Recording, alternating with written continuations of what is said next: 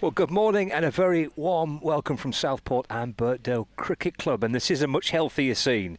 The two umpires heading out to the middle with a little bit of sunshine around and hopefully an extra long day. Not a single ball bowled yesterday. And the Worcestershire boys and the Lancashire boys were confined to barracks. They're in the changing rooms for most of the day. But thankfully, it's much better today. I think, well, we might get the odd shower. We certainly can't rule that out, that we might get a little bit of showers from time to time through the course of the day. But I think the forecast is reasonably solid. And the two Lancashire not-out batters, Keaton Jennings there, alongside George Balderson, heading out to resume this Lancashire first innings, which actually started at the back end of day one, didn't it? 28 without loss, Lancashire, replying to the Worcestershire total of 270. Jennings and Balderson to get us back underway in sunny Southport, which is good to say after yesterday's drizzly wet day. We'll hear from Callum Flynn a little later on. He'll be joining us from about 11:30. Clive Eakin is alongside me. What's up? What's upset you now? My pen's given up the ghost already. Oh dear, oh dear. Got a spare pen? Spare pen? Yeah, probably, yeah. I might think about giving... There's loads of ink in that pen. I know, but it won't work. Oh, okay. Morning, Clive. Oh, hang on. Oh, let's come back. Come back. Life. Yes, good morning. Yes, lovely to see you. Again, fairly cool but sunny day. Such a shame we lost the whole day yesterday. Still a chance that we can get a good competitive game. There are a number of ways it could happen, but certainly we need to see good sort of 12 to 14 wickets today, I think, to have a chance of having something on the final day in terms of a win or a loss for somebody.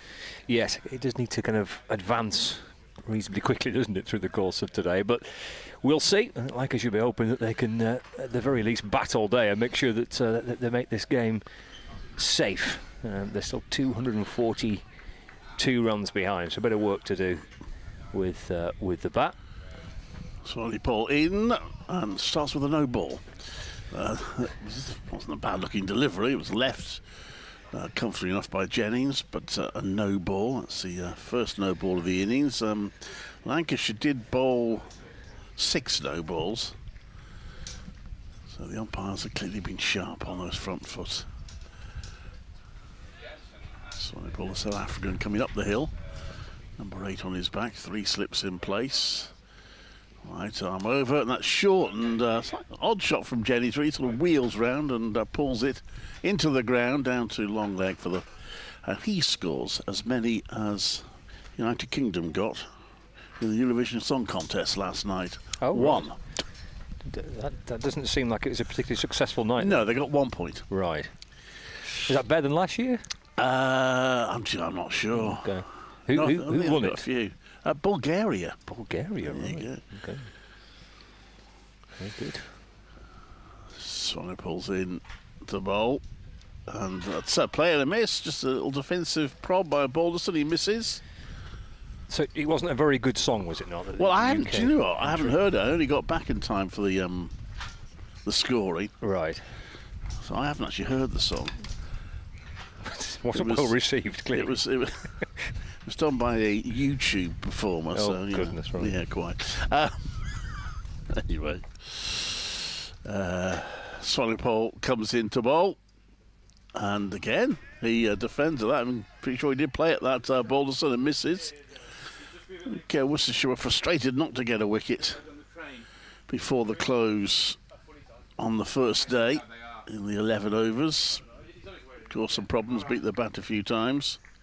Not so many in today, understandably, given the weather yesterday, as there was on day one. Just a smattering of spectators around the ground. Hopefully a few more will come in once they realise play is underway. That one's left, there's no run.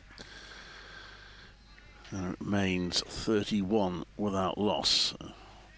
3 runs added this morning, 2 from the no ball, and a single to Keaton Jennings, who is on 11.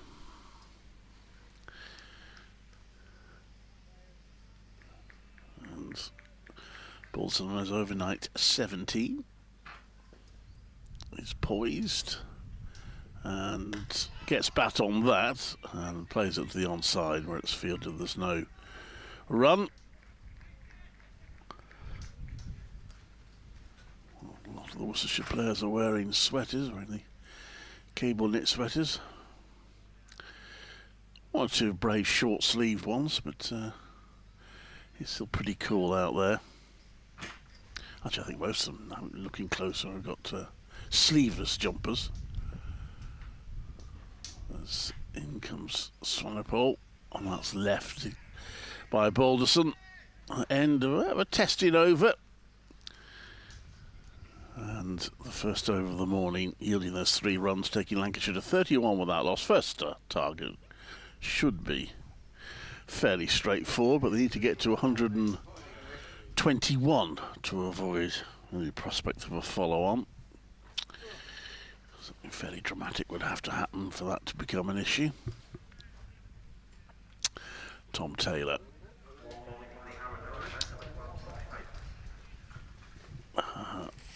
Is resuming, so just as 2 bowlers used by Worcestershire. One advantage of having 11 overs before the close, even though they're frustrated not to get a wicket, is because the new ball bowlers can come firing in again the following morning with still a fairly new ball. There's a bit of a delay here because there are stewards standing too close to the side screen for the batters' liking. They're shuffling across now. And we, I think, are ready. Yes, just the little odd delay. But here he is, Taylor, around the wicket to Jennings. Left and through to Gareth Roderick. 3 slip catches in place at Worcestershire. So plenty of catches at slip, didn't we, in the Worcestershire first innings. And Hurst took 2 catches and a stumping, Matthew Hurst, and then Jennings took 2 catches in the slips. Harry Singh took a couple of catches in the slips as well, a couple of LBWs. So it's certainly that type of pitch, wasn't it, on the first day? 31 without loss. And then left again, just a little bit of shape, a nice carry through to the keeper from Taylor. The only match where we got a delayed start today is at Beckenham, what I understand from our colleague Martin Emerson's reports. There was a bit of water got onto the track apparently, so they were having to wait for that to dry out. Can't be done. Everywhere else has started on time today. It's not ideal, is it? No. Beckenham, I've never been to Beckenham for a game. Yeah, I have. A long time ago I did a game there. So Taylor's in to Jennings as a step down the pitch and shoulders arms again. Nice little bit of shape away into the keeper's gloves. Do they play at Tunbridge Wells still, Kent, there? Or they moved away from it? I think they do. Okay. Got some nice outgrounds, haven't they, Kent? Yeah, I've been to Tunbridge Wells as well, famous for its rhododendrons. You have to talk about the rhododendrons if you're at Tunbridge Wells. Okay. Yeah. Right. 31 without loss. Jennings on 11. Quite a breezy day today. We can see just the shirt on Taylor's shirt, just fluttering away in the breeze. And again, Jennings step down the pitch. In a very determined leave, hoisting his bat up above his shoulder. Yes, as you said, Clyde, there's quite a few empty seats today. We had a brilliant first day crowd. Yeah. Hopefully, as the day goes on, and, we get a pretty solid forecast, improving forecast. We'll see plenty in. Ooh, goodness! It takes off as it goes through to the keeper. Jennings thought about playing in the end, managed to get the bat out of the way. Just a bit of lift there, isn't it, for Taylor? Taken at kind of shoulder height by the wicket keeper.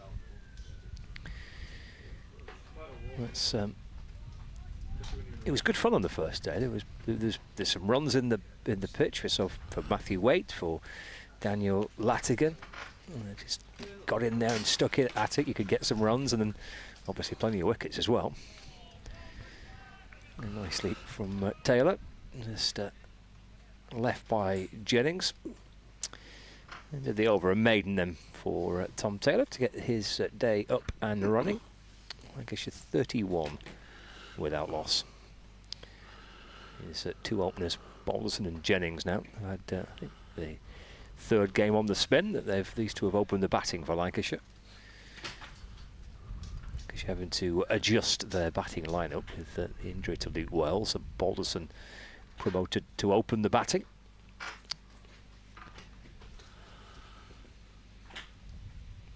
Sonny Paul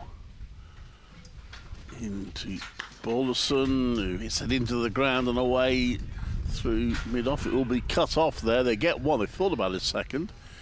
Thought better of it, which was wise. Worcestershire have actually managed a couple of run-outs this season already. And have they got? Yeah, two. They managed 2 run-outs so far already this season. Also suffered 2 run-outs. Don't know what's going on at Lords. There were 3 run-outs in that match.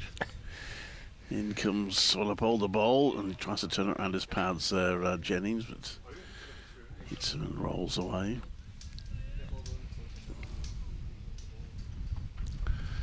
It's quite an advanced game at Lords, isn't it? The Middlesex Derbyshire match. It is, yeah. Pretty decent position, aren't they, Derbyshire? They are. So I was saying they made a difficult start to the season. I still expect Derbyshire to be competitive. They've already got Middlesex at 17 for 1 in the second innings. Still 182 behind. Swanepoel into bowl, and that's been pushed out to the offside. Here's another game for Worcestershire. Frustrated, they haven't quite managed to break through.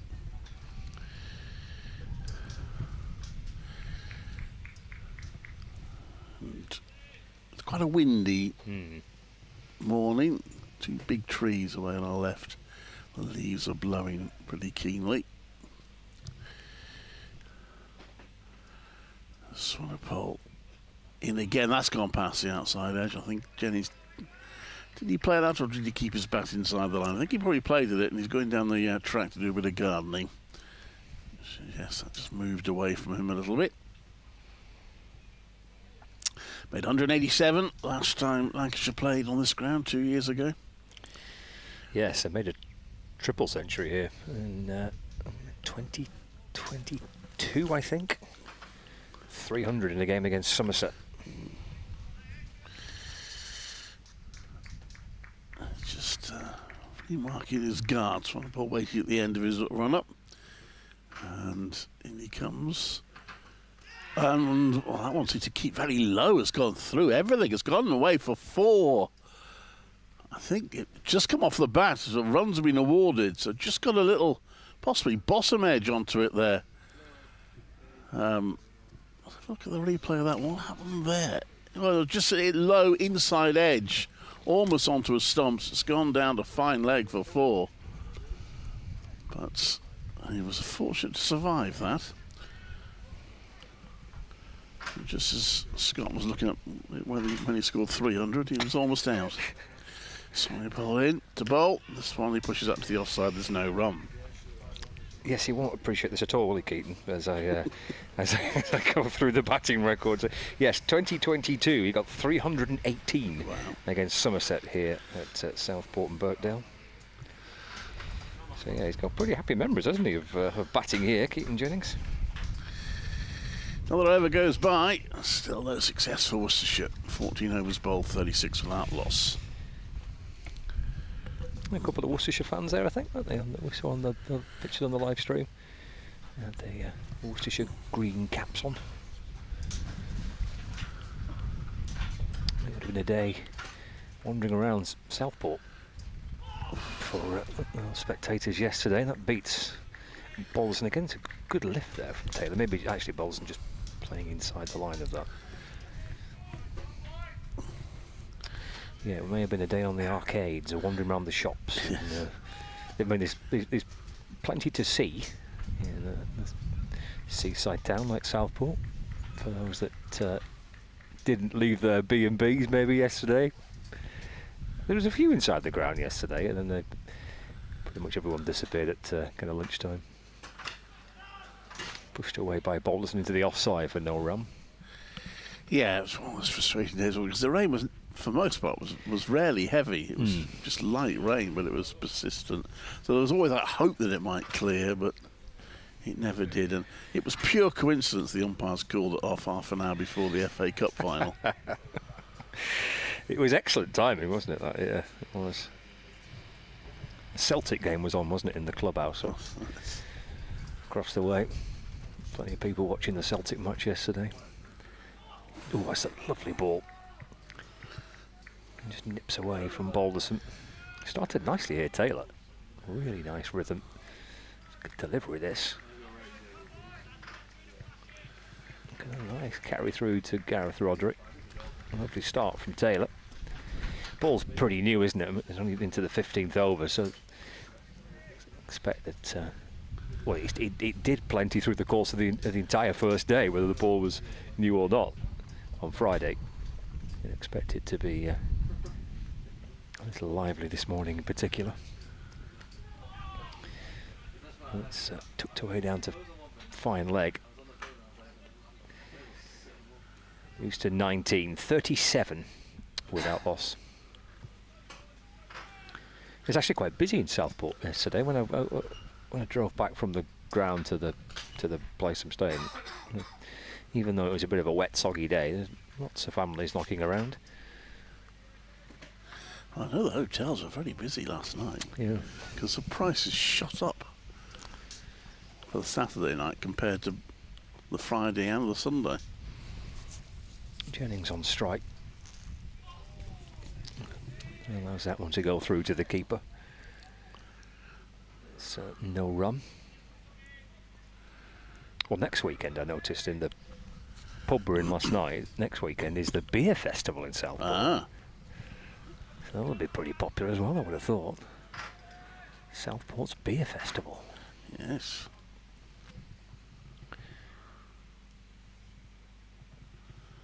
Some cracking little boozers around there, aren't there, in Southport?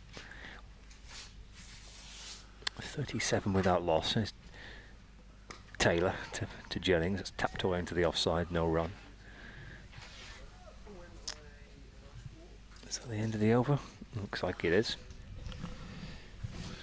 It is. S&B, Southport and Birkdale Cricket Club. That is where they've located the bar for the viewers on Lancs TV. In that building is a magnificent bar. It runs the entire length of it, doesn't it? It does.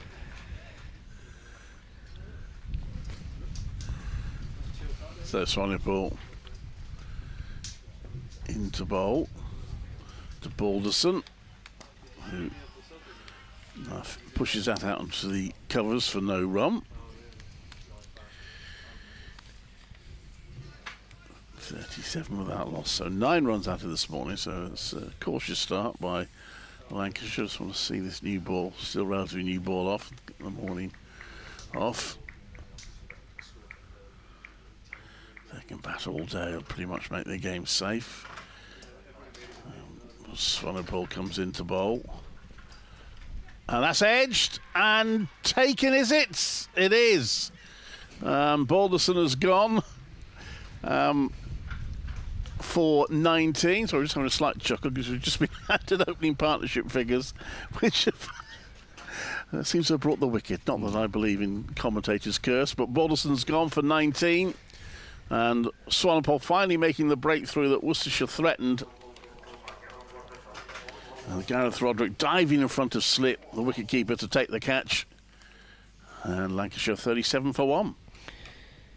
Yes, I think Worcestershire will be expecting to have a little bit of success this morning.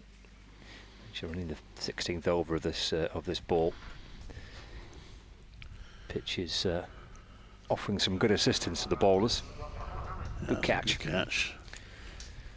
Made his mind up there, didn't he, the keeper? I'm going to go right across first slip. Yeah, crucially, he was decisive. He had no hesitation in diving for that.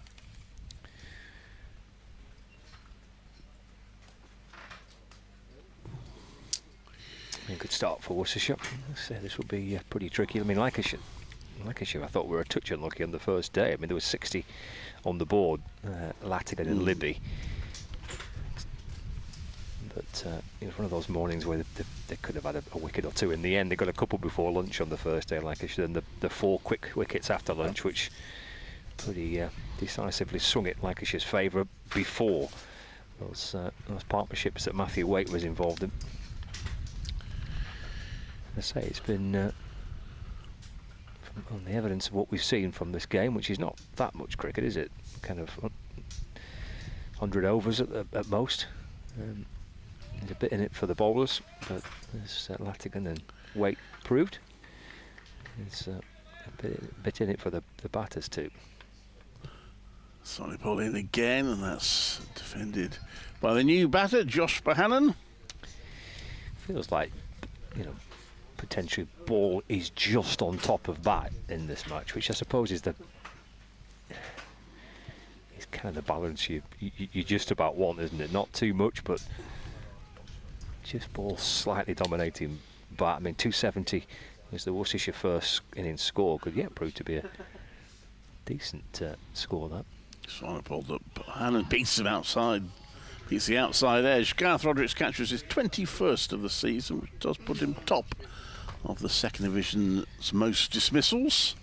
One ahead of Ollie Robinson and Ben Guest. Sorry, Brooke Guest of Derbyshire. Robinson of Durham. Hasn't managed a stumping so far this season. We've seen one stumping in this match so far. So another one's gone past Bohannon. He might just have played inside the line for that one. But he's definitely getting a little bit of movement here. Yeah, definitely. Wearing a long sleeves. That was a good ball, that, wasn't it? Nice. Wearing a long sleeve sporting vest underneath his number 8 Worcestershire shirt. Black numbers, Worcestershire wear. As that one is played to mid-on, there's no run, none of your fancy red that Lancashire go for. 37 for 1 at the end of 16 overs. Here applying to Worcestershire's 270. Yeah, I was just looking at I was handed a note about Lancashire's opening partnerships this season. It has been a challenge for them. That you've yet to have a 50 opening partnership, the highest 43 between Luke Wells and Harry Singh. That was in the game at Northamptonshire, the first match of the season, actually. It's not helped that they've chopped and changed at the top, of which some of it, of course, not through their own fault with Luke's injury. Good news, you can now pay with your card in the one of the bars. Taylor into Jennings, that swings away, no run. One of the staff came in to recharge the credit card machine. Yeah. I think actually that might be the ice cream van. The ice cream van. That could be the ice cream van, that. They stayed all day yesterday, the ice cream. It's a good effort, isn't it? They started leaving while I was interviewing Alan Richardson. Yeah, I'm not sure they got much trade yesterday. No. I was tempted at one point. Weird. Well, yeah, well, after lunch, a little bit of pudding after lunch. Game left by Jennings. Through to the keeper. Right. What would you have gone for? I don't know. You mean ice cream with flake type ice cream? Yeah, probably. Yeah. Probably would have gone for that, yeah. It's a chilly day yesterday for an ice cream. Well, yeah, but ice cream's nice whatever the weather. Is it? Okay. Yeah. Okay. Well, the van is in position. The ice cream van. 37 for 1. Taylor to Jennings. It's defended to mid-off. And there's no run. I'm not sure what this ice cream van's called. When we go to Blackpool, the ice cream van's is called Stew's Cream Machine. Very good. I know. Terrific, isn't it, that? Stew's Cream Machine. That's at Blackpool. Not sure if this one has a name or not. Can't quite see. 37 for 1.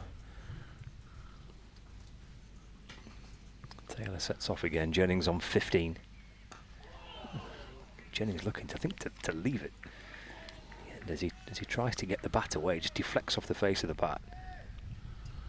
Bouncing out into the offside, but he's found a little patch here, hasn't he, Taylor? It's a very nice start from the Harrod drive end.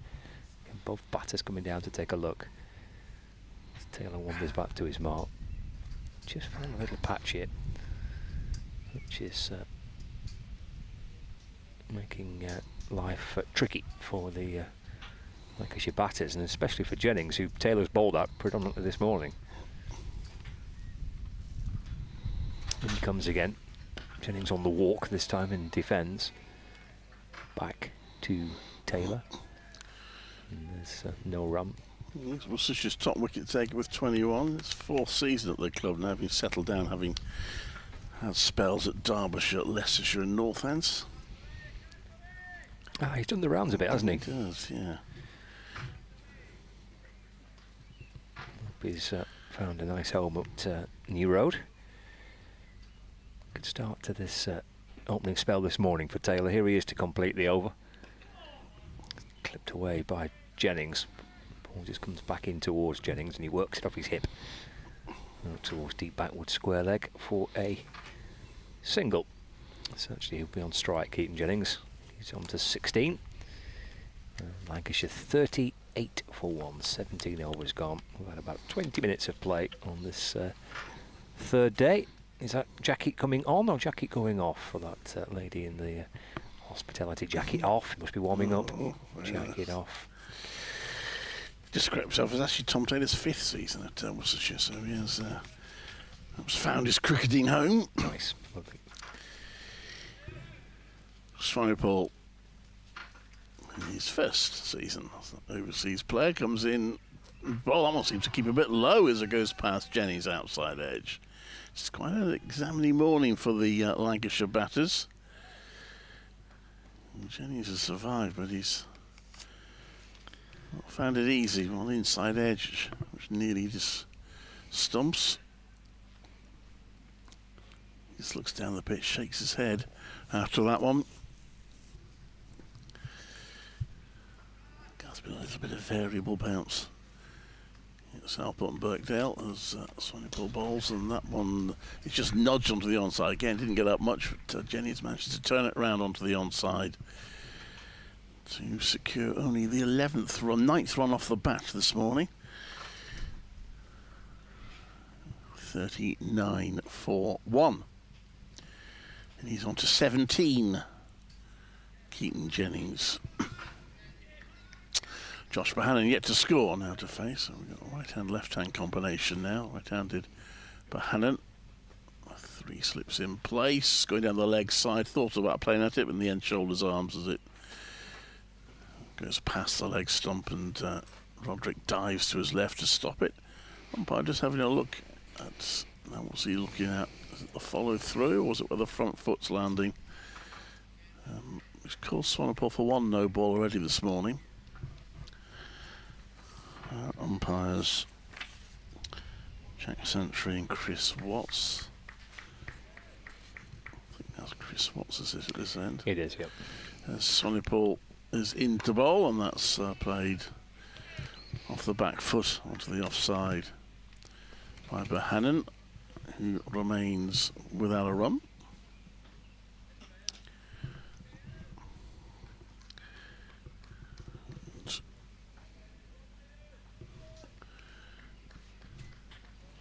Back to his mark. Yet again, right arm over. That one's comfortably left by Bohannon. Again, didn't get up very much, but well wide of off stump. Just a few fluffy clouds in the sky. I'm not very good on clouds. I can't tell you what type of clouds they are. It's fluffy. It's about the best I can do. But quite a lot of blue sky. At the moment, the weather looking good. There is some suggestion that we could get interruptions later, but let's hope not. This match can't really afford any more. That's going well down the leg side, and Bohannon, again, looked to play it at first, but it was too wide. He let it go by. End of the over. Slightly wayward with his last couple of deliveries, but still asking questions. And Lancashire are 39 for 1. Having lost George Balderson, caught behind off Swanepoel for 19 this morning. Yeah.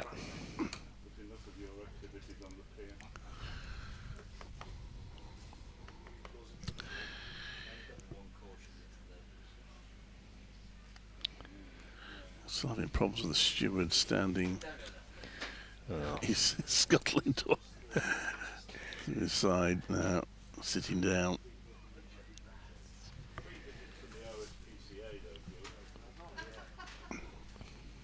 Good opening spell this from Taylor. Starts a fresh over. He's at 4 for the morning, only gone for 2 runs so far. Jennings defends to cover.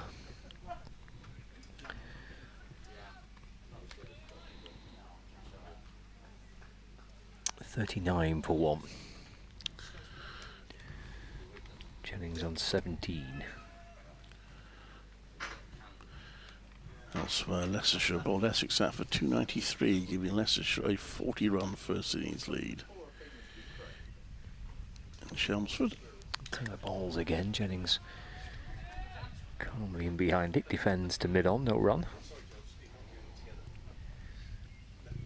Of course, you can follow all the action elsewhere on the BBC Live cricket page. You might well already be on it. Just scroll down, you'll get news on all the other games as it happens. And if you're not on it now, if you go to the BBC cricket page, you'll find the link there. There's Taylor to Jennings. It's a ball that's wide, and there's Taylor signals there, just shapes further away and taken by Roderick. Wicket keeper across the first slip fielder. And again, there's no run. Who's in charge today? Matthew, Ben, Chris and Paul. Hello to them. Listening to the games. Some effort, that, isn't it? Keeping across all the all the games. You've done it, haven't you? I have. It's hard work. I can imagine, yeah. Harder than this. This is easy. Don't be saying that. Keep that quiet. Taylor to Jennings. Comes in towards Jennings and just deflects off his thigh pad out into the offside. Again, both batters coming down. Jennings wandering towards that point where Taylor's just found a little bit of something in the pitch there. Let's come back in, hits him high up on the thigh pad. It's a good start, this from Taylor. And indeed Swanepoel from the other end. 2 balls left of the over. 3 slips in the gully. Jennings advancing, and he just sent that on towards the pads of Jennings and clipped away very nicely for 4. It's a lovely shot from Jennings. Taylor saw him coming and just pushed it a little more onto the leg side, and Jennings clips it very nicely out towards square leg for 4. Yes, first boundary of the morning. Oh, second boundary of the morning, of course. The first was a streaky shot. A very nice shot from Jennings. Takes him on to 21 not out. Lancashire 43 for 1. Final ball of the over. Jennings on the drive. It's fielded at cover. And there's no addition to the score. 43 for 1. Trailing by 222. I'll leave you for half an hour. Oh, okay. And Callum will come and join you. Thank you, Scott. The sun just disappears behind a cloud. I won't be behind it for very long. So if you're just coming to this match now, day 1, Lancashire won the toss, put Worcestershire in. It was a sort of topsy-turvy innings for Worcestershire. They got off to a decent start, albeit rode their luck a little bit with an opening 60-odd run stand between Lattigate and Libby. But then wickets fell in fairly quick succession, notably after lunch when 4 wickets fell in 5 overs. And it needed some lower order resistance led by Matthew Waite, who made 77 to allow Worcestershire to get to 270. As we have a bowling change, and Matthew Waite, the aforementioned, starts with a big loud shout for LBW against Bahala. I think he hit him on the front pad. It was a lusty shout from Waite, who's now turning to the umpire and saying, well, why wasn't that out? It has to accept the call. He gets a pat on the back from his teammate. He obviously felt that was a decent shout. Let's have a look at the replay. Well, I'll tell you what, it does look quite a good shout. It might Be a little high, or possibly just sit him outside the line of off stump. But Waite is in again. That's left. There's no run. Good morning, Cameron. Morning, Clive. You okay? Yeah, good. So I was just going through the tail of the match because we didn't hear from any of us yesterday because unfortunately after a good first day, which Lancashire survived 11 overs to the close, we lost the whole of yesterday to the weather. Yeah, it looks a lot better today. I think there's still some rain around later on in the day, but hopefully somehow it can avoid us and we can see a good lengthy day of cricket here at Southport and Birkdale. He's in Waite. That's left outside off stump. Drifts back a bit. We can keep a moves to his left to take it. He's scoring 77 with the bat. We're saying how much he enjoyed facing the legendary Sir Jimmy Anderson, having faced Ben Stokes the match before. They've come up against some illustrious opponents. Worcestershire in the last couple of games.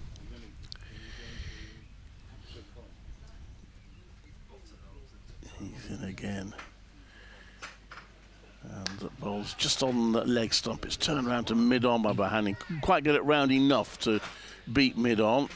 Started out looking for a run, but immediately aborted that. Become a bit of Mr. Reliable, hasn't he, as Matthew Waite for Worcestershire, in terms of he gets him out of a lot of tricky positions with the bat and with the ball. A real good all-rounder for Worcestershire. Yeah, it was his third half-century of the season. As he comes in again to bowl. That's a rather loose-looking shot, but he's got it away to mid-wicket for his first run, Bohannon. So it's taken him 13 balls, but he's off the mark. Yeah, he's got 9 wickets this season, Matthew Waite, so far. I'd say 3 half-centuries with the bat.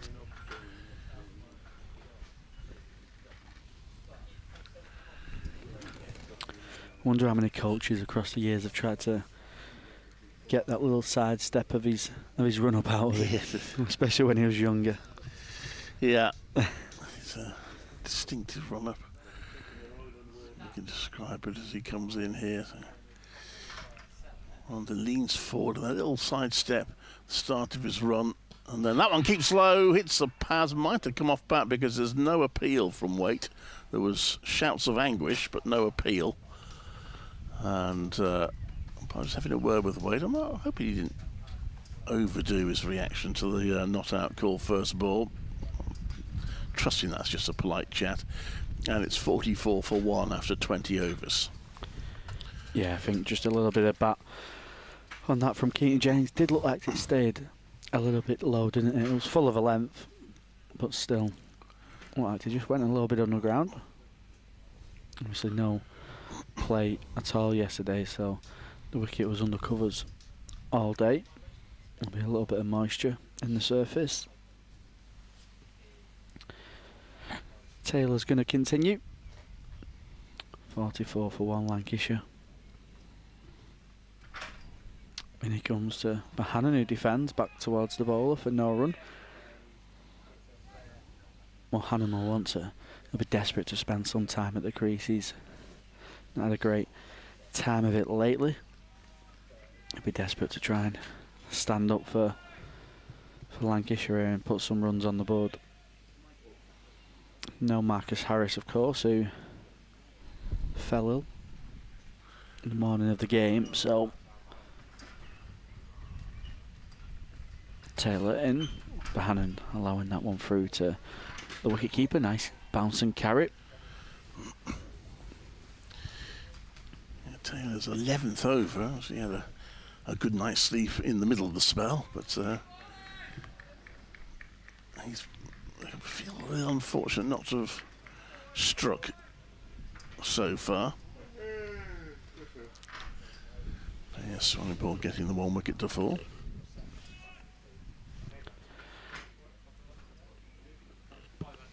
Three slips away for Taylor, who's into Bohannon. Again, back of a length, Bohannon defending from the crease into the offside. Bohannon averaging 23 25, sorry, this season. 253 runs. He made a couple of decent scores at the start of the year. A 90 and a 70. There'll be a little bit of pressure on these two with 366 runs so far of Marcus Harris missing in that middle order. Taylor in fuller this time, who catches Bohannon on the crease. He defends into the offside. Outer half of the bat, squirting away to point. Yeah, well, she's just the one wicket with in the first 20 overs of the new ball, but they might reflect that in their innings it seemed that the ball seemed to do a bit more after it got to about this stage.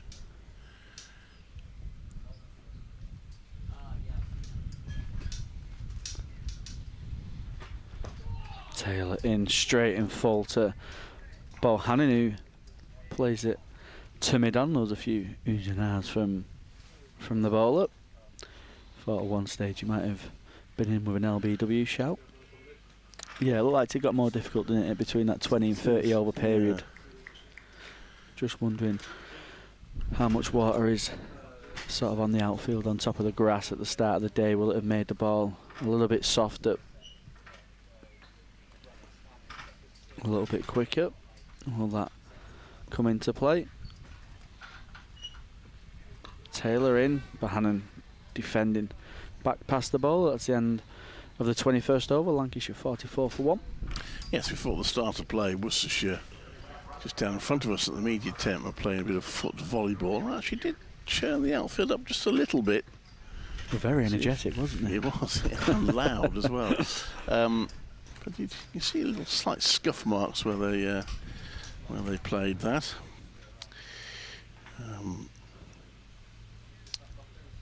So Waite, I don't think he's too impressed with the ball being thrown rather hard at him there. He had to leap in the air and catch it one-handed. Anyway, he comes in with a little step to his left, and he comes to bowl and goes past the outside edge of Jennings, who I think did nudge at that. I think he was playing at it. He just rehearses the shot. He's not found it easy, Jennings, but crucially he has survived thus far. 59 balls faced now for him for his 21. Yeah, Jennings advancing as we so often see now with Keaton Jennings. I think he'll keep doing that to wait and maybe try and force the keeper to come up to the stumps. He's got a nice 4 doing that to Tom Taylor last time. That again goes past, and this time probably will give him the benefit of the doubt that he was playing inside the line to that one. But again, decent ball. And it's 44 for 1. These teams both, well, in very close order in the championship. The second division table being ridiculously close if you take top and bottom away. In comes Waite, and waiting for that one, Jennings, and then pushed it into the offside, but straight to a fielder, so he doesn't get anything for it. So Lancashire starting 3 points ahead of Worcestershire. They'll be 5 points ahead of them now, having got 3 bowling points to Worcestershire's 1 batting point. But they were 5 points behind Middlesex in second. Worcestershire just 8 points behind second place Middlesex, despite being in 6th place. So it's very tight. Apart from the fringes, as I mentioned, that's pushed out to the onside for no run. Durham, who'll do well to get a very unlikely to get a win from their game at Beckenham, but then it's 8 points for a draw these days, so it won't be too disastrous for them, and they're 23 points clear at the top, whereas Gloucestershire are struggling in their current match. 24 points adrift at the bottom. Both these teams have won 2 and lost 2. Yeah, both coming in as well, aren't they? At the back of 2 losses as well, so. Waite bowls, and Jennings just take a little step forward and pushes it into the offside. It's another dot ball. Both teams will be desperate to put an end to that losing streak. Identical form guides, both drawing the first game, winning 2 and then losing 2. It's Durham, the only unbeaten team in the second division. Everyone's got at least one win. Even Gloucestershire managed to win. The problem for them is they've lost 4. But Durham, the only team with a 0 to their loss column, which is they're likely to keep at Beckenham unless they get into real trouble with the bat. That's pushed out to the offside for no run by Jennings. 44 for 1. The end of another over. It's slow stuff for Lancashire, but they need to work their way towards some sort of safety. 16 runs added this morning in 11 overs with the 1 wicket to fall. Yeah, just 2-0 for Lancashire in this innings so far. 44 for 1 off 22. Tom Taylor still continuing 21 off his 11 overs. He's kept it very tight. Quite a few of his runs went through the slip cordon on that evening session of the first day. He's into Bohannon, who defends into the offside for no run. So probably did Gloucestershire a bit of a disservice, actually, seeing they're struggling in this game. They did get bowled up for 154 by Northants, but then bowled them out for 127, so they did have a first innings lead. However, they are 30 for 4 in their second innings. So they lead by 57 in what's proving a very low-scoring match.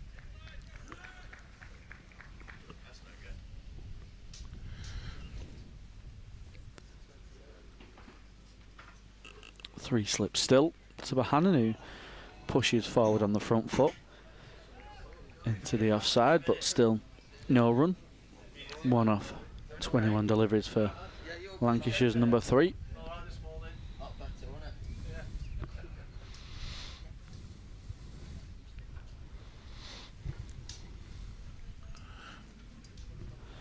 There are noisy lots of the Lancashire players walking past us there.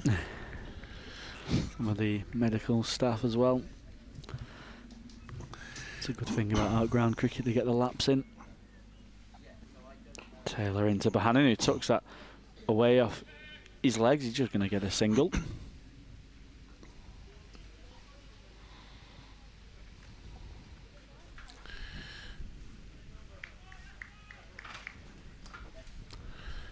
Keith Jennings is doing a good job.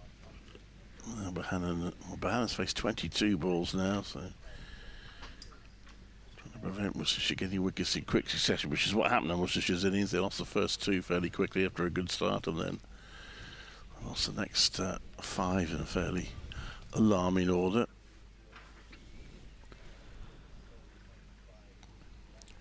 Yeah, Mr. Reliable for Lancashire is Keaton Jennings. Missed the first couple of games through injury. Taylor's round the wicket to the Lancashire opener, who defends into the offside in front of square, so he gets a single.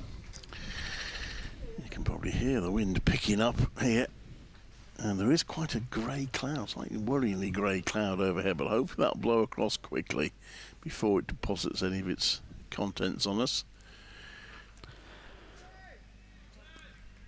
The lads on the golf course might just be getting a bit of a soak. Yeah. I think that's a golf course way. We'll have to judge their shots carefully with this breeze.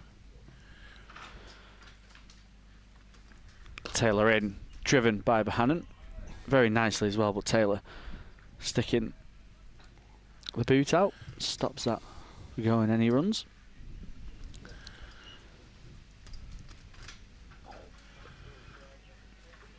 Yes, nice stop that from Tom Taylor. Big size, 10, 11, maybe 12.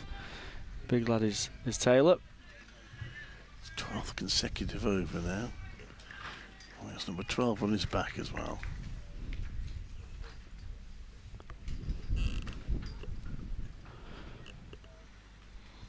Taylor in, and he beats Bohannon with a beautiful delivery on the outside edge, just nipping away from Bohannon after it pitched.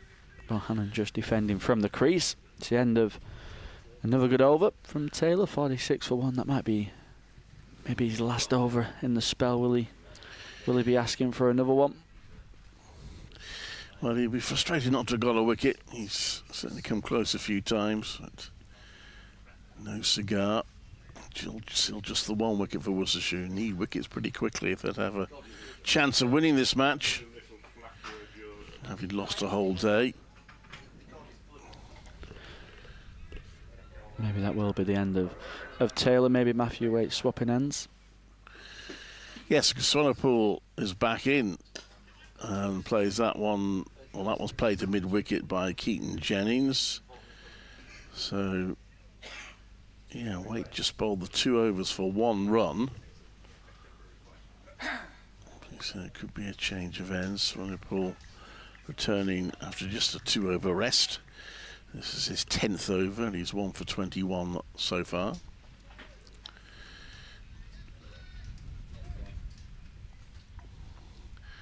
And he comes, the shirt billowing in the breeze. Balls that's left by Bohannon Classic leave style.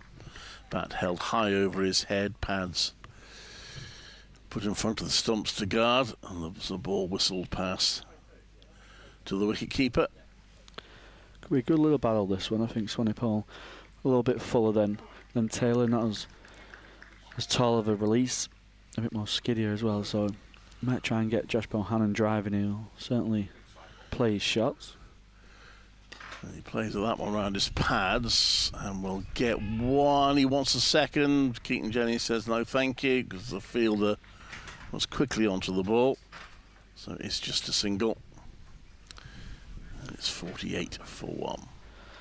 3 off 26, so just battling with Josh Bohannon, but he's a very busy cricketer. He'll like to try and keep the scoreboard ticking as much as he possibly can. He likes to field bat on ball. So Swanepoel now to left-handed Jennings, that's going well down the leg side. 1 or 2 in the slip. Gordon wondered whether Jennings might have got a little glance onto that ball down the leg side, but he clearly didn't. He's just explaining, I think, to his, or he's asking his batting partner what that did, and suggesting that might have swung a bit down the leg side.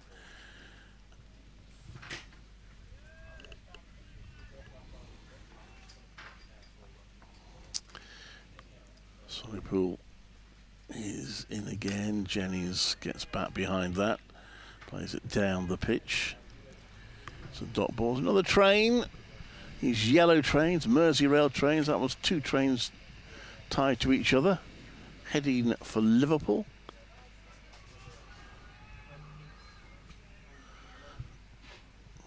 The line right beside the ground. 1-6 was hit onto the tracks on day 1. As, that one's going down the leg side again. Good take by Gareth Roderick, just a little bit wayward there, Swanepoel. Yeah, so you've got a fence, couple of trees guarding it, but there's a lot of open space as well. Do you wonder whether trains ever get hit? But anyway, there's a double track in between the ground and a road with housing behind that. You'd think one must have been hit over the years, at some point, yeah, but won't like to be sat beside the window. No. As the Dukes clatters in. Yeah, as we said, Matthew Waite is just swapping ends. Tom Taylor just getting a rest. 12 overs, none for 23, 3 maidens, Tom Taylor. Waite into Bohannon, who defends to mid-on.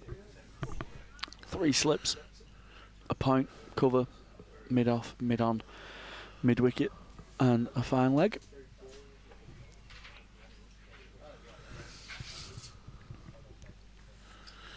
Did you get to watch the cup final yesterday, then? Did I watch?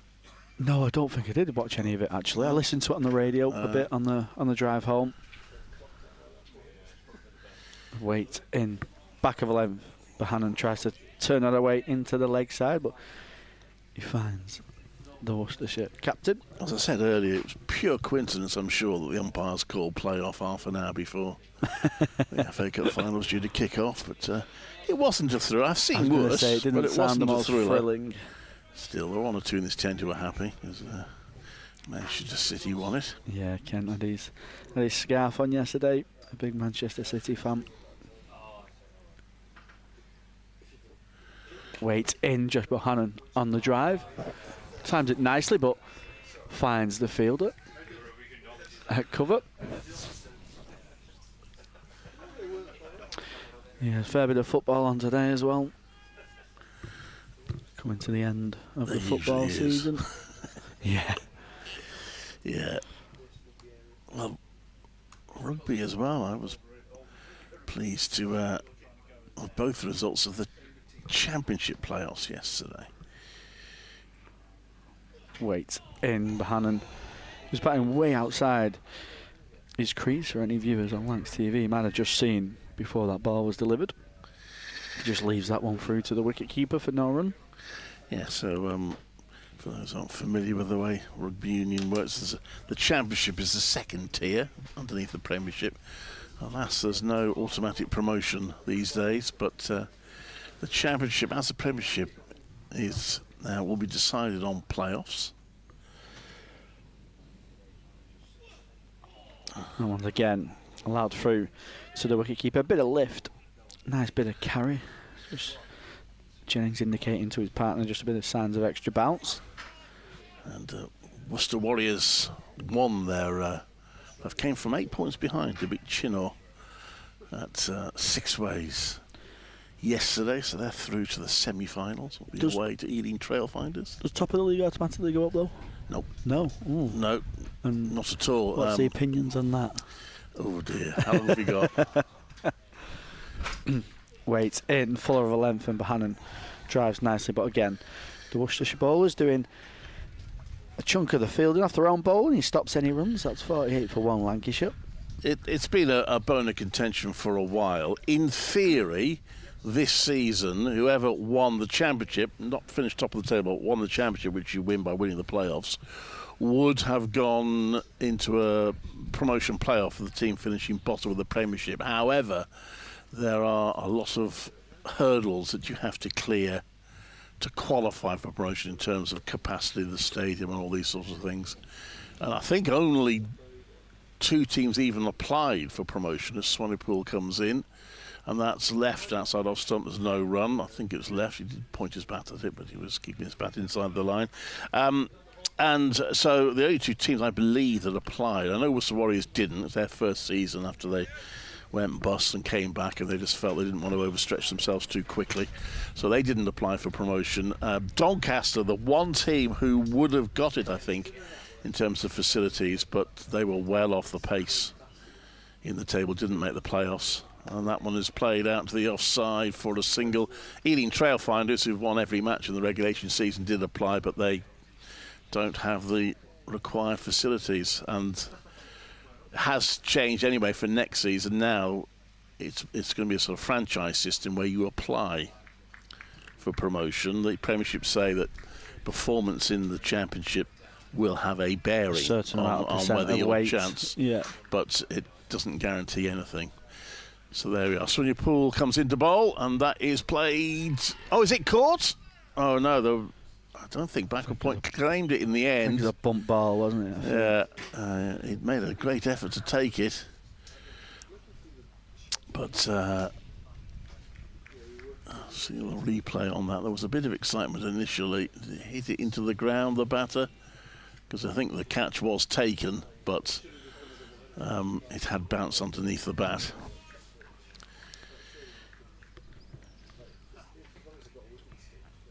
Swanepoel into bowl, and that's a horrible swing and a miss there by Bohannon. Yeah, I think that's more the length that Worcestershire should be looking to bowl to Bohannon. You might concede the odd boundary, but there's still a little bit of swing, and it's a player who's looking to find some form. It's a shot that Bohannon likes to score from as well, so I think Worcestershire keep dangling that carrot. I think they'll certainly feel like they're in the game if they can keep bowling that kind of length. I think young Dan Latigan, who took that non-catch in the end, took it well, but it was a bump ball. That one is just going down the leg side. It's helped on its way by Bohannon for 4 runs. Too short that time from Swanepoel, and well played by Bohannon. That's his first boundary. That'll make him feel a little bit more confident. He's on to 7. Turned it around, swiveled round nicely, and played it down to fine leg. Where Spectator tried to field it with his shoot, but failed completely. It's always risky, isn't it? Sitting close to the boundary rope. You don't know if it's gonna clip it. It's gonna come head high. Or it's just gonna tickle along the ground. So the 50 up with that force on the pull bowls, and that's pushed out to the offside for no run. Much better length to finish for the South African. The follow-up ball to that loose shot from Bohannon wasn't the best. Back of a length, and Bohannon just helping himself to a 4 down to fine leg. I think the Worcestershire bowlers certainly want to be on the fuller side of things against Lancashire's number 3. 50, by the way, keep up 156 balls, so it has been slow going. They lost 1 wicket. George Balderson for 19.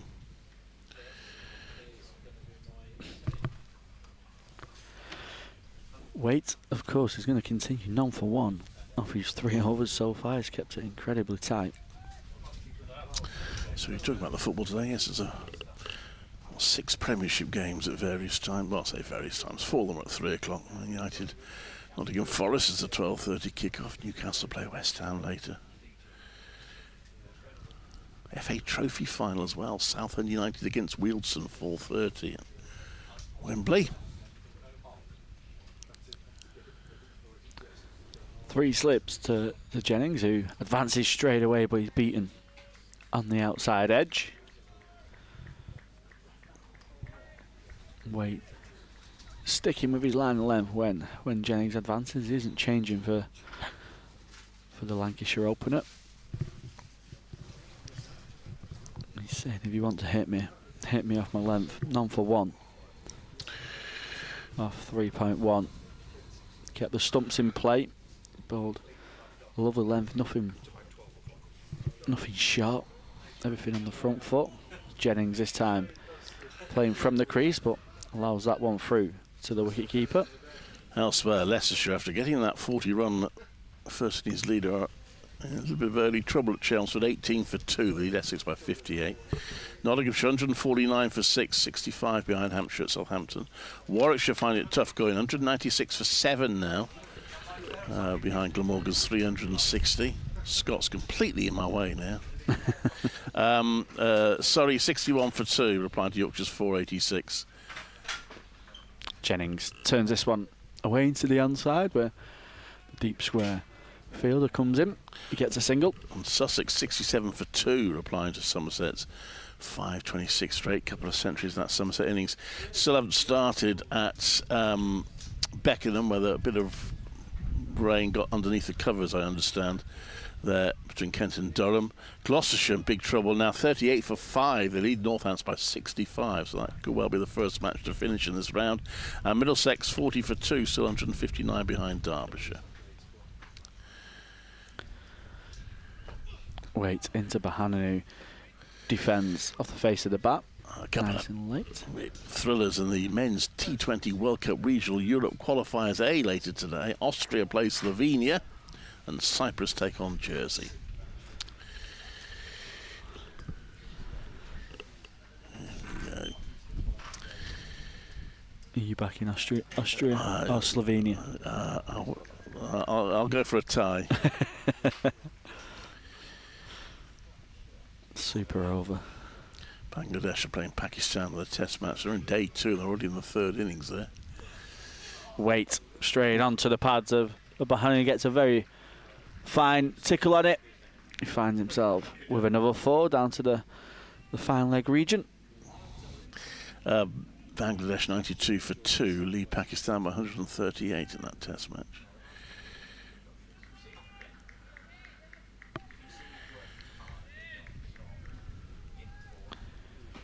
He's forced that a little bit as Josh Bohannon by walking across the stumps. It wasn't a bad line from Waite. He's just got inside the line of the ball and got it away. Waite in, full of length again. Bohannon plays very nicely, but to the mid-wicket fielder.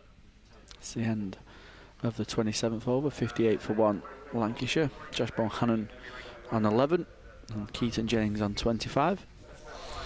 A couple of games in the IPL today, one currently in progress. The Royal Challengers Bengaluru, 139 for 2 against the Punjab Kings. These are the sort of names we're going to see in the 100 before too long, aren't they? The scores are just getting a bit ridiculous, aren't they? Yeah. Nothing's below 200 these days. No. Virat Kohli, 55 not out off 33 balls. He's at 3 sixes. 3 heavily sponsored sixes is the case these days with the IPL. In comes Swanepoel. Again, just straight down the leg side. It's been turned around his pads. There are a couple of fielders out in the deep there. So it'll be a single to Jennings.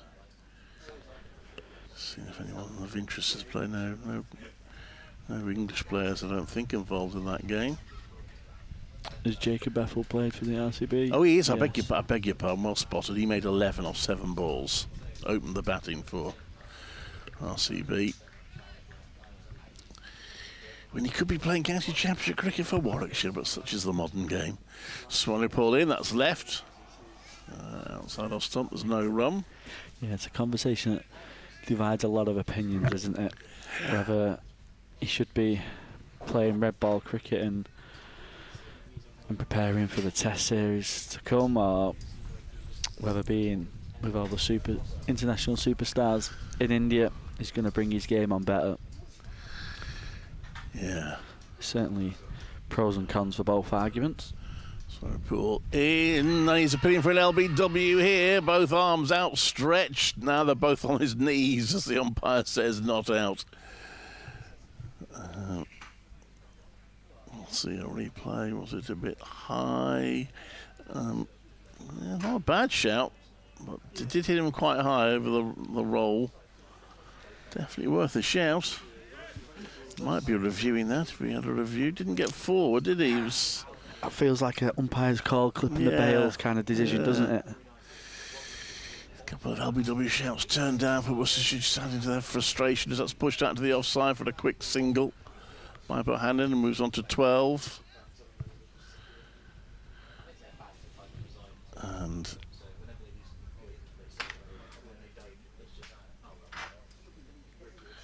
I will be handing over shortly. In fact, now.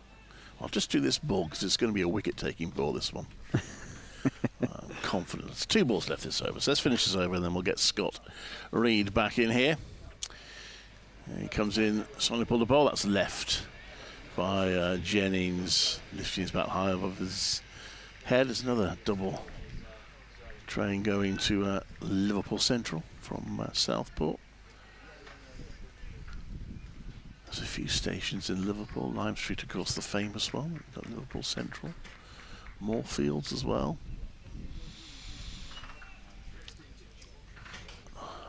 Swanepoel, right arm over bowls, and that's played back to the bowler for no run. So at the end of that over, Lancashire just lost George Balderson, caught behind off Swanepoel for 19 this morning, are 60 for 1 with Keaton Jennings on 26. And Cameron will now be joined by Scott. Yeah, 60 for 1. Lancashire slow going at the moment. Just 2.14 is the run rate. 87 overs remaining today. A bit of an extended day. I think we'll be very lucky to get them in. Lancashire trailing by 210. As Wait continues and he finds the outside edge of Lancashire's number 3, Josh Bohannon, looking down at the pitch. I don't know if it's just bounced a little bit more, but it's found the outside edge. The catch is taken, and Lancashire find themselves 2 down. And Josh Bohannon, who hasn't been having the best of time recently, his struggles continue. He's gone for 12. We saw when Tom Taylor was bowling from that top end. Good afternoon, Callum. Good afternoon. He managed to find just a little extra bounce, didn't he? I think Taylor in that first half an hour or so, 40 minutes this morning. And you wonder whether Waits just found something there. A little shrug of the shoulders from Josh Bohannon might tell its own story. Yeah, Lancs TV viewers will see Josh Bohannon just looking down at the pitch. Does look like it's just surprised him with the bounce. It's well deserved from Matthew Waite. He's been very patient. He's kept it very tight. And Worcestershire have got the rewards. They found the second wicket of the morning session.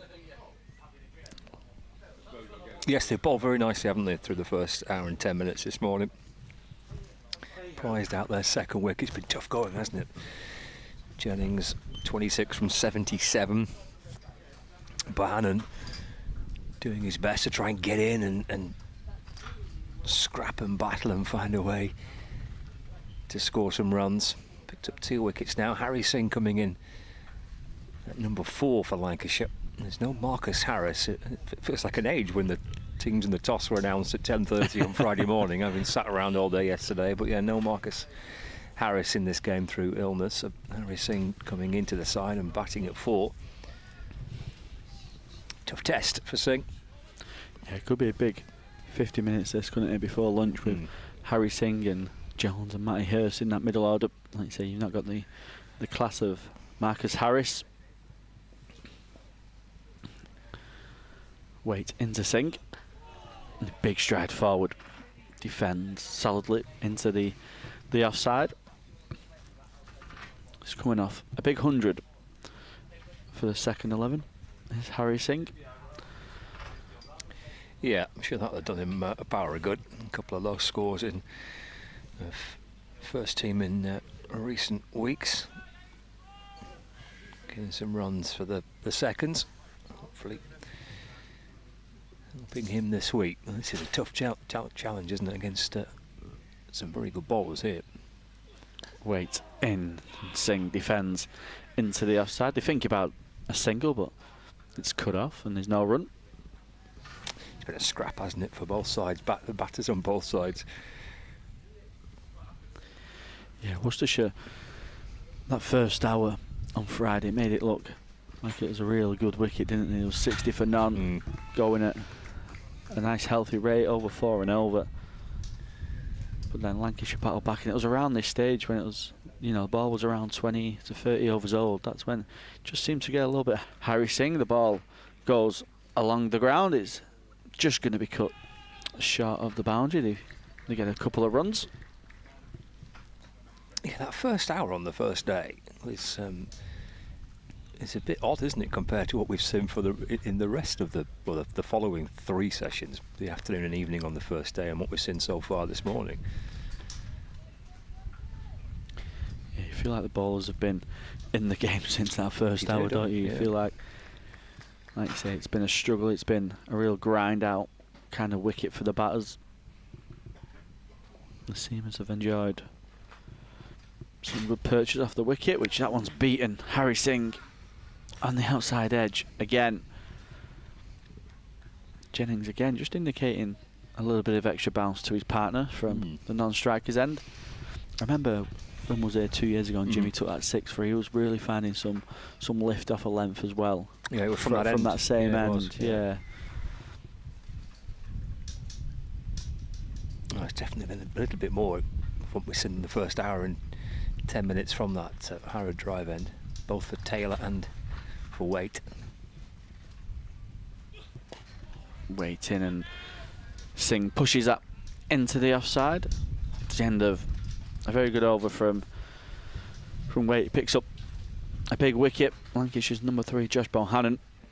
The second one for Worcestershire this morning. 62 for 2, Lancashire. Still woolly hats, gloves and blankets are required. Clutching onto cups of coffee and hot chocolates. Yeah, the blue sky above doesn't quite show the temperature, does it? How cold it actually is.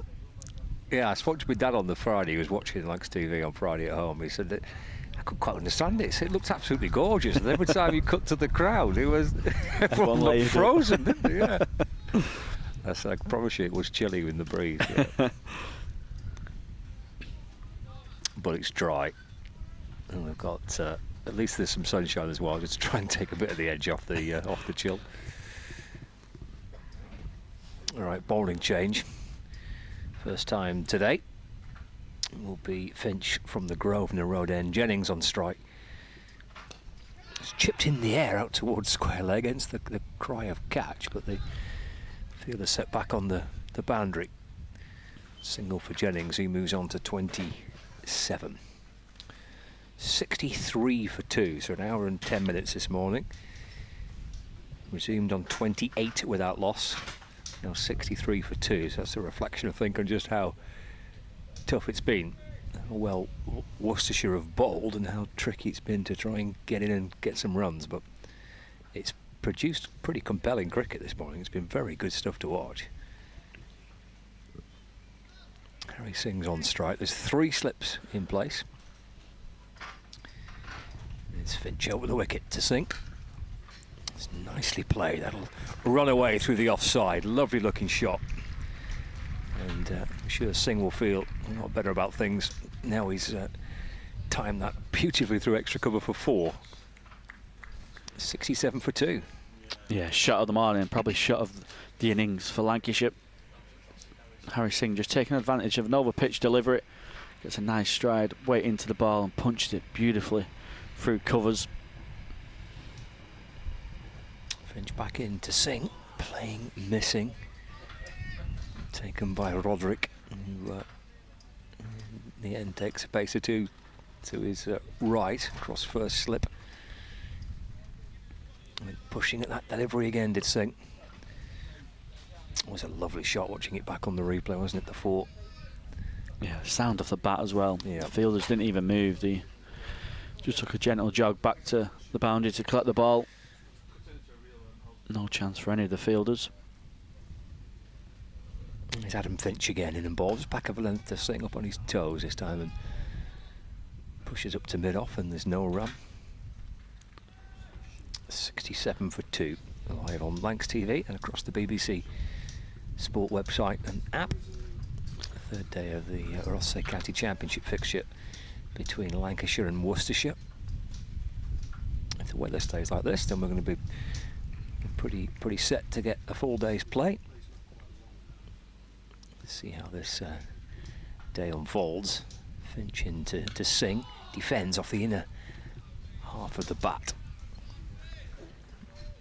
Pops out into the offside, there's no run. Having lost the entire second day,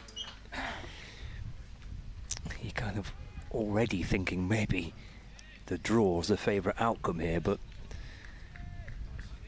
always kind of foolish to second guess these things. Can take unsurprising turns. To bat well here, Lancashire. 203 runs behind. Finch in to complete his first over. Singh nicely back and across. Actually, it's a no ball. Singh defence. Umpire Watts at this end, just outstretching his right arm to make the signal to the scorers. It's a real shame, wasn't it, losing day 2, Lancashire bowling, Worcestershire out for 217, then being, was it 28 for none overnight. Just set themselves up for a nice position in day 2, and it could have been going into day 3 and the game really in the balance. Finch to Singh. Dropped into the offside. There's no run. Nicely played by Harry Singh. End of the over, which produced that lovely shot through cover for 4. Lancashire 69 for 2, trailing by 201 runs. As now it feels like one of them where it's like, are you going to take the risk or are we going to take the risk? Who's going to? Yeah. Who's going to try and force a result if either are? Well, you think it's going to take a bit of a batting collapse, isn't it, from one side? Yeah, here you'd to think open it up. Worcestershire would probably need to be batting tonight, wouldn't you, to try and force a result? Or Lancashire would probably have to bat till dinner time tomorrow, lunchtime, and then you're giving yourself 2 sessions to bowl Worcestershire out. Waite's going to continue to Jennings, who advances, and Waite just pulls his length back. It allows Jennings to punch it through the offside. He comes back for 2. Yeah. Next, yesterday's weather even more frustrating, because on the evidence of what we've seen from this game so far, if it goes 4 days as a result, isn't there? There's enough in this pitch to see wickets fall and for a game to reach a win for one side or the other. Entire day lost makes it, even on a A sporty pitch like this one, it's still pretty tricky, isn't it? Jennings again advancing and Waite dragging his length back, not as short this time. Jennings allows that one through to the wicketkeeper. 3 slips, point, cover, mid off, mid on. And a deep square and a long leg.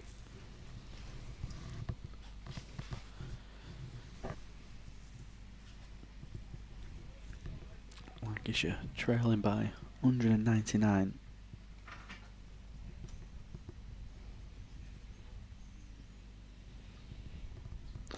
This one's onto the pads of Keaton Jennings, who helps himself to a single to the deep square boundary. A bit of a dull day yesterday, wasn't it, in the media tent? There's not much, not No. kicking our heels around. We had to talk football for a bit. Actually, yeah, we did put the footy on the Celtic game, wasn't it? It's an entertaining game. I can't imagine it was very entertaining for both sets of fans and whoever's related to the club. Wait, in and Harry Singh clips that in front of square on the leg side, and it's going to go for 4. It beats the long leg fielder. Harry Singh picks up his second boundary, takes himself onto 10. Good effort on the boundary rope, wasn't it? Just couldn't quite make up the ground, but coming from behind square, and then here comes the dive as well. Just couldn't quite get to it. He was in danger of tumbling into chairs, aren't you, when you yeah, with the outgrounds as well. Josh Bohannon almost fell on someone's lap on the first day, didn't he?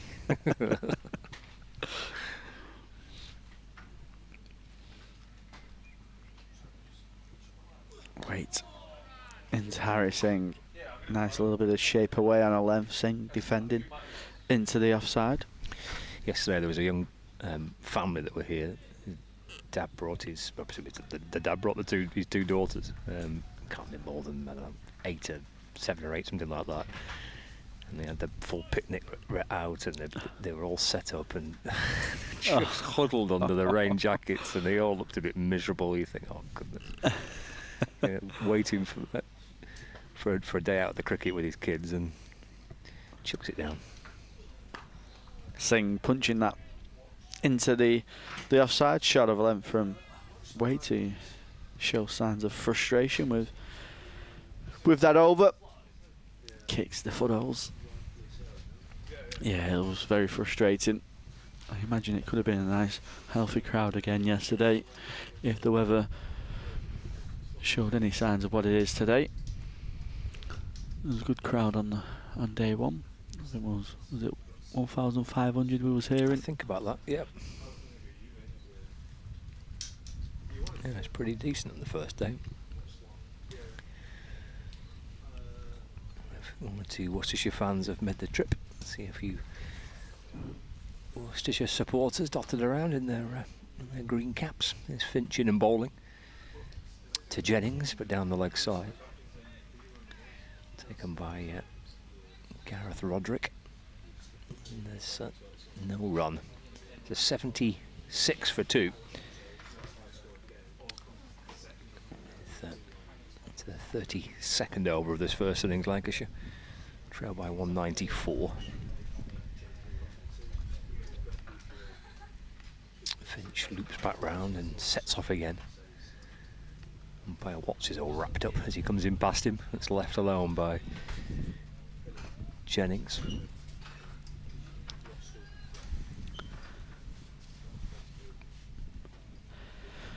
A big period for Worcestershire. Where can the first and second change back up the openers? The Tom Taylor being the leading wicket taker for Worcestershire. Hannon Dalby, who they had on loan for, I think it was 3 or maybe 4 games from Warwickshire, was their second leading wicket taker. So comes Finch, balls again down on the leg side. Taken by the keeper. Finch only taken 4 this season. And then Matthew Waite is the 3rd leading wicket taker. So they just need to try and get some support from the first and second change. Spinner's going to be a key bowler, you'd think as well, wouldn't you, for Worcestershire? So decent chunk of spin on the first day. Finch and balls tucked away by Jennings. Take a single to square leg. He moves to 31, 77 for 2. Yeah, there's George Russell, isn't there, from Durham on debut for Worcestershire. Yeah, we had Green bowled 17 overs on the first day, 45. Hartley bowled 7 overs, 2 for 15. So 30 overs of spin on the first day. You got Skipper D'Oliveira as well. You know, bowled a little bit of spin, so. It's Finch to Singh. Solidly on the front foot in defence. Defence with purpose from Singh up towards mid-off, and there's no run. It's getting up to the spinner's time, isn't it? Just before lunch. Just start loosening up, have an over. Yeah, 10 past 1 lunch today with a 104 over day. I have no idea when tea is. Confuses me every time, does that? Finch to Singh, always squared up there. Takes a thickish leading edge and squirts away towards the offside. Almost got one through, Finch. Collects his jumper and his cap. End of the over, so 77 for 2. Singh on 10, Jennings on 31.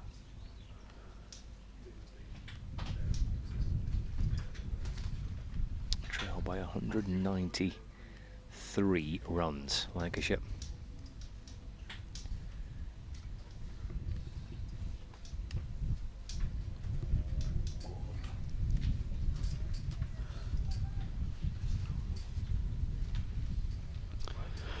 Wait, over the wicket to Jennings, who punches that one through the offside. He finds the gap. He'll pick up a couple of runs, just the outfield on the slower side with all the rain yesterday.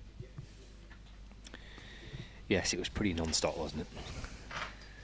Yeah, it never got to that as well then, wasn't it, where you feel like you could have played in it, but you obviously can't start in it. It was just a consistent drizzle most of the day. Always a bit of an odd one, that, isn't it? No, actually, yeah, we would probably play in this, but yeah, you can't. Never entertain the idea of starting in it. Jennings advancing and wait with the first real bouncer of the day. Jennings ducking under that one. That's exactly what Jennings wants when he advances down the track. He's looking to force the seam bowler to come off the natural line of length. It takes away all the swing, all the movement. It's then just about playing the right shot. Yeah, it's a big skipper approach that Jennings uses, that, isn't he? Does it quite a bit. Waits. This time fuller of a length outside the line of off stump. Jennings from the crease this time defends. Allows that one through.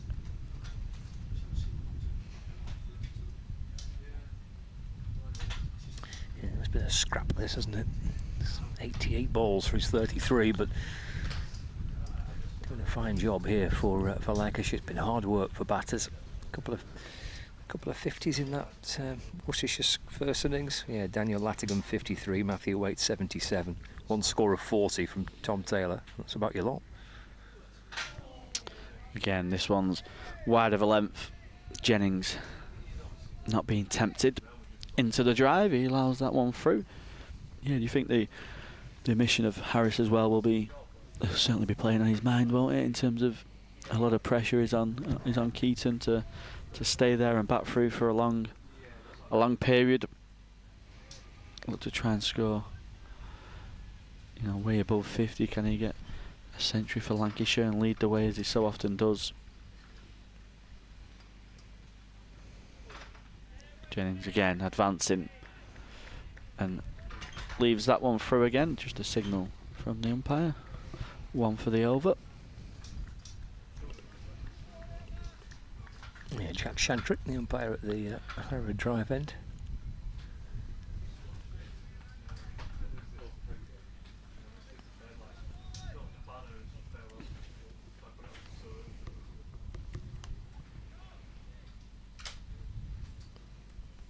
Chris Watts is the official at this Grosvenor Road end.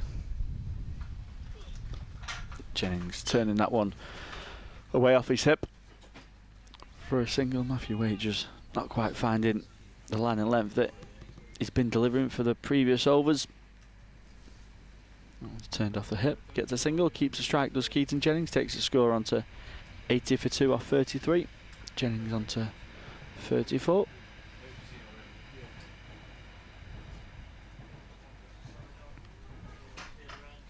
Good little setup, isn't it? Put your Yeah, feet nice up. little footstool, isn't it? Nice.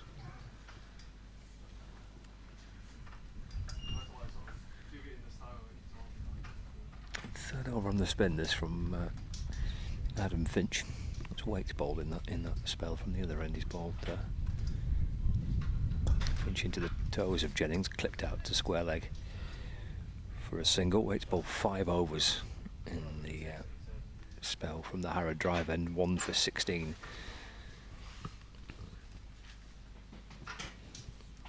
Maybe a bowling change at that top end potentially. Finch just settling into a spell here. He's not quite found his line, has he, to Keaton Jennings. There's been quite a lot go down the leg side through to the keeper, and Jennings scoring dominantly through the leg side off Finch. He's got Harry Singh on strike. Short ball to Singh. Ducks underneath it.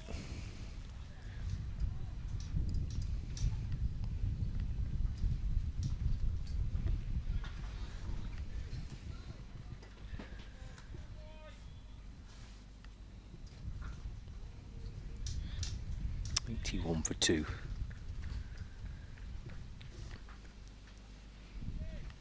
3 slip catches, backward point, cover, mid off, mid on, mid wicket and fine leg. Finch to Singh, who's on the drive. Bouncing back down the pitch and gathered by Finch on his follow through.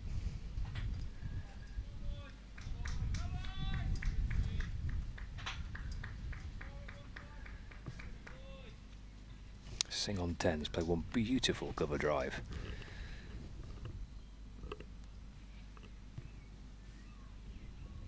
As he waits for Finch, drives at this one. It'll be 4 more, almost the same spot really. Towards the boundary to take him to 14, 85 for 2. Crunched away by Harry Singh. Yeah, he must have heard you speaking, Scott, and said, I'll do another for him. Again, a beautiful shot, full face of the bat from Harry Singh. He's got a very nice batter to watch on the eye when he's in his flow. Very punchy player, full face of the bat. There's crunching sound off that bat as well. Finch in to Singh off the back foot and finds a gap again through the offside. And whether that will have enough to reach the rope, I'm not sure. No, it just slows down. Be worth a couple more for Singh. Yeah, front foot no ball as well. Finch just overstepping.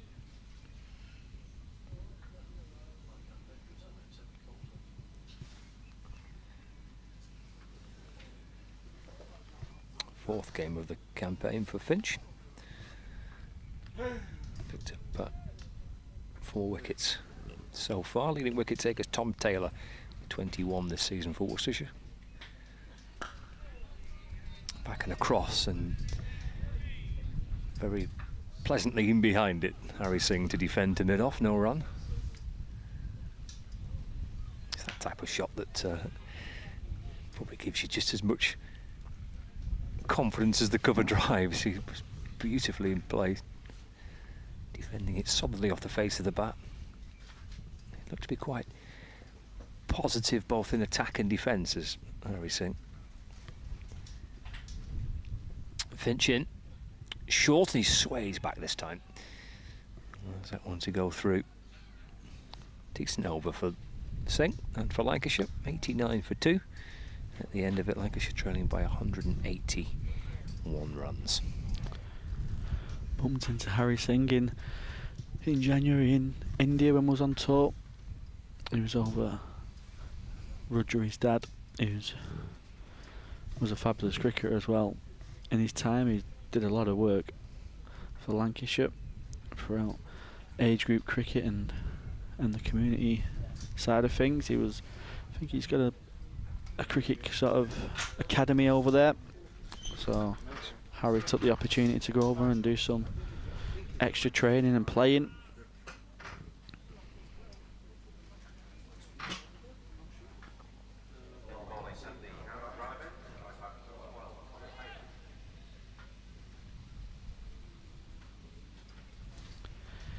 Yeah, we're going to see a change. So Taylor back into the attack. Yeah, back to the key man here, haven't they, Worcestershire? Matthew Waite 1 for 18 off his 7. And that one is crunched. Fred Keaton Jennings doesn't need a second invitation. Crunches that one through the offside. He picks up 4 runs. There's not been many have offered the batters a chance to score off from Taylor this morning, but that was one that was sat up nicely for Jennings to carve away for 4.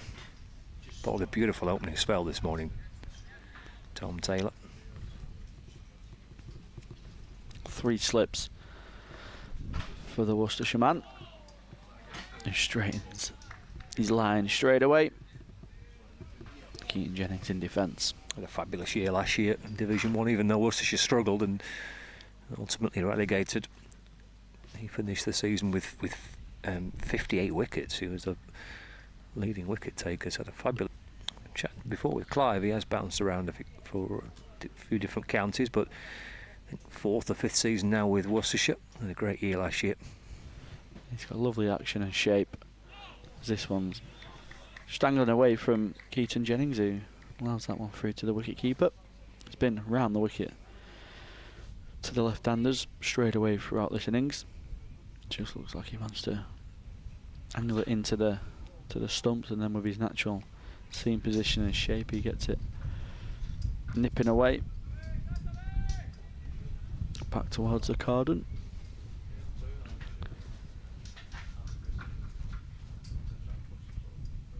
Could probably afford to go a little bit fuller as well. Get them on the drive. Keaton Jennings advancing, defending back towards Taylor. Does the fielding. He tosses the ball up to cover, who gives it a little bit of a shine.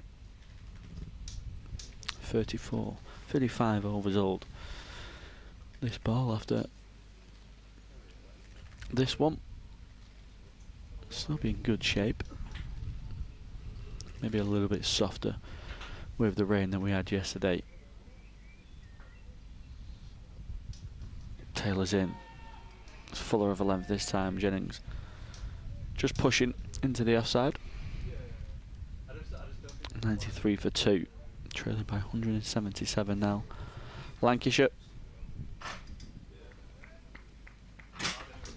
That run rate just picked up a little bit. 2.67. It was down at 2 previously with the spells of Taylor and Swanepoel this morning. Kept it incredibly tight. Again, full over length. Jennings not quite timing this one. Looks to drive back past the bowler, but doesn't get all of it. It's the end of 35th over. 93 for 2. Lancashire. Let's take a look at some of the scores elsewhere. Cheers, Callum. Middlesex 74 for 2 in their second innings, so they trailed Derbyshire by 125 runs with 8 wickets remaining. 74 for 2 Middlesex second innings.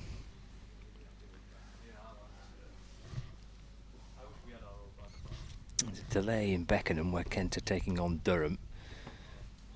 Durham 173 for 5. Big first innings score from Kent.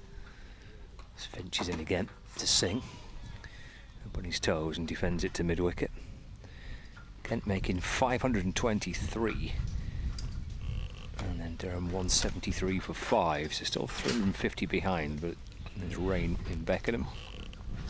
And the other Division 2 score Bristol, Gloucestershire not having too much fun in their second innings. They're all out for 150 in the first innings, but it's been a pretty low scoring game this, because Northamptonshire were 130 all out. So Gloucestershire second time round, 65 for 5, lead by 92. Gloucestershire against Northampton. There is Finch. Wide of the crease, his delivery banging short to Singh, who's ducking underneath it. Yeah, the run's beginning to flow a little bit for Lancashire. Lost 2 wickets this morning, but they're now beginning to tick the total on.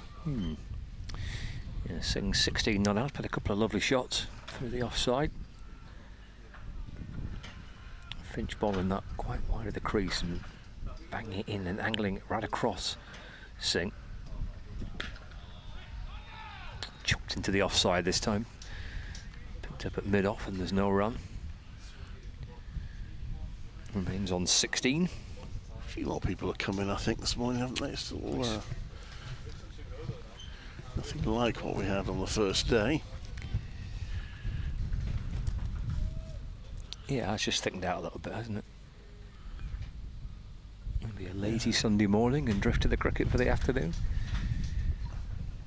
2 slips and a gully at Finch to Singh. That's jabbed away into the onside, off the inner half of the bat. Maybe just coming back in a fraction to Singh. Gets a couple of runs. I don't think entirely where he thought he might be pushing the ball to. A little bit of movement back into Singh. He moves on to 18. Lancashire now 95 for 2. Gutsy start this to his innings from Harry Singh. And at times a classy start as well, with that lovely cover drive he hit for 4. Finch to Singh. He's played that back foot shot very nicely. Yeah, just pushed the sweeper back on towards the boundary. So his cover on that offside boundary. So just a single this time for Singh. Moves to 19. Lancashire 96 for 2. Brings Jennings back on strike. Half an hour left of the morning session. Of course, I forget we get slightly later lunch, don't we? Because it's extra half hour. I don't know when tea is. Here's Finch and balls to Jennings. He's struggled a little bit with his line to the left hander, Finch. And that's down the leg side. Taken by the wicket keeper. End of the over. 96 for 2 after 36 overs. I think when we readjust the times, I think tea is timed, isn't it, rather than when 32 overs are left, for example. So it will be a fixed tea time, but I don't know when. No. When they start walking off, that'll be tea. Yeah, exactly. Yeah, come as a nice surprise to us all. Tom Taylor still had a wicket on 13 overs, caused a lot of problems, but not managed to get the wicket. This one is turned round for square leg. Quick single Singh, I think, was a little unsure, but Keaton Jennings was confident in calling him through for a single. 97 for 2, Singh on to 20.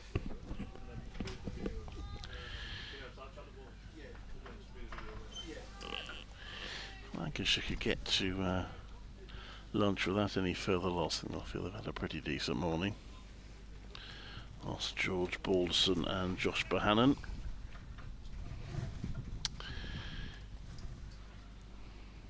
Round the wicket comes Taylor to Jennings.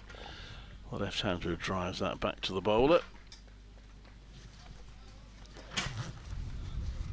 Jennings batting through the session so far. That's his 100th delivery negotiated. Yeah, been a real patient innings, this, hasn't it, by Keaton Jennings?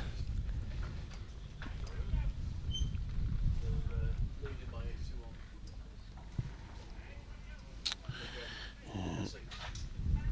17 tests for England. Round the wicket Here comes Taylor. Step forward, pushed out to the offside. There's no run.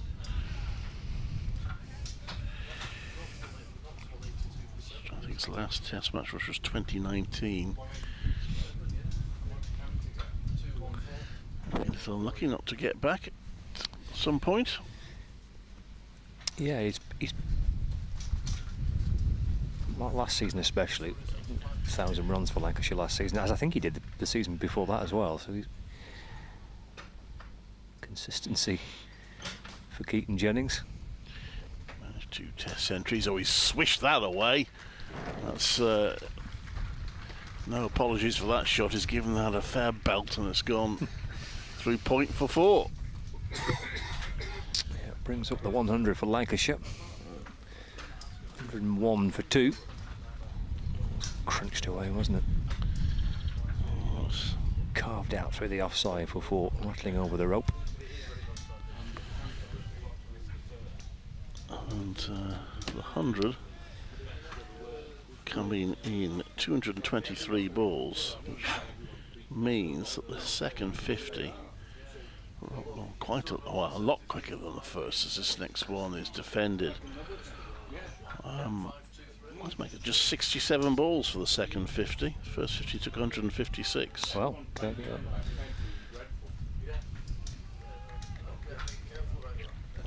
Lost 1 wicket during the second 50. Josh Bohannon falling to wait for 12, but I think in particular has hurried things up. 20 off 28 balls. So last ball of the 37th over of the innings. Taylor's 14th. He comes round the wicket. Jennings comes down the pitch, works it onto the leg side, but can't get it round enough. It's fielded at mid-on. There's no run, but 5 runs off the over. Single to Singh is on 20, and the boundary to Jennings is on 43. And Lancashire now 169 behind at 101 for 2 after 36 overs. Take a look at some of the Division 1 scores. Surrey in a bit of bother in their first innings. 79 for 4, Surrey, applying to a Yorkshire score of 486. Warwickshire making 252 against Glamorgan, who made 360. So Warwickshire have a first innings lead of 108. Off for rain in Taunton, where Somerset are taking on Sussex this week. Finch to Singh. He's tried to whip it out towards the leg side. I think it's just deflected off his thigh pad. It has. Just worth mentioning that Warwickshire game against Glamorgan. I know it was on day 1, but we weren't on yesterday, of course. But Ollie Allen-Dolby, who had a lone spell here at Worcestershire this season, taking 5 wickets in that first Glamorgan innings.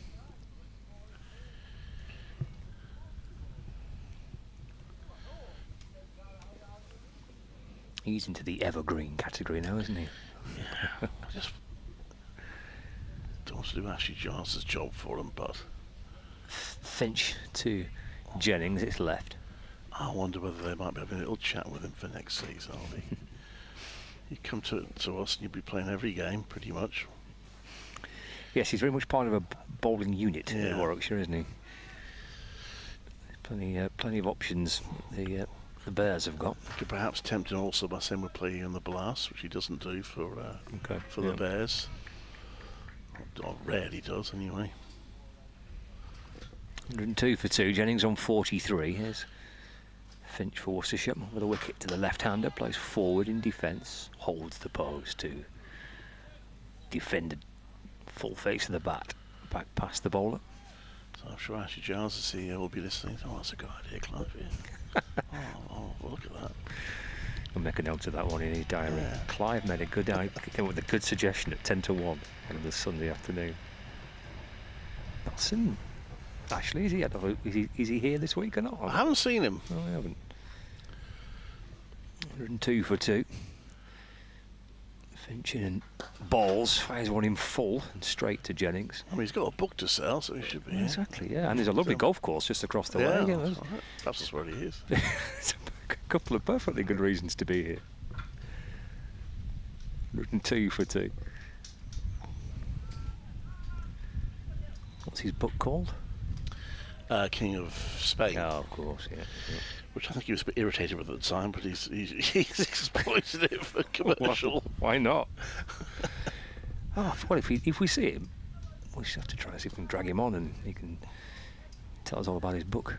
There's Finching and balls full, driven on the bounce into the offside. One bounce to cover, no run. He wrote me into buying this signed copy. Did he? I bumped into him at Cheltenham. Oh, hello, Clive. Yeah. I'll give it to you for £3 off. Thanks. No, that's good. No, it's an enjoyable book. He wrote it himself, which is impressive. Nice. Apparently, he'd sort of written some of it, and I think he asked George DeBell whether he thought he should get someone else to write it or whether he should go ahead and do it himself. And George looked at it and said, "No, I think you can do it yourself." So he did. Final ball of the over, Finch. To Jennings, reaching for it, trying to force it away through the offside. Gathered by D'Oliveira at cover. End of the over. So 102 for 2. Singh on 20. Jennings on 43. Just to complete those Division 1 scores. They've got to lunch now. Sussex, an early lunch there. Sussex 105 for 3. Trail Somerset by 421. A couple of Centurions in that Somerset first innings score. Abel and Overton both reaching 3 figures. You can see on the, if you're looking at the TV pictures, it's a fairly well populated area. The bank in front of the scoreboard, which is a good viewing spot. So if you want an elevated view, Tom Taylor comes in yet again, 15th over. The ball to Singh. That one hurries Singh up a little bit as he plays it to mid-on. There's no run. 2 other Division 1 games. Nottinghamshire 193 for 7. Replying to Hampshire's 214 all out. And Leicestershire 41 for 5. Lead Essex by 81. Good first innings lead, but it's all going a bit pear-shaped in the second innings for a while. 3 for Sam Cook. 1 for Jamie Porter. Couple for Snater. Taylor in as another train goes by, and that's just run down to third will go all the way to the boundary for Singh. As the fielder crashes into, again, a usefully empty chair. They seem to be finding the empty chairs, the fielders, when they... I mean, there are a few more of them today than there were on day one. But there was an edge into the ground, so it was safe enough. And Kashi Fowley just managed to stop himself in time. Could have ended in a very different way, that type of thing, couldn't it? Yeah. One slight difficulty, but some of these outgrounds, the crowd are almost a bit too close for comfort. That's driven to the offside. It is half stop, but they will get a single. Will Sing. He's on to 25. Really good effort so far from Harry Singh's really got Lancashire moving. I wouldn't say they got bogged down, but they were playing quite carefully. But he's come in and pushed it along nicely. 107 for 2.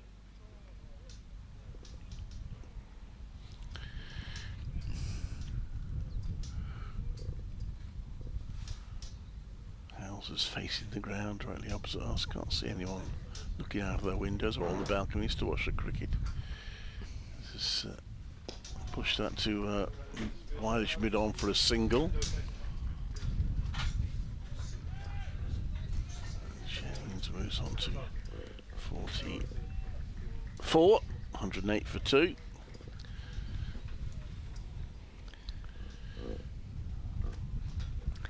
I'm wondering why we discussed it the other day and a bit earlier on about kind of it's been pretty busy in Southport and the hotel rooms have been quite difficult to get. There is a triathlon taking place. What it is? Because I noticed there was a road closure as well, just outside Barwich. That's probably linked with that. That goes past the outside edge. He drives at that. Does Sing a little bit of bounce? God, it'd be cold in the water though today, wouldn't it? Yeah.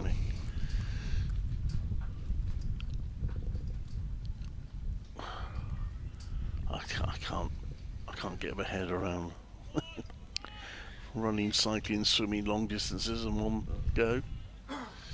Yeah, the Southport Triathlon taking place today.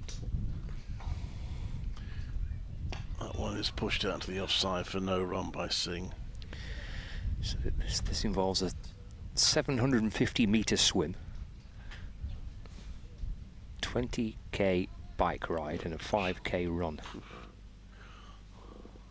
Blimey.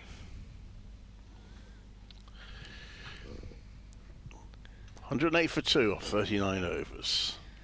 Well, of course I would have ventured it hadn't been for work commitments.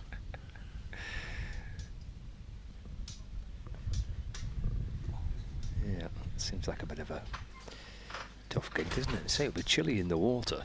Yeah. The swim taking place in Southport Marine Lake. Yeah. I looked at that lake the other day. It's an impressive looking lake, but I expect it's fairly nippy in there. Bet it is, yeah. It's swimming past the geese as well, won't you? Drizel makes his first appearance as a bowler for Worcestershire. 1 game loan from Durham. They have got overseas spinners for the T20, so the news on Fantasy has Alan Richardson. The scan is sort of, it's not as bad as it could have been, but equally it's still going to mean a bit of an absence for him. So they will think about whether they need to get a spinner in for the championship matches that appear during the T20 blast. Yep, okay. Well, got Drizel to bowl some off spin. Jennings will cut that out through the offside for a single. 109 for 2. Well, Lancashire's 2 games during the course of that, the T20 blast, are both at outgrounds of Blackpool and Chesterfield, so they do have Chris Green with them for those games, as well as left arm spin of Tom Hartley, so they've got decent options, good options in that department. Green got wickets in the game at Chesterfield last year for Lancashire. I think he got 4 or 5 wickets in the match. Harry Singh's on 25, off spin over the wicket to Singh, off the front foot, just easing it into the offside for no run.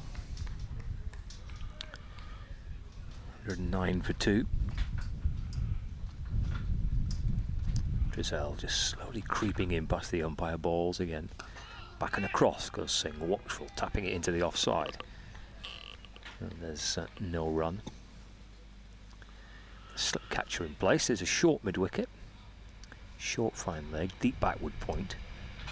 Mid-off, mid-on, and mid-wicket.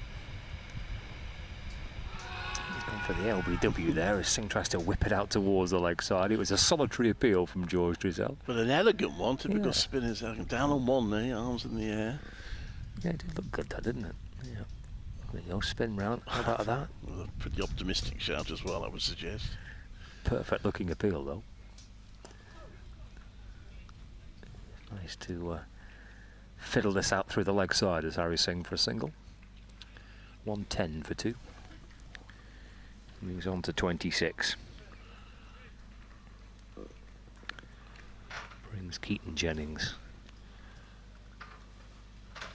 on strike again. And he'll bowl round the wicket to the left-hander. And it's dropped out into the onside. Tapped away for no run by Jennings. Picked up by the keeper, who comes from behind the stumps to field. Both batters meet halfway down the pitch because they're not too far away. In fact, that was it, wasn't it? They've reached their 50 partnership. That single from Harry Singh did indeed bring up the 50 partnership between Singh and Jennings. Very nicely done. Of course, Drizel's the 16th player used by Worcestershire in the Championship this season, the 12th to bowl.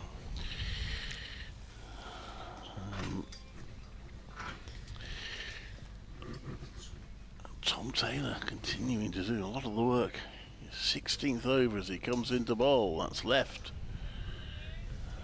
I sing there's no run.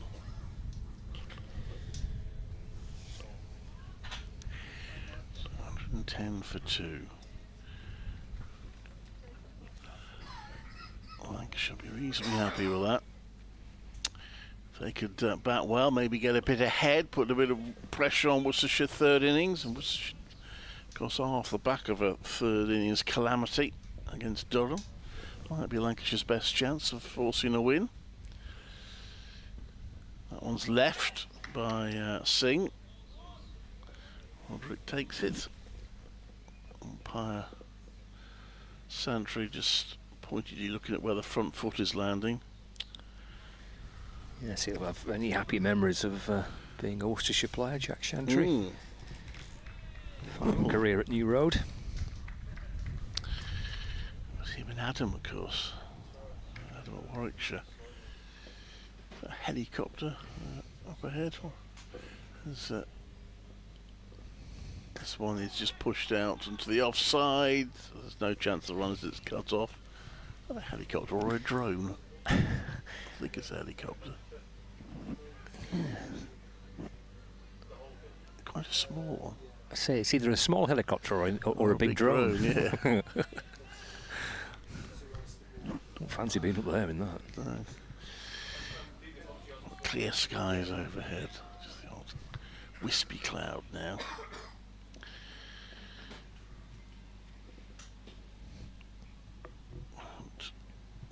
Anxiously looking for a breakthrough as Taylor bowls is driven by Singh back to the bowler. Taylor fields off his own bowling.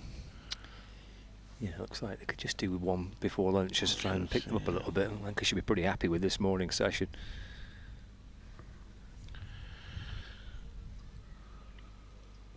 Resuming on 28 without loss, now 110 for 2.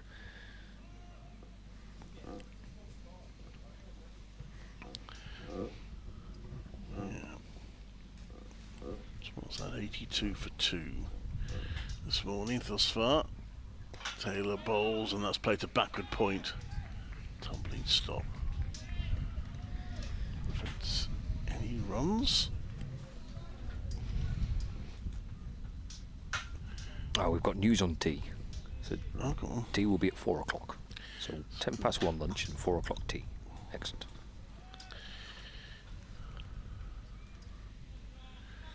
Yeah, so 6:30 scheduled close. Finished relatively early on day one, so much so that even though I had to wait behind a little bit for interviews and packing up as that's played through back a point. Cashew Valley this time can't stop it. He is giving chase, but he's not going to get there, and that's 4 runs. Well-timed shot from Singh, who's moved on to 30 in fairly quick order. So I finished today's play, packed up. Did an interview, gone to Macau. Kevin House is introducing the match. You still have 5 overs to go. Oh, it's 7 o'clock. Yes, about that, yeah. Oh my goodness. 114 for 2 after 41 overs.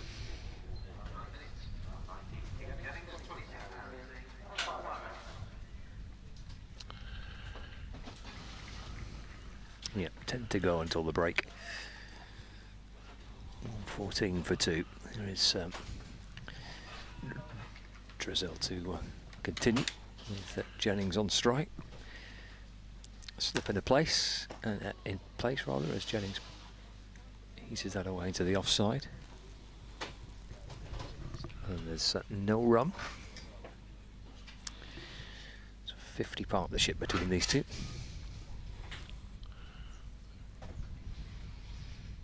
$114 for 2. Jennings on the front foot. Turns the ball away into the onside.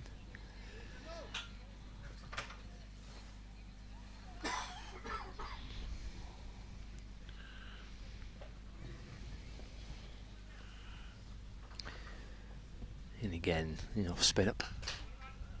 Punch back towards him by Keaton Jennings. Big news is lunch has arrived.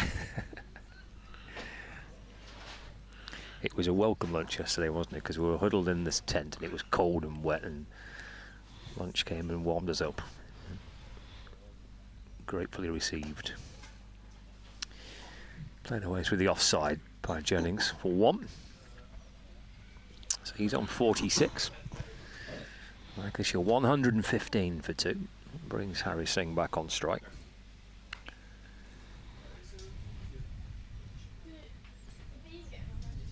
Two balls left of the over.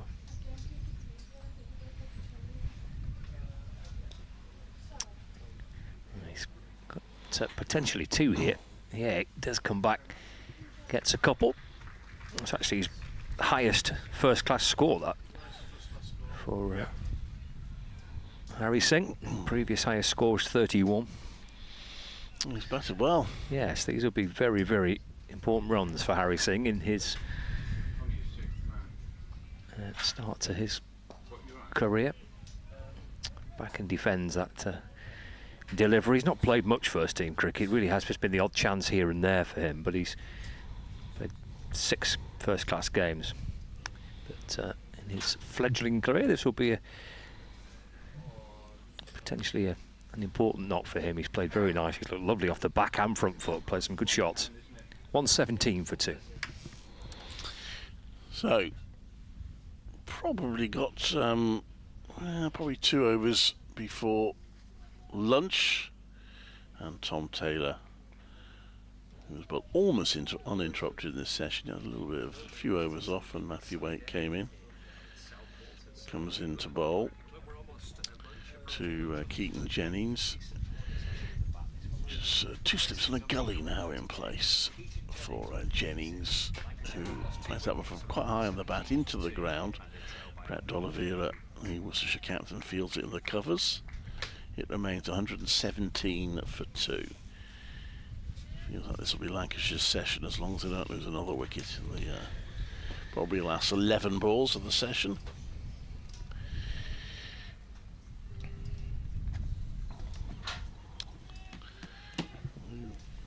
Bowls, yeah, actually done quite well. Obviously they had a bit of spin there, but it looks like they're going to get 32 overs bowled in what is, of course, an extended session. As Keaton Jennings walks down the pitch, plays that one to mid-on. No ball. I was wondering where you were signalling there. You don't like my signal for no ball. I thought you were telling me to shut up then for a minute. But how would I dare tell you to shut up? Yes, been too many no balls. I mean, both teams really have bowled them. That's Worcestershire's 4th.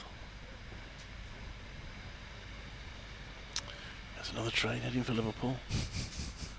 Busy service for a Sunday. You should have come on the train, I think you'd Do you know what? I am slightly regretting not doing that, because I do like doing that.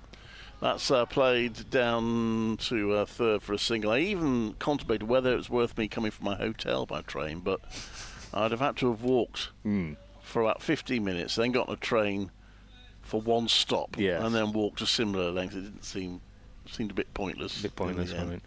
120 for 2. I had to walk up from my digs this morning. Yes, no, it's about 40 minutes. Town centre's not too far away, is it?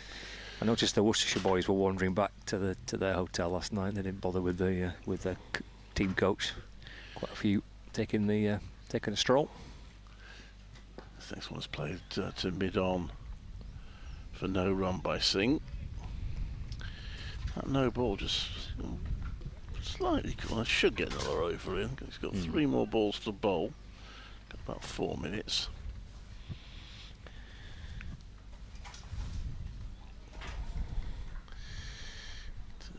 He's looking a bit fed up, Tom Taylor, as he walks back to his mark.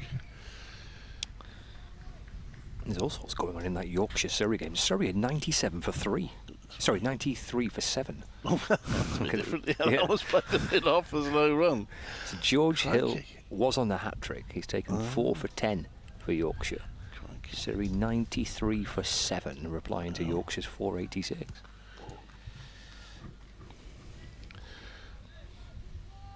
It's a bit lively there, isn't it?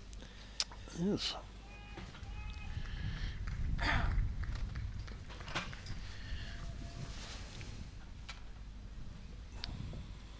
Well, Worcestershire might have hoped to get Lancashire about 93 for 7 in this session, but it hasn't happened. Taylor bowls, it's left, good leave. Little wide, little high. Missed by much, but by enough for the batter to be comfortable. Yeah, we'll get one more over him, won't we? Now it's looks like it, yeah. It's got 3 minutes left, I think.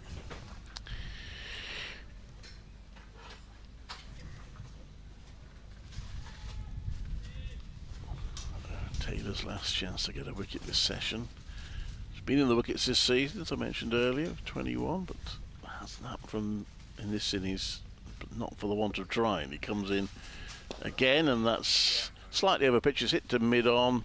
Taylor has head in hands as he contemplates going through the session without any success. 120 for 2. 43 overs bowled. I mean, if George Drizzle gets through his over very quickly, if we get an extra one in, I don't think there doesn't look to be any great urgency to do that. No. Oh, the ice cream van is Mind That Child, it says. Doesn't seem to have a name on it, that ice cream van. No. It's on the front of it. Look forward to Stu's cream machine when we get to Blackpool in a few weeks' time. That'll be always tasty. 120 for 2. Right, final over, we think. Well, the lunch is at 10 past. I don't think they're going to get another one in. I don't think there's any urgency here for either side, in truth. Jennings off the back foot, trying to see if he can find a gap through the offside. He can't. Remains on 47. Trezor balls again. Forward goes Jennings. Pushes to short extra cover. There's no run. They've got a catching cover and a catching mid-wicket. Slip in place. Again defended. Bat and pat together. Good test match in Bangladesh. After 2 days, Bangladesh 110 for 3 in their second innings, leading Pakistan by 156. Reaching for this is Jennings with his bat in front of his pad, right onto the front foot. Good stride forward. You mentioned Leicestershire. I haven't. 47 for 8. Oh dear. Leading Essex by 87. Loops one up this time. Oh, it's wide and it's gone through the slip field. It's gone down for 4 byes, that. Yeah, 4 byes. It was a loopy delivery from Drizzle outside. How wide was this? And did it hit something to keep a bit low? Oh, yeah, I think underneath the wicket keeper. Yeah, Batter wasn't interested. Couldn't quite get across to stop it. So 4 bonus byes for Lancashire. 124 for 2. 47 for 9, Leicestershire now. Bit of width there for Jennings. That's carved out towards the offside for a single. Well, that'll be the over, and indeed lunch as well. You see the umpires just lifting off the bails there. That's a very nice session for Lancashire. They've lost a couple of wickets. That Worcestershire bowled beautifully inside the first hour or so, and then things maybe just getting a touch more comfortable for the 2 batters. Very promising start here for Harry Singh. This will feel good for Harry Singh. That's his highest first-class score to date. And he's got Jennings alongside him on 48. So lunch on day 3, Lancashire 125 for 2. And trailed by 145 runs. The players are heading off for a break. A little tap on the back from Keaton Jennings for Harry Singh. We'll take a break as well. We'll catch you in about 40 minutes.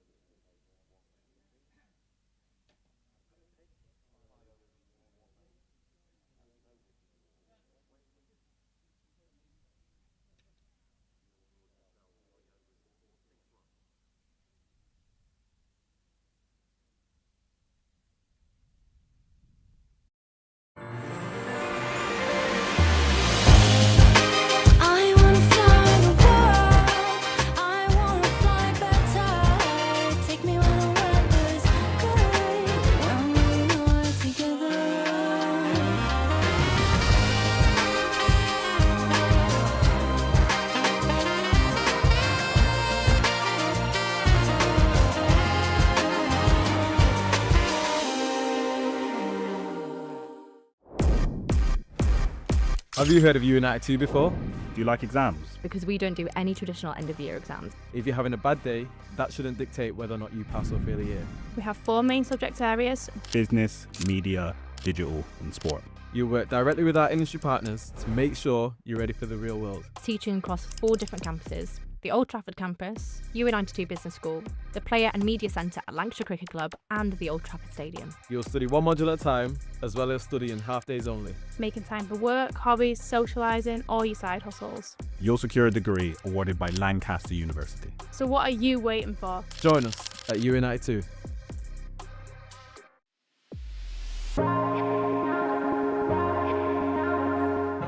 Two names, rich in history.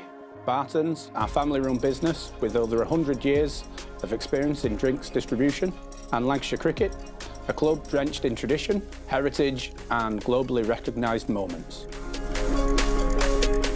Since 1917, Barton's has been supplying the finest wines, soft drinks and premium beverages across the UK, partnering with world-class brands to bring unforgettable experiences to every occasion. Now, we're excited to announce we will be bringing that same passion to cricket fans at Emirates Old Trafford. As the official wine, spirits and soft drinks partner of Lancashire Cricket, we're elevating matchday experiences, hospitality and celebrations across the next 3 years. From the first ball to the final cheers, Barton's is here to make every moment one to savour. Barton's and Lancashire Cricket, a partnership built on passion, unforgettable moments and history.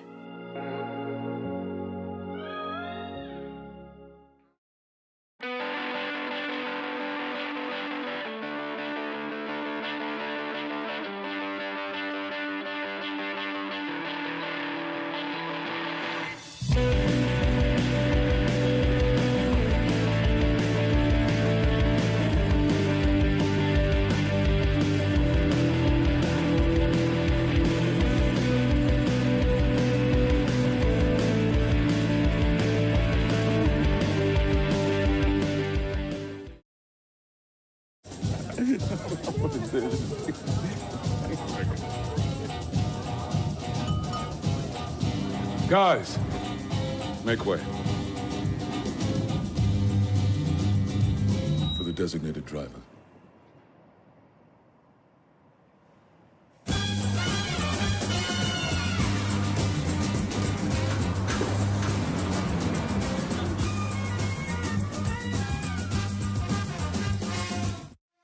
When I was a kid, there was no professional women's cricket. I didn't even think that women could be professional sports people.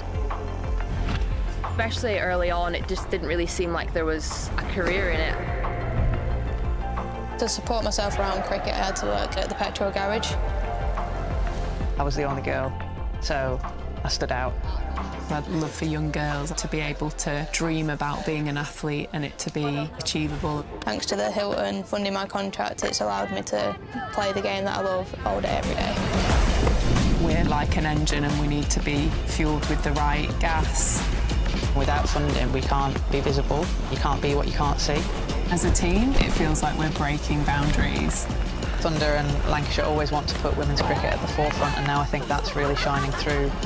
It's mad to think that without the Hilton funding, like, we wouldn't be playing cricket every day, training. Well, we could be, but we wouldn't have any money. We wouldn't, yeah, true.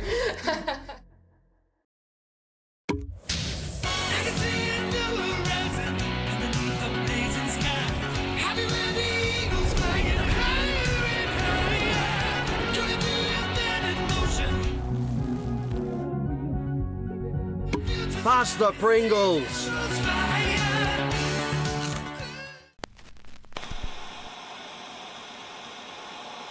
Fumble a bag, now I will not fumble a bag. Your call is important to us. Do not hang up. Fumble a bag, now I will not fumble a bag. Act like you know how this goes.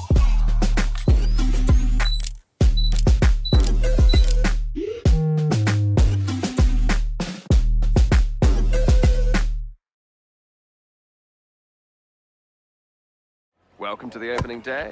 Oh, that is a wonderful shot.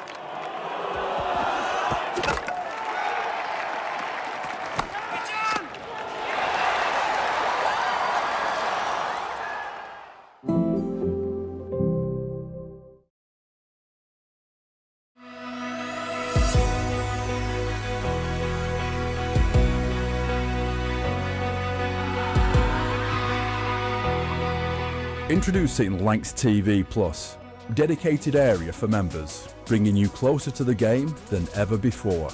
Watch every men's live stream fixture all in one place. Every ball, every moment, live. And this season, don't miss the War of the Roses. Lancashire against Yorkshire, streamed live for the first time ever. Unlock exclusive content you won't see anywhere else, from behind-the-scenes access to mini-documentaries. This is Lancashire like you've never seen it before, all in one place. This is Lancs TV Plus. This is the Red Rose. This is cricket.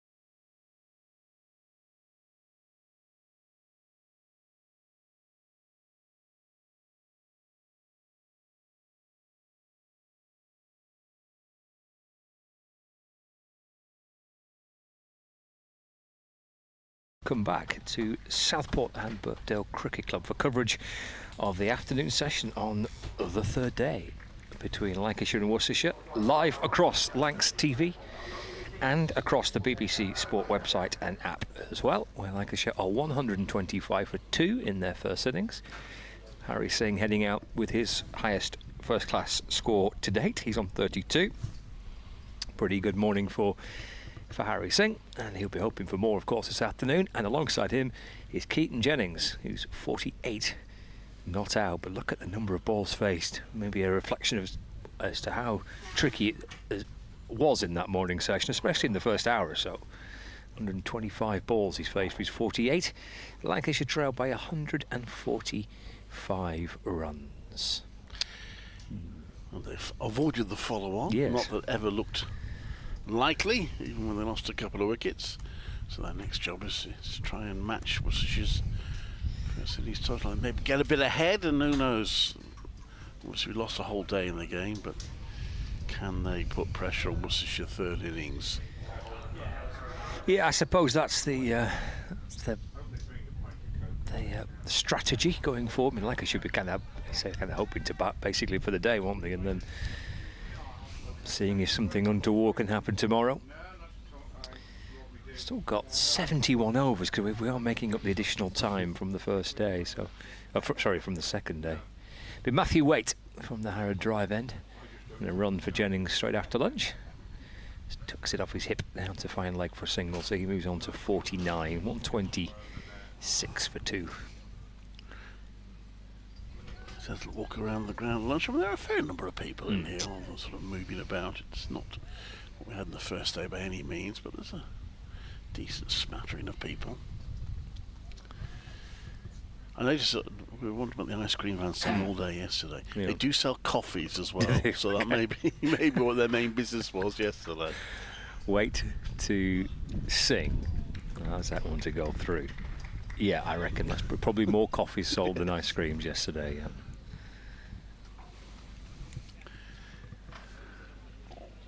125 for 2. Well, you mentioned the first day, that splendid terrace one of the houses is built in their garden, overlooking the ground. It's a shame there's only one first-class gamer season there, because that's a terrific viewing spot in your own garden. It is, yeah. Great bit of work to construct that at the bottom end of your garden, overlooking the ground. It pops a little bit, doesn't it, on Singh? Yeah, safely steers it away into the offside, but may just be a little extra bounce on that. Did it occur to me there's a balcony just to the right of the side screen? There's no one on at the moment. What are those? What if the batter wanted them to sit down and not move about? I mean, it's a private balcony. I can do what I like. Yeah. I reckon the batter's not going to get much joy from that. Is Waite in the balls to Singh. Oh, he's playing and missing and nibbles its way back in. Roderick, the keeper, taking it away to his left-hand side. 126 for 2. Let's go back on this delivery. Came back a little bit, then he was gone past the inside edge of the Singh's bat. 32 from 53 balls, Harry Singh. Wait. Into his 8th over as well. 126 for 2. Singh gets right forward and defends. Smothers the ball away into the offside. And there's no run. He batted well and positively in the morning session, Harry Singh. Have his eye on maybe a maiden first-class half-century.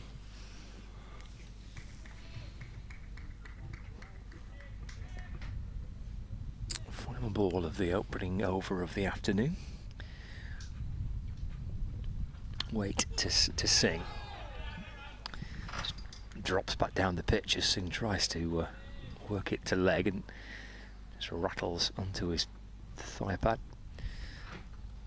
End of the over. Trailing by 144 partnership between these two.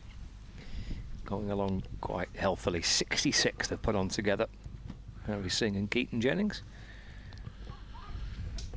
They used spin before lunch, but Worcestershire resorting back to an all-seam attack for the time being. But here's Swanepoel got the first wicket to fall. That of George Balderson is back in the attack.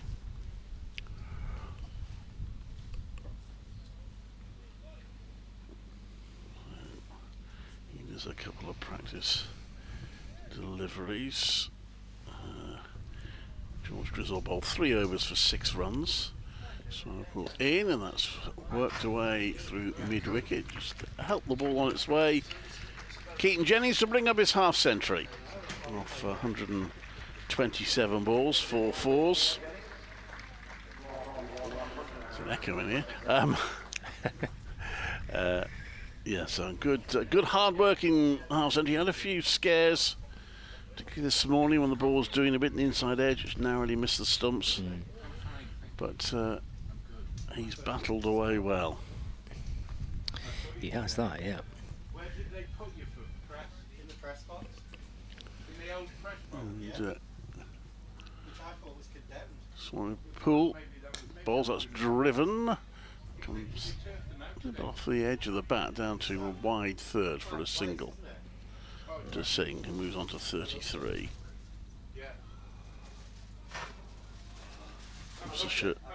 Lancashire resuming today on 28 without loss. They've now added exactly 100 runs today for the loss of George Balderson for 19 and Josh Bohannon for 12. This current partnership worth 68.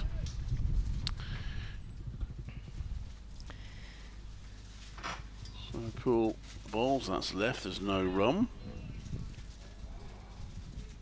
Yeah, it's equal to the Waite-Taylor partnership from the first day. They added 68. That's just, I hope it's down to 62, but there were the only 2 half-century stands in the Worcestershire innings. Swanepoel in, that's left, and it's through to the wicketkeeper for no run.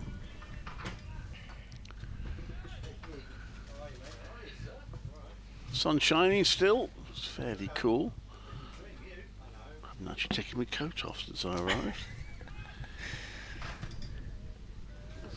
Apparently, on the seats in front of the pavilion out towards our right, it's actually quite toasty. There's not too much of a breeze.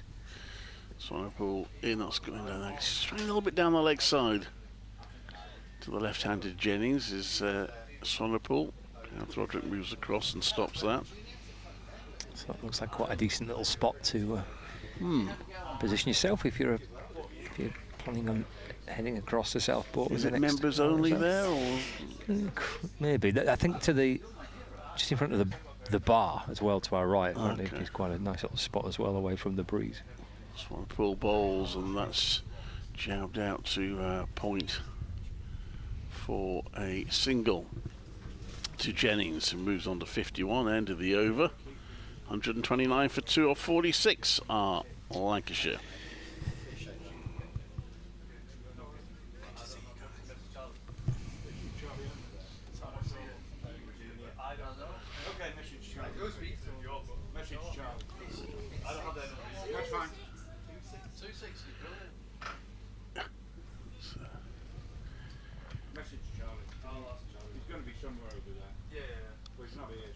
It's a good little spot in the sunshine there. Yeah. So nice. 129 for 2. His weight. Down the leg side to Jennings, and tumbling take from Worcestershire's wicket keeper. There's no run.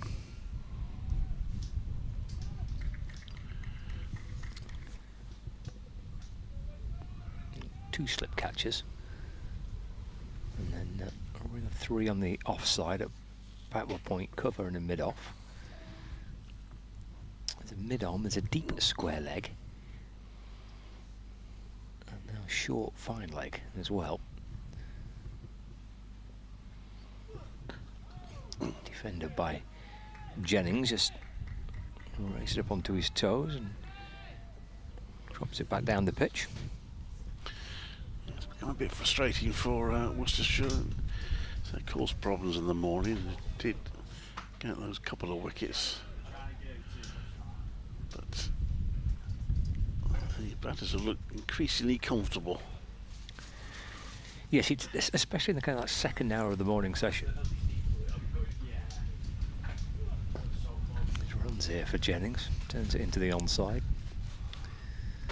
Just be a single. Moves to 52, 130 for 2.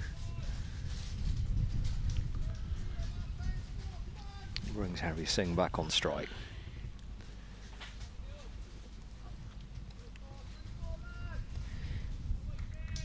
Top scored in the first innings, Matthew Waite. I think in important 77 and sharing 3 important lower order partnerships, especially with Tom Taylor. Left by Singh. Important runs there for Worcestershire as well. They were lost 4 quick wickets after the lunch break on the first day. And danger of being rattled out for not too many, but Waite was responsible for the fight back.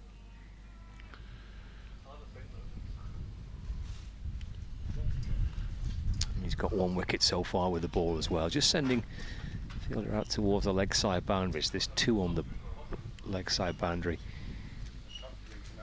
A deep mid-wicket and a deep backward square leg. Wait to Singh. Looks nicely played through the offside. With the couple, pleasant shot from Harry Singh. Takes him to 35, 132 for 2. Yes, Waite's been fairly economical. 22 runs coming off his what will be 9 overs after the next ball. Josh Bohannon caught it slip.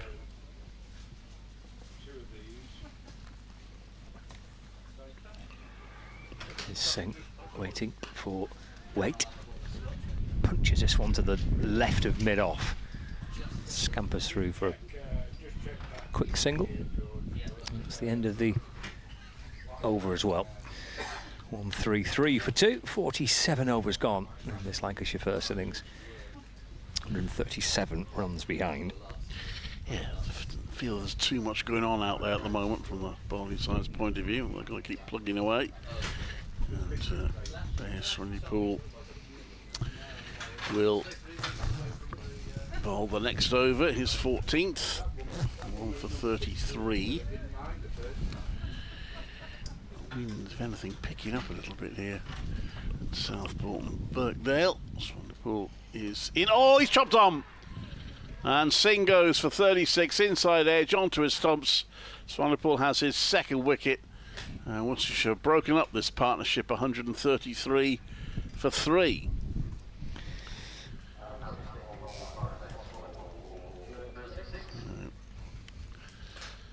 Yeah, maybe lunch not coming at a great time for Harry Singh. He looked in increasingly more confident and composed in the morning session. Couldn't quite get himself back in the afternoon session. Drags one on to break. A good partnership, that. I think it's the highest partnership in the match so far, isn't it? The 73 that those two put on.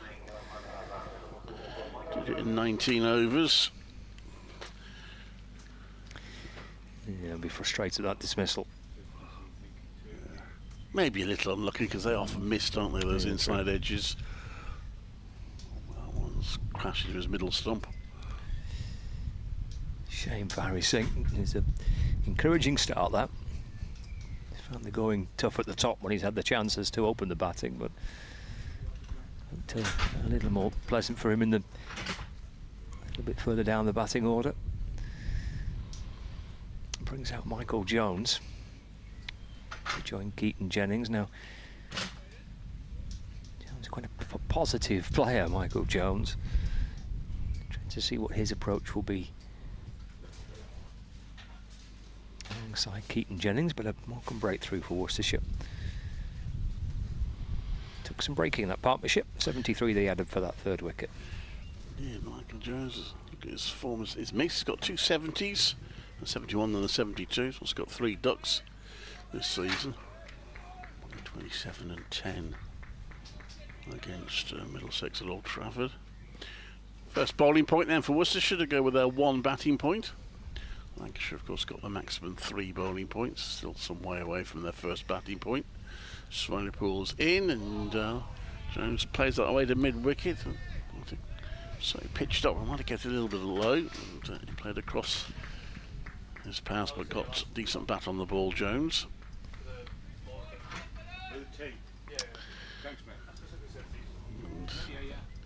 it's 133 for 3. I think we're okay for coffee. Yeah, I said to you, they should come and refresh regularly. I think around lunchtime. Swanepoel, by the time over, comes into bowl, and that's accurate delivery, played back to him by Jones. There's always a different feel about things, isn't there? On the fall of a wicket, a new batter out there, and see if one can produce 2. Certainly what happened during the Worcestershire innings. It was, yeah. After lunch as well, wasn't it? Yeah. Might just be when I'm looking, but seems to be a lot more trains going to Liverpool than to Southport today. We'll be banked up in Liverpool. That's pushed out to the offside for no run. Well, that was a very long train, that, wasn't it? It was, yeah. 2 trains tied to each other. Maybe ferrying people back from the triathlon back to Liverpool. Yeah. A few achy bones there. I could hear them actually this morning when I had the bedroom window open. I could hear someone on the public address system, kind of, I presume, kind of encouraging them. Swanepoel in. Oh, that's also an inside edge, which goes past the stumps this time. From Jones, maybe getting the ball to nip into the batters a little bit here. Yeah, Swanepoel. Right-handed batters.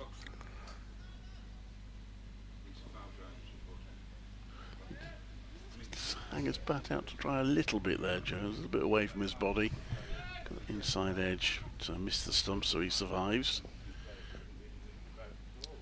And Swanepoel, last ball, successful over. It's a wicket maiden as that's played to mid-on for no run. And it leaves Lancashire 133 for 3 after 48, which means they trail by 137. Yeah, nicely done from Swanepoel. Good start post-lunch from Waite and Swanepoel. 4 overs, 7 runs and 1 wicket between them. Like a little pop-up club shop that's in the ground as well, in that red marquee. I wonder if they sold a few of their umbrellas yesterday.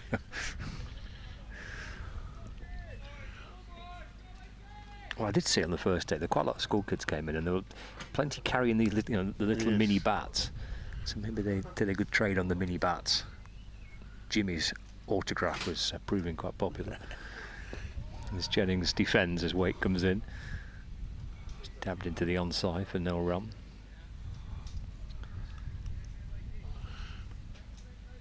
One 3-3 for 3.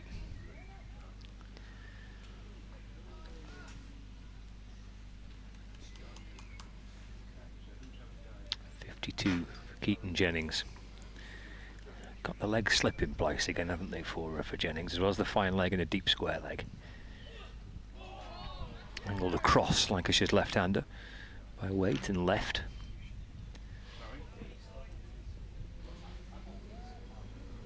It's plugging away here. Waite. Well, Jennings will be a big wicket to get now.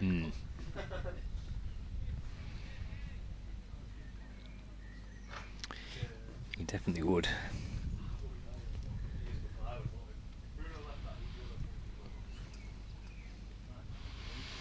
Jennings waits for Waite. Calmly defends. Taps it away. Bouncing up towards mid-off. And there's no run. Trudging his way back to his bowling mark. Well, Matthew Waite is bowling from the Harrod Drive end of the ground. There's a row of houses behind the sight screen, just beyond the wall, which marks the boundary to the ground.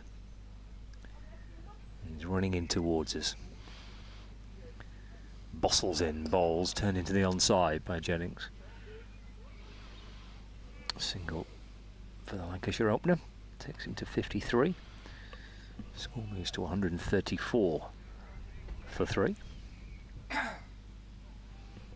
not much activity in those houses today, at least not on the balconies. They were pretty busy on the first day. Maybe other plans on a Sunday. Perfect spot as well this afternoon with the sun shining for those our friends in the VIP section at the bottom of the garden to spend a sunny Sunday afternoon watching the cricket. Let's have other plans. 3 slips in place, Jones on strike. Defended by Michael Jones to mid-on. I noticed one house that's got a conservatory roof, and there's just a little gap in the hedge there, making that roof look very vulnerable to a big shot. Yeah. Particularly if the pitch was across, a little bit further across. Perhaps it's shatterproof glass. Well, if any of the lads here were doing a bit of range hitting ahead of the T20 starting, then those, that's in danger, those buildings. In Jones on the front foot, pushing away into the offside. Remains on naught. Not a chance to score just yet for Michael Jones. He's faced 7 deliveries. Lancashire 134 for 3. Trailed by 136 runs as we settle into the afternoon session on the 3rd day.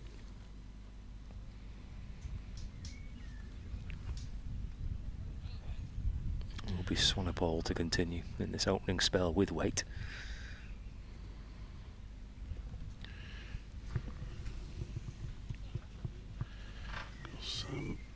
Once this match is over, these teams will be thinking about that fairly dramatic change in pace as they play T20 Blast cricket. Yep. A few days in between this game finishing and the group stage starting in the T20 Blast. Swanepoel round the wicket to the right-handed Jones, who pushes that one away.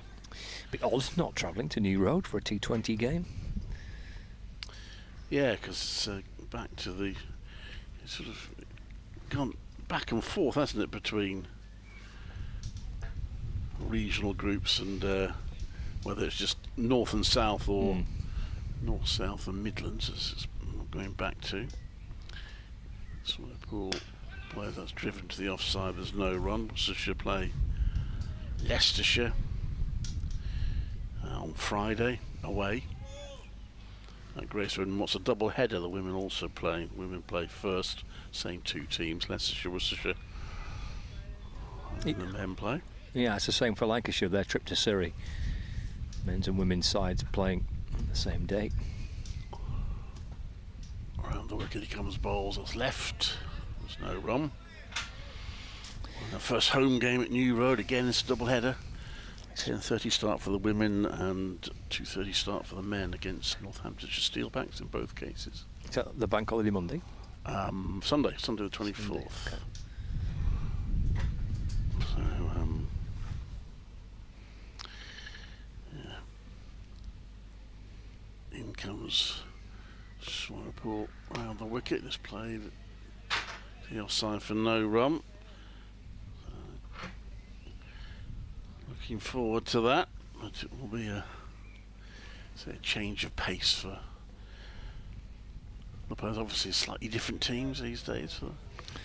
Yeah, sure. Take a look down this Lancashire side. How many will be featuring in Lancashire's T20 side? I suspect quite a lot of them. That one is worked round to the deep, back of square leg for a single. Takes the score to 135 for 3. Jennings on to 54. Yeah, Jennings and Jones and Hurst and Green and Hartley, all we would expect to be playing. Yeah, there'll be a fair few from Worcestershire as well. Biggin Adam Hose likes his T20 cricket. Swanepoel with 3 slips in place, and that's an open face to the bat to backward point for no run.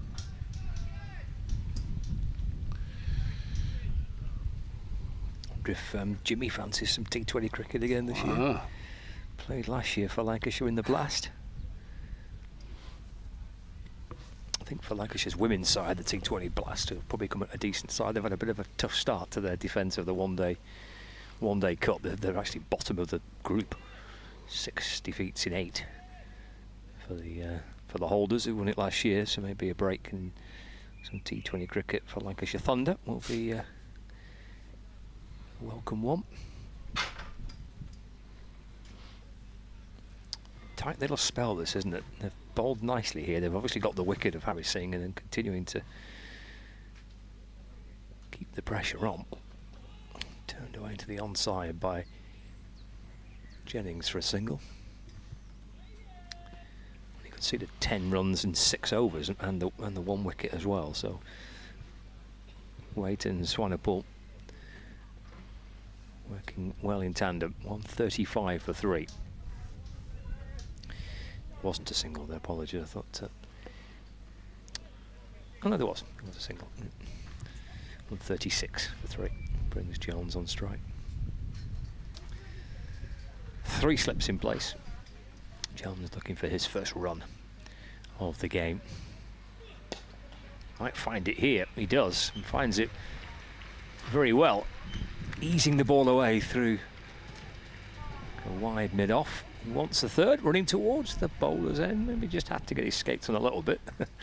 Yeah, Waite asked the question, didn't he? Yeah.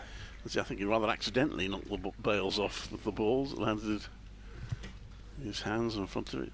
Slight request to the umpire, but I don't think we'd have needed to go to a third umpire if there'd been one. He kind of gently jogged the first. Maybe he thought he was going to run away for 4. Then he starts to speed up for the second, and then decides he wants 3. But this one in particular was a little closer than what he would have liked. But Waite actually dropped the ball into the stumps, but he was in by then anyway. Defended resolutely by Keaton Jennings. Full face of the bat, deflecting it back down the pitch. It's been a really good battling effort from Keaton Jennings, a crucial one for Lancashire. Yep, yeah, nice. Yep.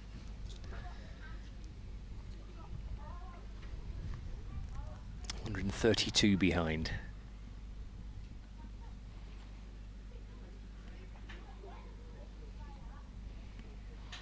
Wait for Worcestershire. Jennings on the drive. Could stop it.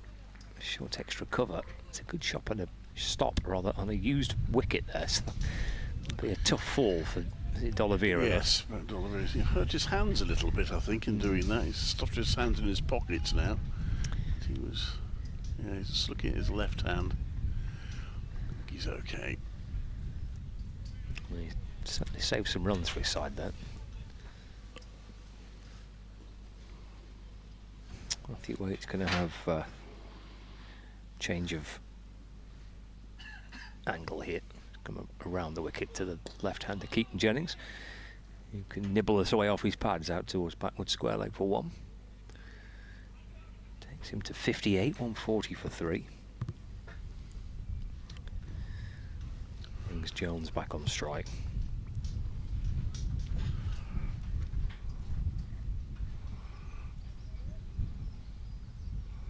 Lancashire start to try and build another partnership.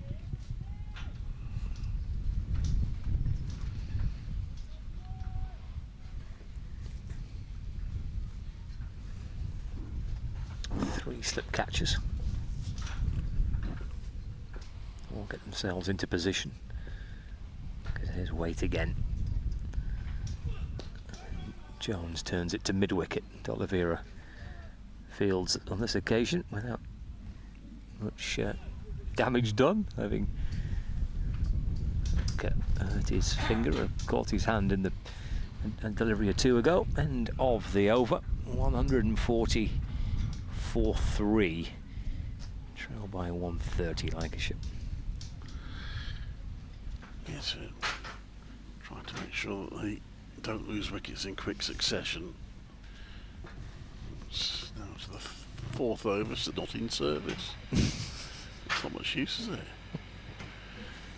This one is played out towards mid-off, and that's going to go for a run. It's half stop. The stop is unsuccessful. They get 2. It will just be 2 in the end. And it takes Jennings on to 58.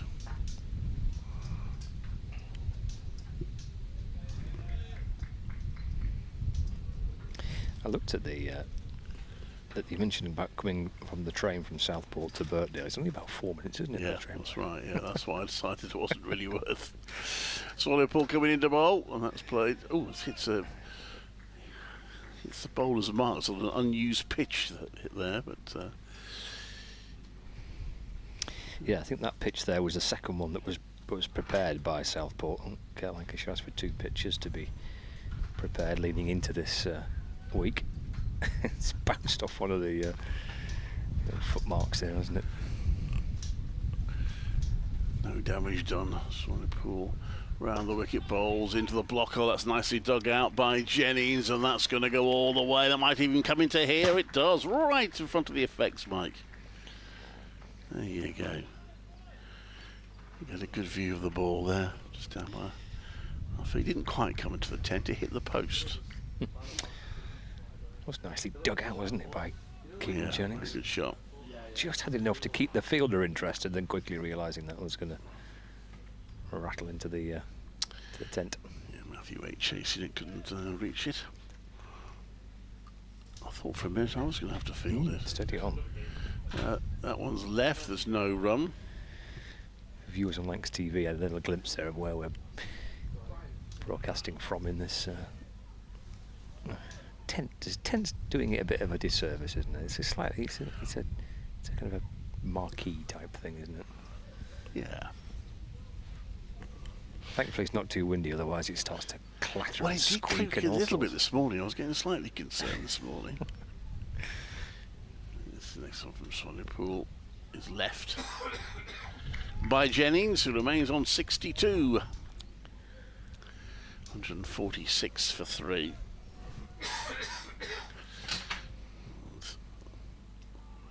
Lancashire working their way towards Worcestershire's first innings total of 270. More than halfway there now. And the Swallowpool bowls. It's just 2. That's the end of the over, end of the 52nd over. And Lancashire 146 for 3, trail by 124. Alan Richardson, the Worcestershire head coach, just walking around the ground with a cup of tea or coffee in his hand. Well, it might be something stronger, who knows, but I think it's tea or coffee.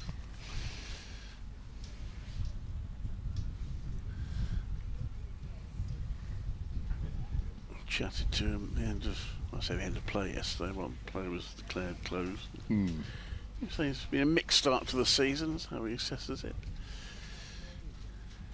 But, feels his young team are learning all the time.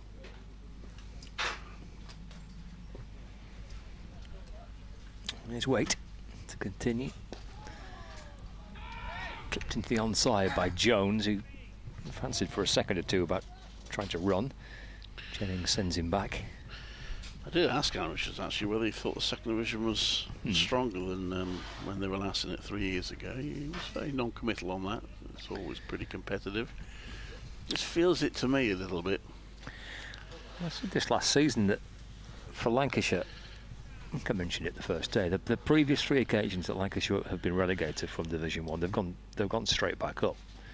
Last season they didn't. The back foot by Jones and punched into the offside for no run. I was asking similar questions to the Lancashire players and coaching staff last season as well, just how compared to the last time Lancashire in Division 2, and that it feels as though it's a stronger division than it was when I last watched Lancashire play in Division 2, which was in 2018, I think, 2018 and 19. Certainly looks a bit of a scrap this year, doesn't it? Very competitive. Short and pulled by Jones, down to fine leg. The impression I have that my previous experiences of second division cricket were that, yes, you come across some very good players, and you might come across a really strong opening attack, but a lot of the teams perhaps lack depth, and once you got into your sort of first change bowlers or further down the order, they weren't quite so strong. Whether that's changed, I don't know. It's quite interesting, the two divisions, isn't it? Because Durham have had a solid start at the top of this division, and Hampshire made a pretty poor start at the bottom of the first division, but then everybody else is taking points off each other. Around the wicket comes Waite to Jennings. Just trying to deflect it out towards the leg side. 147 for 3. Look at the Surrey score at the minute. They're 7 down, 120 for 7 against Yorkshire. I know they're unbeaten on this Surrey, but I think Nottinghamshire are unbeaten as well. But yeah, it looks pretty open, the two divisions.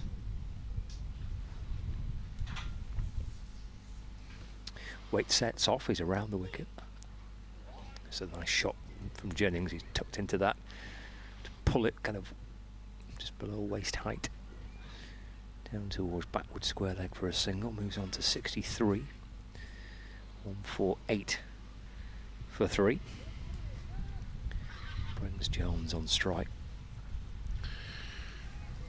First result of the current round of matches is probably going to come at Chelmsford, where poor old Leicestershire, having got a first innings lead of 40, then got skittled out for 60, which means, by the way, that Lancashire no longer have the lowest championship score of the season. Right. Lancashire had the lowest, and Worcestershire had the second lowest. They're now relegated to second and third, respectively.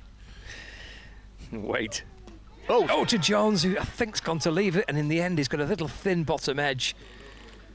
And he's gone back onto his stumps, and Waite celebrates the 4th Lancashire wicket to fall. 148 for 4. I don't think he can quite believe he's done that, Michael Jones. No, well, we saw the Harry Singh inside edge back onto the stumps. That was Jones, I think, wanting to leave the ball, shaking his head as he's heading off back towards the dressing rooms. Disappointment for Jones, success for Worcestershire.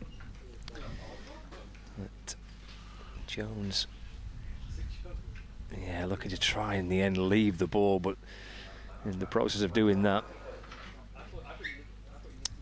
he just flicks it back onto his stumps. And to his anguish and despair, he sees the ball ricocheting back onto the stumps behind him. He keeps looking at the stumps and saying, "Really? Has that really happened?" But, I'm afraid it has. Yeah, so Essex are chasing 101 to win that game. We're going to bring Calvin to join you. A little bit later on, we'll be talking about walking cricket. Walking cricket, yeah. With Tony Elwood, who's a former chairman here at Southport and Birkdale. Tell us all about walking cricket. I'll come back with that in about half an hour. Splendid. Essex 11 without loss, then chasing 101 to beat Leicestershire. Swallow in the attack, and that's played out to the offside. Nicely timed that by Jennings. He's going to get a couple of runs, just running away from mid-off. And Jennings onto 65, 150 up. It's hastily looking for his calculator so I can work out. We'll put that then. Oh, there it is.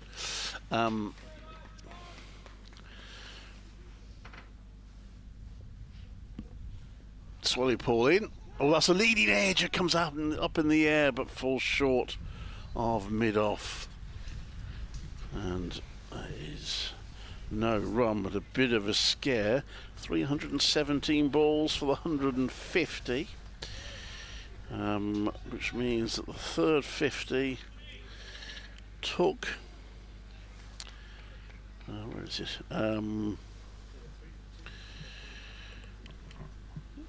I'm almost there as Swanepoel comes into bowl, and that's well wide, doesn't have to be played out. 94 balls for the third 50, which is somewhat slower than the second 50, which took just 67 balls. The first took 156, so they're still going quicker than they were at the start of the innings, but slowed down a bit. They lost 2 wickets between 100 and 150. Harry Singh for 36 and Richard Jones for 4.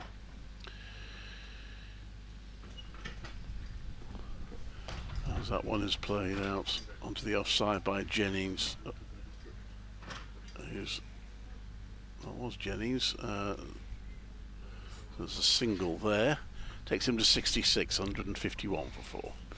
That'd have been a real bonus for Worcestershire, wouldn't it, if that leading edge carried? Yes. Straight after the wicket of Jones.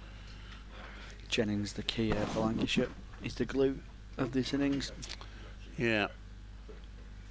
Problem is, once Jennings gets stuck in there like a glue, he's very difficult to prize out, isn't he? Certainly is.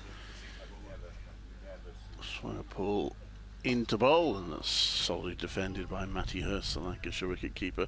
But quite an exciting one in his match now, wouldn't it? They'd need another 120 to win with 6 wickets left. Yeah, 133 for 2 Lancashire, and then 2 quick wickets for Worcestershire. It's been the story of Lancashire's season with the bat, wickets in quick succession. Swanepoel balls that's played off the pads by Hurst to mid-wicket. He won't get a run. Yet to score. End of the over, and it is 151 for 4.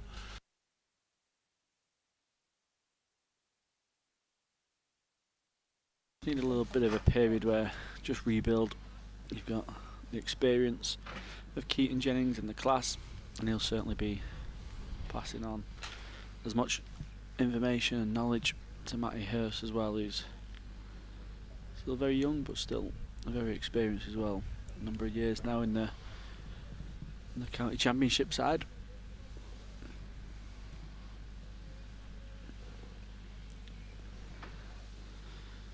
A few wait to continue, 2 slips around the wicket to Keaton Jennings, who drives nicely, firmly into the ground. It nearly bounces over.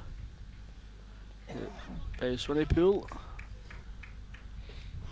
Yeah, very good stop. And the covers, it nearly bounces over, but he just gets a hand on it, stops it from going for 4. Drinks have arrived. Yeah, very nice from Southport and Birkdale, providing refreshment. Looked after us very well, I must say. Yeah, we certainly are.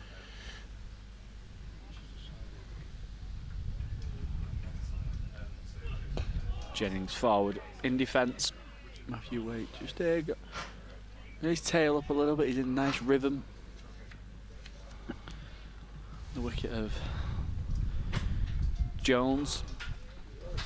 Hannon earlier on. So I feel for them at Beckenham, they still haven't been able to get on. It's all because of, as I understand it anyway, overnight rain, some of which got into the covers. They've had several inspections, but clearly they haven't been able to dry it out enough. Still haven't been able to start today. It's particularly bad news for Kent, who are well on top in that game. Oh, that one bounces. Really rears up off a length. Keaton Jennings looking down at the wicket. We've seen a couple bounce just on a length, just short of a length, but that one's really gone. Keaton Jennings is well outside the crease. Keaton Jennings is a very tall man, and even took Keaton Jennings off the ground.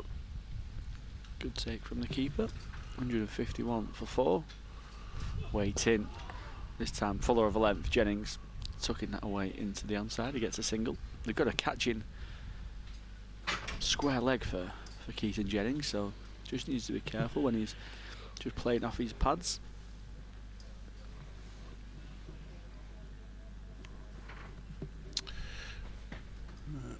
Elsewhere, another end of innings, a low-scoring game at Southampton, and Nottinghamshire 229 all out. That does give them a first innings lead of 15. There. No one making a half century in the knots innings. 5 for 45 for Sonny Baker and 4 for the ever reliable Kyle Abbott. This one's in. Hurst defending. Back pass. Waits on his follow through. 3 slips for the Lancashire wicketkeeper. Point cover mid off, mid on, mid wicket, and a fine leg.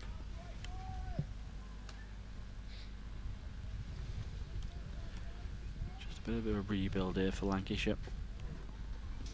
My Hurst doesn't have to worry about the scoreboard, doesn't have to worry about scoring runs. Quickly just spend some time at the crease. Just take the sting out of the game a little bit. Just Waits in. And a lovely length that he's so often hit all day. Actually, he's been in lovely rhythm for most of the day. It's an inside edge. He gets a single. Matty Hurst, it takes him. Keeps the strikers.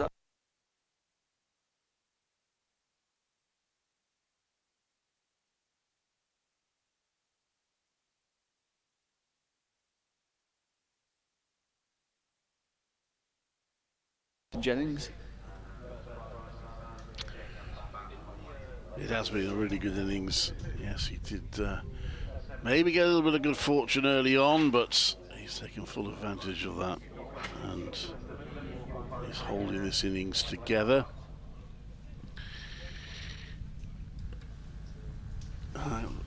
We're back to spin. George Rizzle just bowled a few overs before lunch.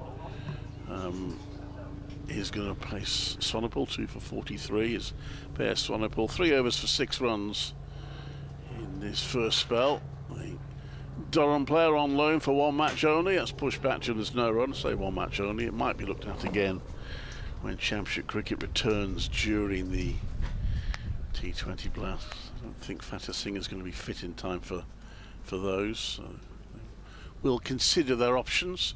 That one is a little bit flat and has worked away into the deep. There's a sweeper there on the offside, so it's just a single for Hurst. Takes him to 2.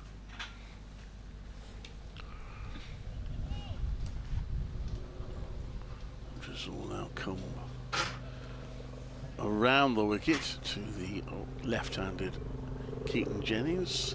Can't see what you're hearing now. Some sort of helicopter, I presume, is flying over above us. It's out of our view at the moment.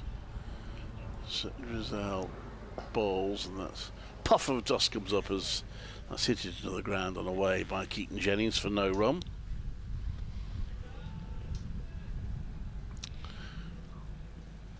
And Rizal walks in, almost playing walking cricket as he bowls, and that's pushed out to point for no run. 154 for 4. Lancashire. First priority is basically to try and make the game look as safe as they can. And just maybe they might be able to, if they do that, they might be able to put a bit of pressure on Worcestershire third innings.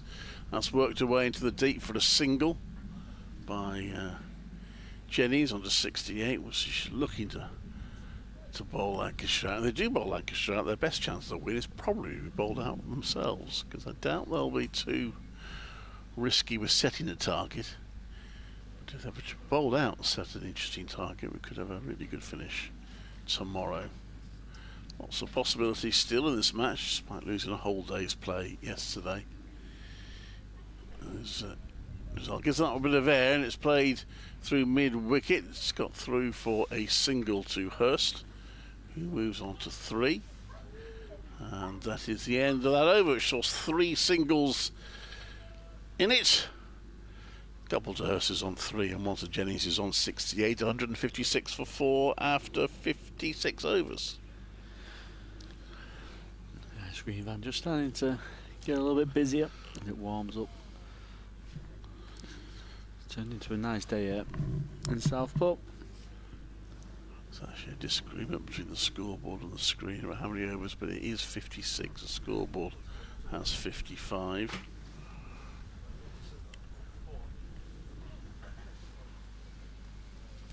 Going to see a change of bowling. Matthew Waite given a rest. You'll see the return of Finch. Number 20 off his first spell of 5 overs. Didn't quite find his line to the left-handed Keaton Jennings. He struggled a little bit with the left-hand and right-hand combination. 2 slips into Matty Hurst as Finch is in. Short of a length, and that's pulled nicely by Matty Hurst in front of square. And it beats the square leg boundary fielder. And Matty Hurst picks up his first boundary. 160 for 4. Proving quite expensive, Adam Finch. 24 runs now from 5.1 overs.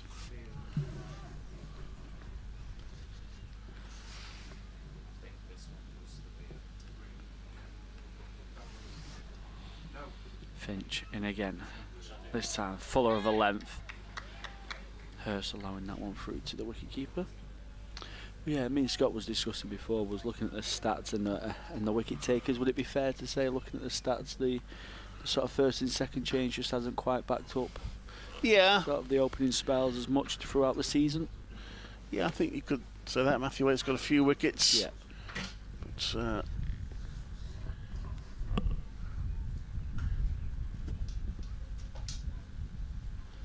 Finch is in.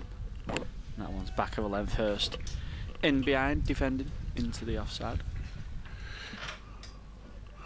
Yeah. A fair comment.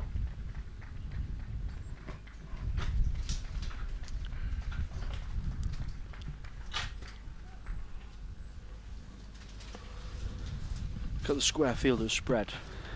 Here is Finch. A deep square, fine leg. And a deep backward point as that one's goes down the leg side. The keeper does well.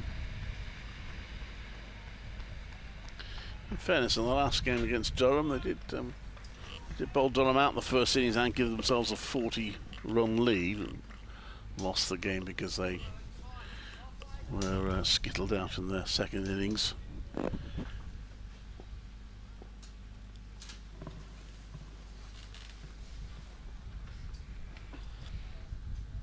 Finch in again, back of a length, but down the leg side. Hurst comes inside of it, doesn't get any bat on it, goes through to the wicketkeeper for no run.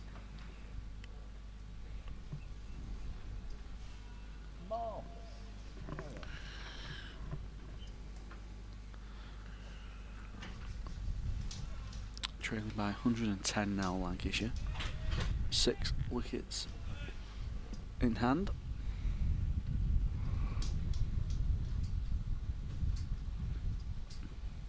Finch in outside the line of off stump. Matty Hurst again allows that one through to the wicketkeeper. It's the end of the 57th over. He's to have added 12 so far, been 1.5 partnerships of note in this innings. 37 put on for the first wicket by Balderson and Jennings, and then the really key one, 73 for the third by Jennings and Harry Singh. But they need to try and get another partnership going now. Lancashire to get an advantageous position in this game. George Drizzell is going to continue around the wicket, wearing his shades outside off stump, and that was there to be hit, and it's been carved away by Jennings. There is a fielder in the deep. He might just have got away with that one a little bit, the bowler. 1 run to Jennings, who moves on to 69.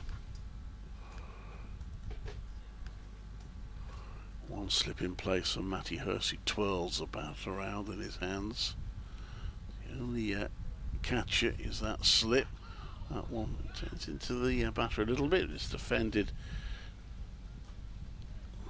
comfortably by Matty Hurst.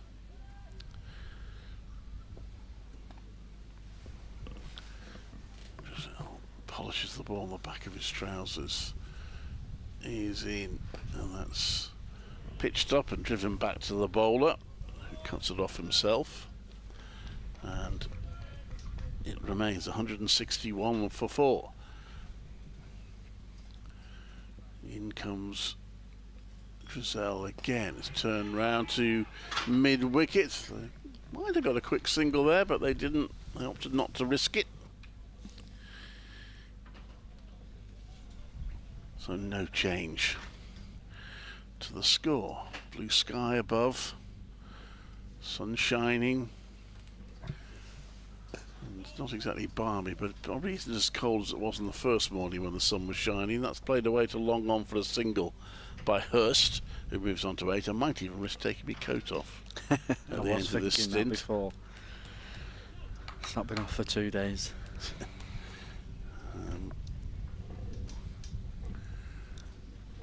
Brazil. Some balls. Little look at what's going on elsewhere. One slip in place as a forward defensive, there's no run. So I mentioned the first division, Essex chasing just 101 to beat Leicestershire after bowling them out for the lowest championship score of this season, 60. Essex are 20 without loss. They look in control there. Good game at Southampton. Hampshire 5 without loss in the second innings, having conceded a first innings lead of 15 to Nottinghamshire. Rain keeps getting in the way at Edgbaston, where Glamorgan got a first innings lead of 108 and reached 12 without loss, but there is no play. They are hoping to restart in a few minutes, though. Surrey in trouble, but haven't lost a wicket for a while. They're 141 for 7, 345 behind Yorkshire at Headingley. Finch in. That one's allowed through to the wicketkeeper by Matty Hurst for no run. Also rain at Taunton, where Sussex were 155 for 3, replying to Somerset's declared total of 526 for 8. I mentioned they haven't been able to get on at all today at Beckenham so far, which is a real shame. Interesting game developing at Bristol, where Gloucestershire are fighting back, having looked in big trouble earlier in what's been a low-scoring match.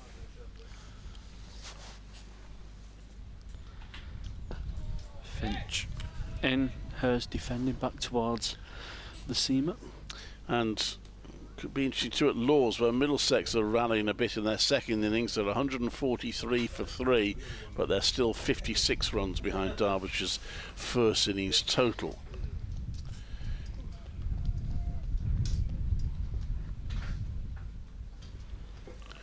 And in the IPL, all challengers Bengaluru have beaten the Punjab Kings, having made 222 for 4. Finch back of a length, and Matty Hurst looks to defend. He gets an inside edge, goes down to fine leg where he gets a single.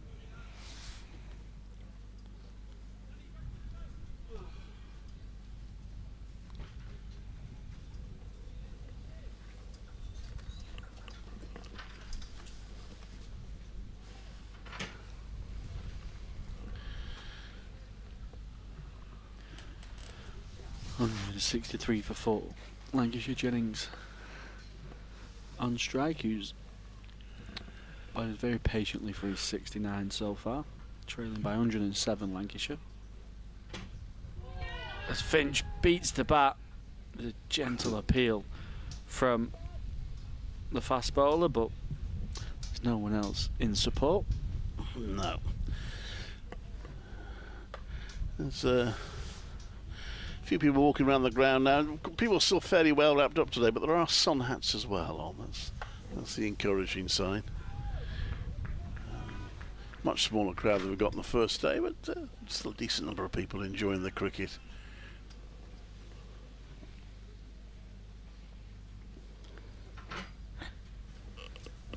Two slips into Jennings, and Finch sliding that one down the leg side.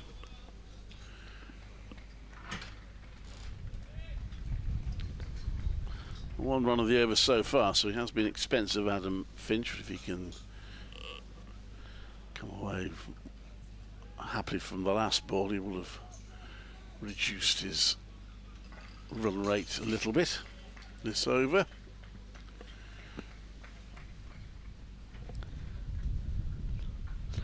Yeah, final delivery in his 7th over for Finch, and sends that one across Jennings, who allows it to go through, and that's the end of the 59th over.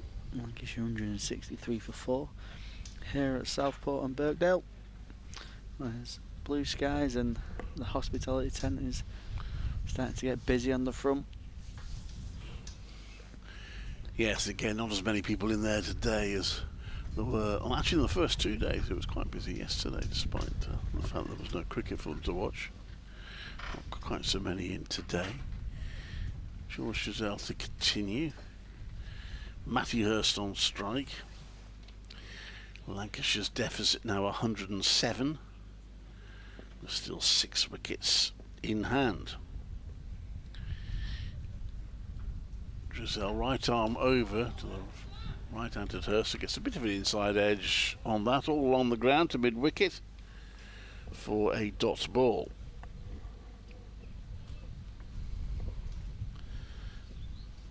Giselle right arm over, and that's shortish on the leg side, and Hurst swivels around and tries to dispatch the ball away, but he misses it, comes off his thigh pad.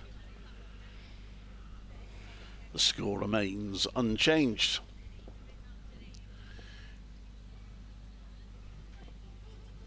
And Giselle bowls to Hurst, who plays back to that, away to mid-on, again for no run. I said the Royal Challengers Bengal have beaten Punjab Kings. I'm slightly previous. They've got 1 ball left, and the Kings, and they need 24 to win, so not looking great for them. That's played out into the deep for a single. Hurst moves on to 10. 164 for 4. He's not quite found his length. Drissel just a little bit on the shorter side, allowing Lancashire to play off the back foot.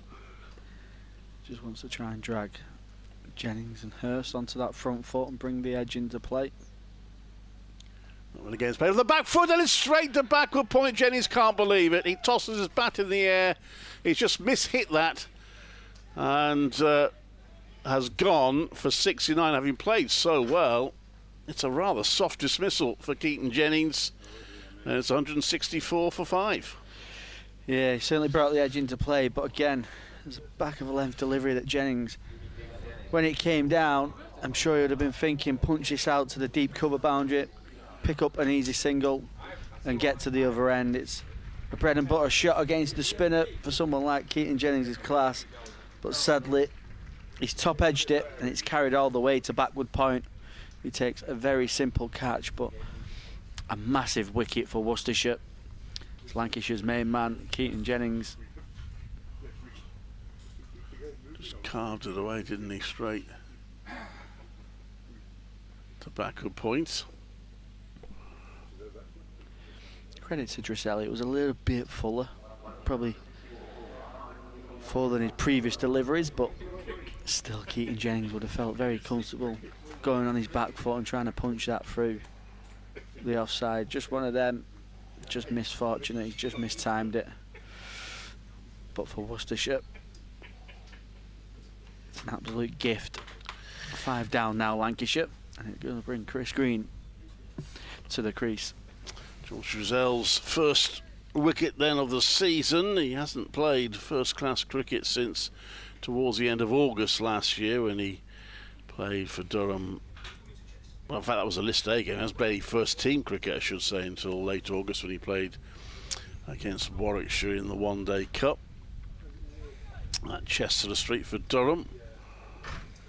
So, pleased to have got that one.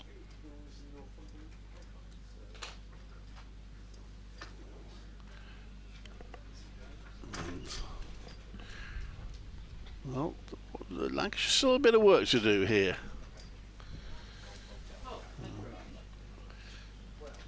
By the way, it was Tom Taylor that took the catch. It was a pretty comfortable one, but it goes down in the stats for him. See where he is on catches, as that would be his 3rd catch of the season. It can often be horrible them ones when the top edge, the ball's spinning. You've got plenty of time to look at it.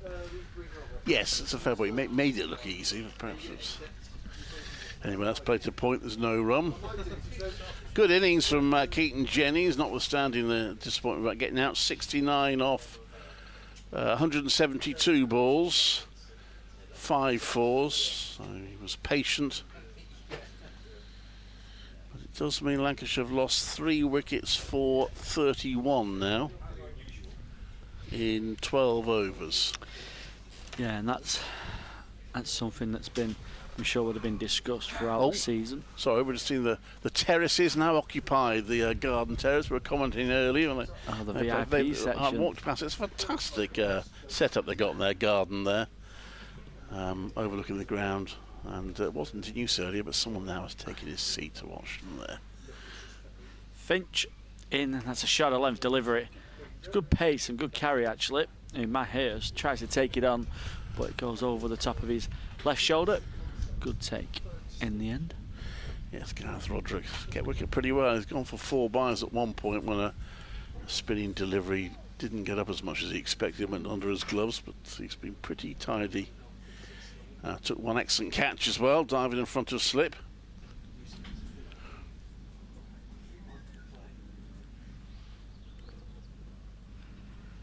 Two slips still for Hurst. That one's full of a length, but again, down the leg side, Finch still not quite adjusting his line. Yeah, going back to your point, 31 runs added for just the loss of 3 wickets. Singh, Jones and Jennings. It's something that's been happening quite regular for Lancashire throughout this season, and even beyond. It's been an issue that they just haven't quite got to grip of. That one's back of a length, Hurst solidly in behind, defending into the offside. Something that they'll certainly have to look to try and overcome. Marcus Harris is obviously a massive miss. Someone of the international class of the Australian.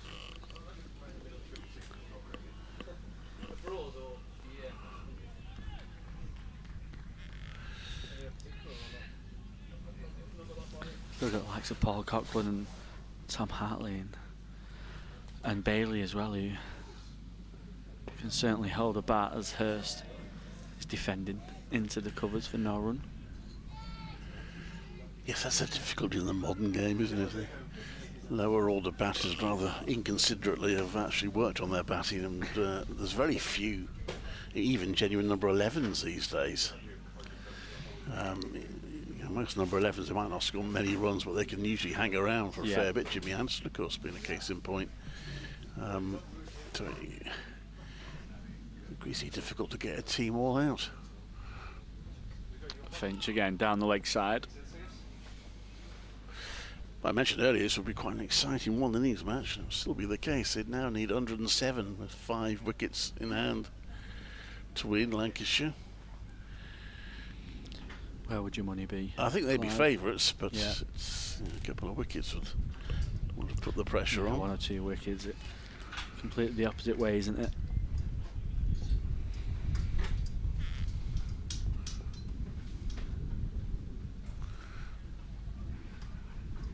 Finch in. Oh, that one's wafted at by Matty Hurst. A very aggressive shot. Short of a length, wide outside off stump, and he's looking to back cut that. But a loose shot after losing the loss of Keaton Jennings. 164 for 5 Lancashire. Matty Hurst gets away with it. Yes, Adam Finch, good last ball of the over, and he was a little bit offline at times that over. However, he has tightened things up, having gone for 24 runs in his first 6 overs. He's only gone for 1 in his next 2. That was a maiden. George Frizzell comes into bowl. Right arm over to the right-handed Chris Green. Doesn't give him much room there, and Green works it out to the onside for no run. Chris Green, the Australian.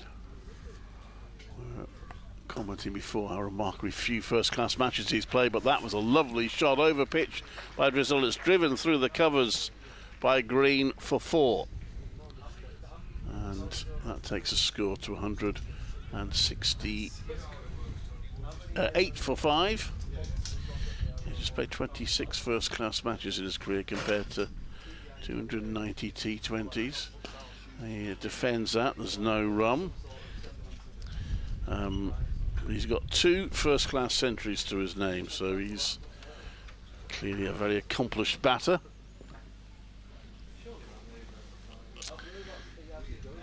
And this one all pops up, and short leg is interested. Did that come off the bat? Well, it doesn't matter because he couldn't quite reach it. But Worcestershire getting excited there for a moment. Yeah, this could be a good battle, this Chris Green. He likes to be positive, he likes to be on the front foot. So he'll certainly try and look to be positive versus the spin, but that'll create opportunities there for Worcestershire. But when he plays back to the offside for no run. 168 for 5. Be interesting to see if he's been sent out to carry on batting the way that he usually does, be positive even after losing a few quick wickets. Inside of the bat, up to long on for a single. And that's the end of the over. 169 for 5. They trail by 101. Oh, well, he looked to try and bat the situation and spend some time at the crease. You probably don't want to go too much against his usual game and his strengths. We're still wanting to be positive. If he can be positive and spend 30-40 minutes at the crease, it just might put the pressure back onto Worcestershire. So in a real 50-50 split here in terms of the game and the scoreboard at the minute. 169 for 5. Going to make way for Scott, who's going to have a guest, I think, shortly. It's Clive. As Finch is continuing, back of a length to Chris Green, who defends back towards the bowler. Thank you very much, Clive. Scott's going to join us, and There you go, Clive. very shortly. Have a well-earned beer, Clive. Yeah.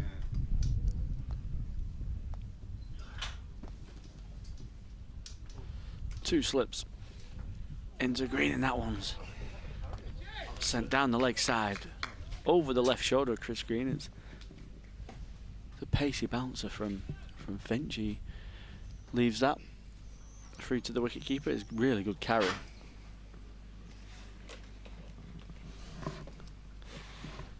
And that might be an option to Chris Green. It's been something we've seen in the white ball game. Teams going back of a length, short around the shoulder height. Finch follows up with a full length delivery. Chris Green plays that forward for no run. Hey Callum. How you doing, Scott? You okay? Good, thank you. Good stuff. Interesting part of the game now, isn't it? It is, yeah. Couple of quick wickets loss. Interesting to see how these two go about it. 2 positive players.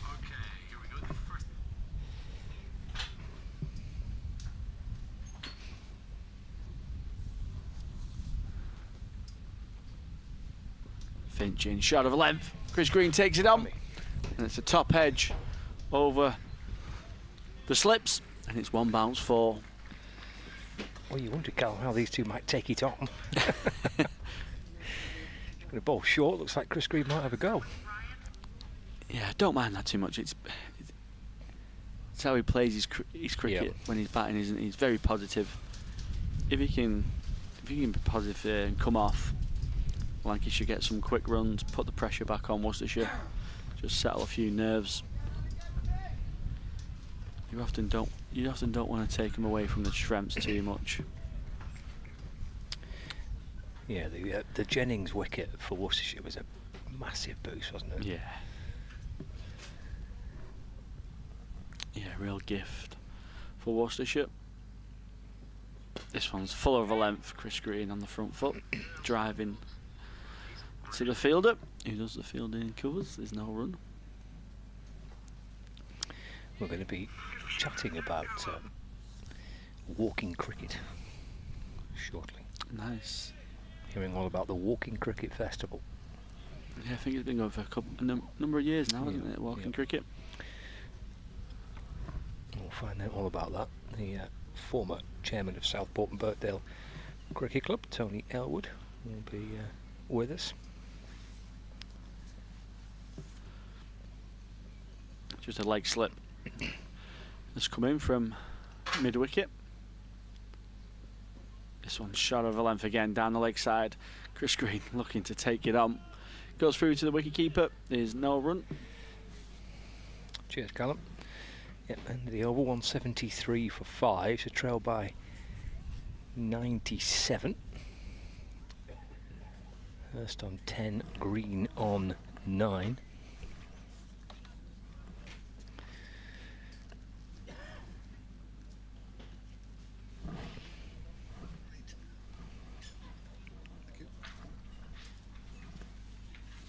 Continue with Drizzle and his off spin from the Gravesend Road end. 7 overs, 1 for 17. He's got Matthew Hurst on strike, who's unbeaten on 10. And then balls to Hurst off the back foot. Pushed away to mid-on, there's no run. Tony's alongside me. Good afternoon, Tony. Hello, Scott. How are you? Very well, thank you. How are you? I'm good. I'm good. Now the weather's improved. Yes, yeah. Real shame about yesterday, wasn't it? Absolutely, yep. Getting pushed away by a Hurst to mid-on for no run. Yeah. But this is much better. Actually, to be fair, I mean, since you were involved in bringing Lancashire back here after quite a lengthy break between Lancashire playing first-class cricket here. It's a punch to mid-off, no run. We barely had a day like yesterday, have we? I can't really. I was chatting to Paul Edwards about it before. I can't really recall losing an entire day's play that often. I think there've been 2 since I was involved, which was 2011. So yesterday was the 3rd in quite a long stretch. So somewhat embarrassing since the interview I did on Friday. I said the sun always shines in Southport, but I suppose that was a kiss of death. Yeah, your fault then. 173 for 5. Watchful there, Hurst on back and across and playing it late, just tapping it away into the offside for no run. 1 ball left of the over. So we're going to hear all about the Walking Cricket Festival over the next few minutes. As drills in to complete the over. 4 defensive by Hurst, and there's no run. Trail by 97, Lancashire at 173 for 5. Before we get on to that, Tony, just a conversation about actually being back here at Southport and Birkdale. Didn't play 4-day game here last year, Lancashire's men's side, but as a cricket club, how pleased are you again to be playing host to this fixture? Well, I think it's great that we are still considered one of the county's outgrounds. There's very few outgrounds left in county cricket these days, and all credit to Lancashire for continuing to support the outgrounds at Blackpool here, Liverpool, Lytham in the past. You can see by the crowd numbers that it's something which is well supported and which people enjoy, particularly on a day like today and on Friday when it was nice and sunny. So yeah, it's a delight to have the county back. Good crowd on Friday, wasn't it? It was, yeah. Well, it looked. I don't know what the numbers were. I think it was about 1,700. I thought it looked more than that, but yeah, there seemed to be plenty of people here. I mean, like you said, Lancashire do have a consistency with this now, with bringing cricket away from Old Trafford, or taking cricket away from Old Trafford. Green defends, and there's no run there. And it does work so well, doesn't it? I mean, Lancashire, this game here, they've got Blackpool to come, and then they're at Chesterfield the following game. So they've got the next 3 fixtures are all at outgrounds, and it just works really well, I think, for Red Bull It's cricket. tremendous, I think, and long may it continue. The fact that we are considered or included in the rota is fantastic for the club. French to Green, no run. Also fantastic for the game, and you know, people love coming to these grounds.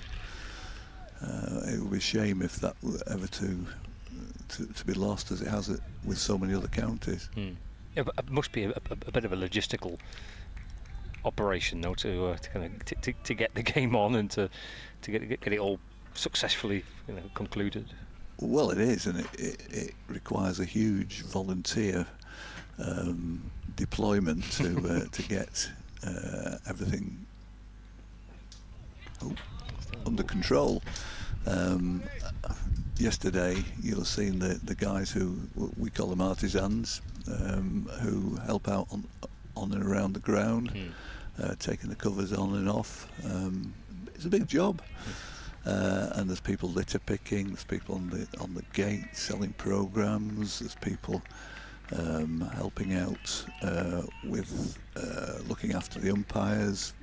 We have a huge range of tasks that people volunteer to do. 1-7-3 for 5.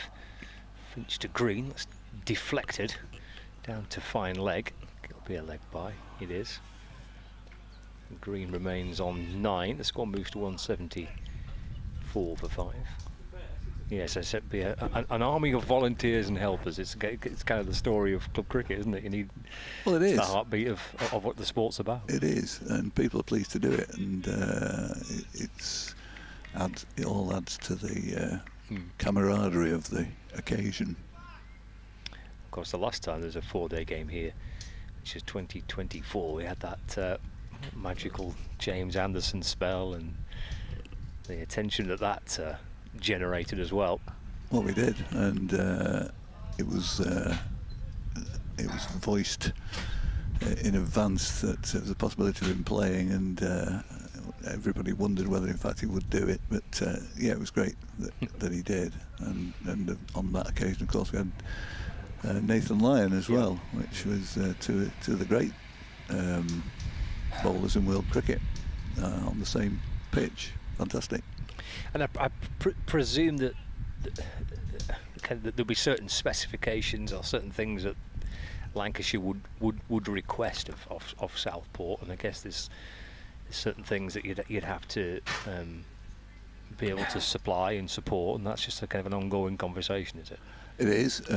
Each time that we stage a fixture here, there's a staging agreement with the county, which says who's responsible for what, and who gets the money. And of course, the county take the gate, and we try and make some money out of the hospitality and the bar. So we know in advance who's responsible for what, but that also includes the ground requirements and how many chairs they're bringing and all of that kind of detailed information. Yeah, and I guess obviously the crucial thing is how the pitch is going to play as well, isn't it? Well, it is, and the interesting thing for me is we've still yet to play a first-class game on the second county wicket, which was laid in 2015, which is 1-2 to the right from where we're sitting, and I often lie awake at night wondering how it would play. And this is how sad I am. But I was here on the day that, or the week that it was laid, and it was excavated and hardcore put down, and then a layer of topsoil, and a number of people, I think there's sort of 6 people abreast, treading it down. And then another layer, and again treading it down until eventually it's left a little proud, so that it settles in. But yeah, it's never been used for first-class cricket. The women have used it. Yeah. We've used it ourselves. We get to use this wicket and the other one if Lancashire haven't required them. But I'm intrigued to see. And to be fair, this time there was some debate about whether or not they would use that one, and in the end they reverted to the one that they're obviously playing on today, which I believe, this is way before my time, but I believe that one was laid in a similar manner in the early 90s. So there are only 2 wickets on the square that have been, if you like, professionally laid. The rest of them are what's been here since the ground was first played on in the 1850s. So you know, just a field in those days, and then gradually over time it's been used, and loam will have been applied and rolled endlessly, and it's developed to the state it has today. And in fact, in the first Women's Metro Cup game earlier in the season, they did play on one of our wickets rather than one of the county wickets, which was interesting because it stood up well. And I think the second team game against Yorkshire was the same, rather than playing on one of these two wickets. But yeah, our wickets are a good standard. I think all the wickets in the Liverpool comp are a good standard, to be honest. It's Finch into Hurst. 176 for 5, trail by 94, Lancashire. Right, so we wait to see what that might play like over a 4-day game. It will be interesting, I think. Yeah, I spoke to Mark Johnson, Lancashire Director of Cricket, about leading up to this game, and he mentioned that they kind of asked for the two pitches to be prepared. That's right. It was a bit of a late call, wasn't it? Yeah, it was. Yeah. Which one to use?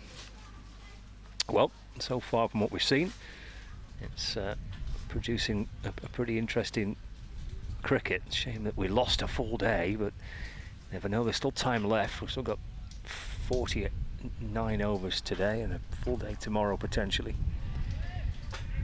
We'll see how the game unpans. Now, we've got you on not just to talk about Southport and Burto, because I've spoken to you a lot over the last 10 years or so since Lancashire have been playing here, and I know how proud you are of everybody at the club hoping to get these events on, but you're also keen to talk about another festival, a walking cricket festival, and walking cricket in general, which we'll get stuck into.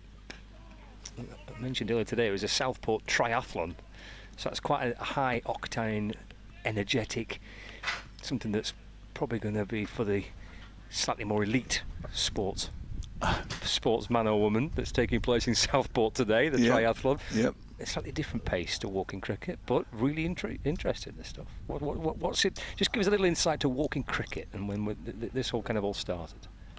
Yeah, the Lancashire Cricket Foundation have established centres for walking cricket across the county, and one started here in 2022.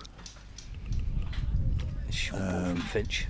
And generated quite a lot of interest, and there were a number of people who started playing, and then unfortunately it fell apart when our Lancs Foundation community coach was unable to continue to come along and run it, and I then essentially volunteered to look after it, and the foundation said, well, if you run it, here's some money to hire the hall and buy some kit.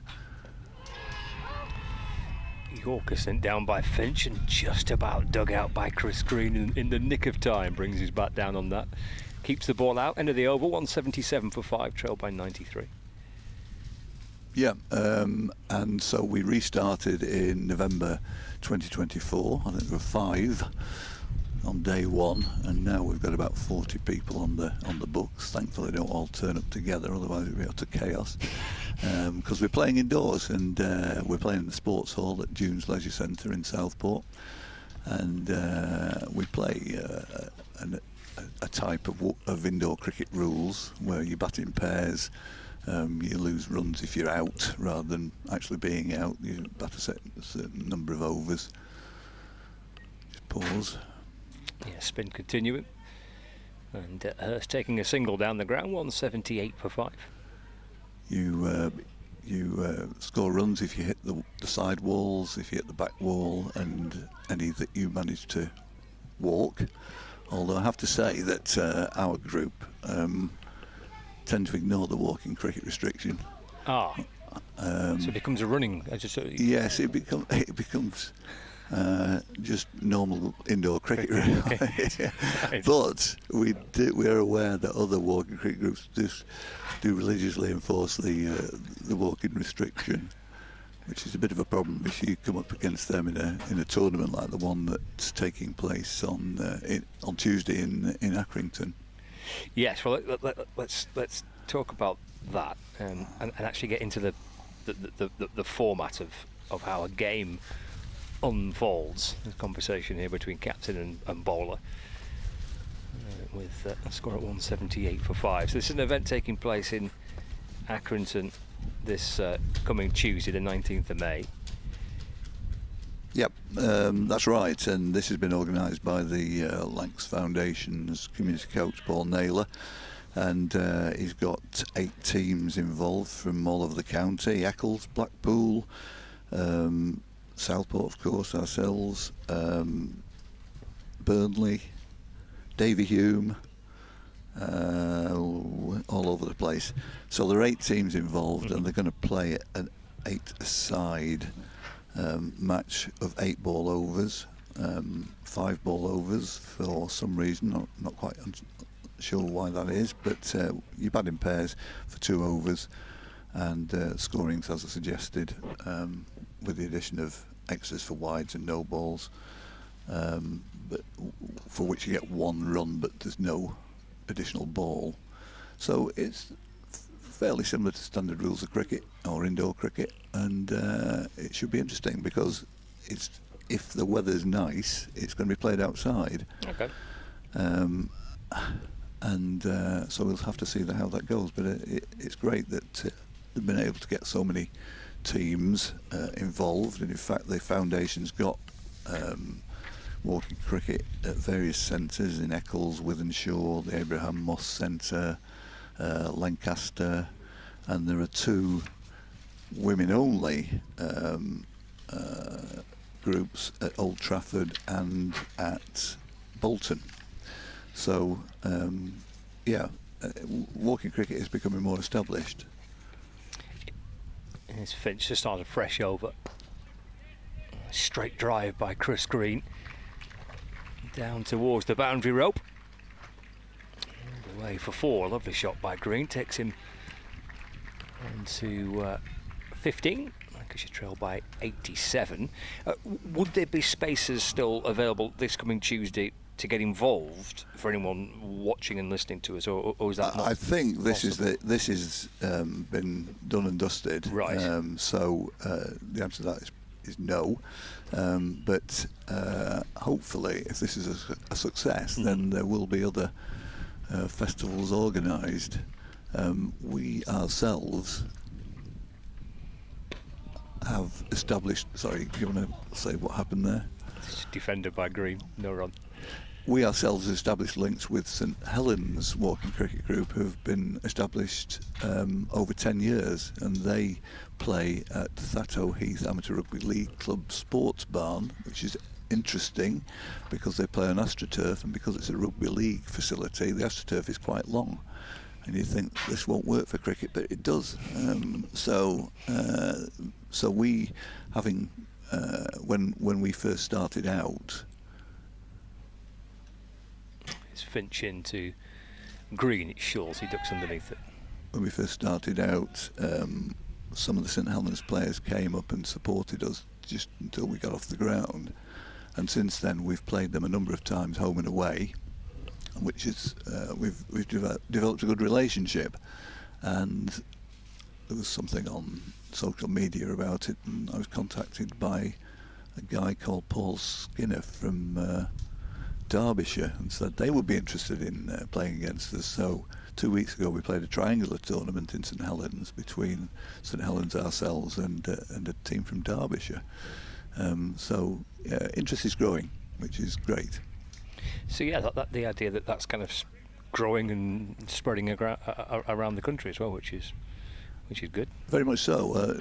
If you Google walking cricket, you'll find that most county cricket boards or foundations are running sessions.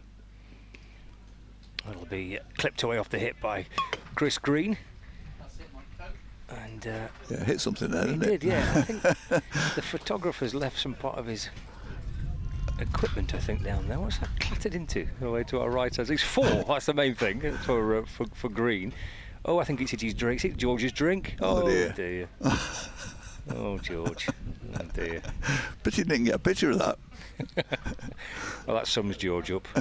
Always missing the main pictures. 187 for 5.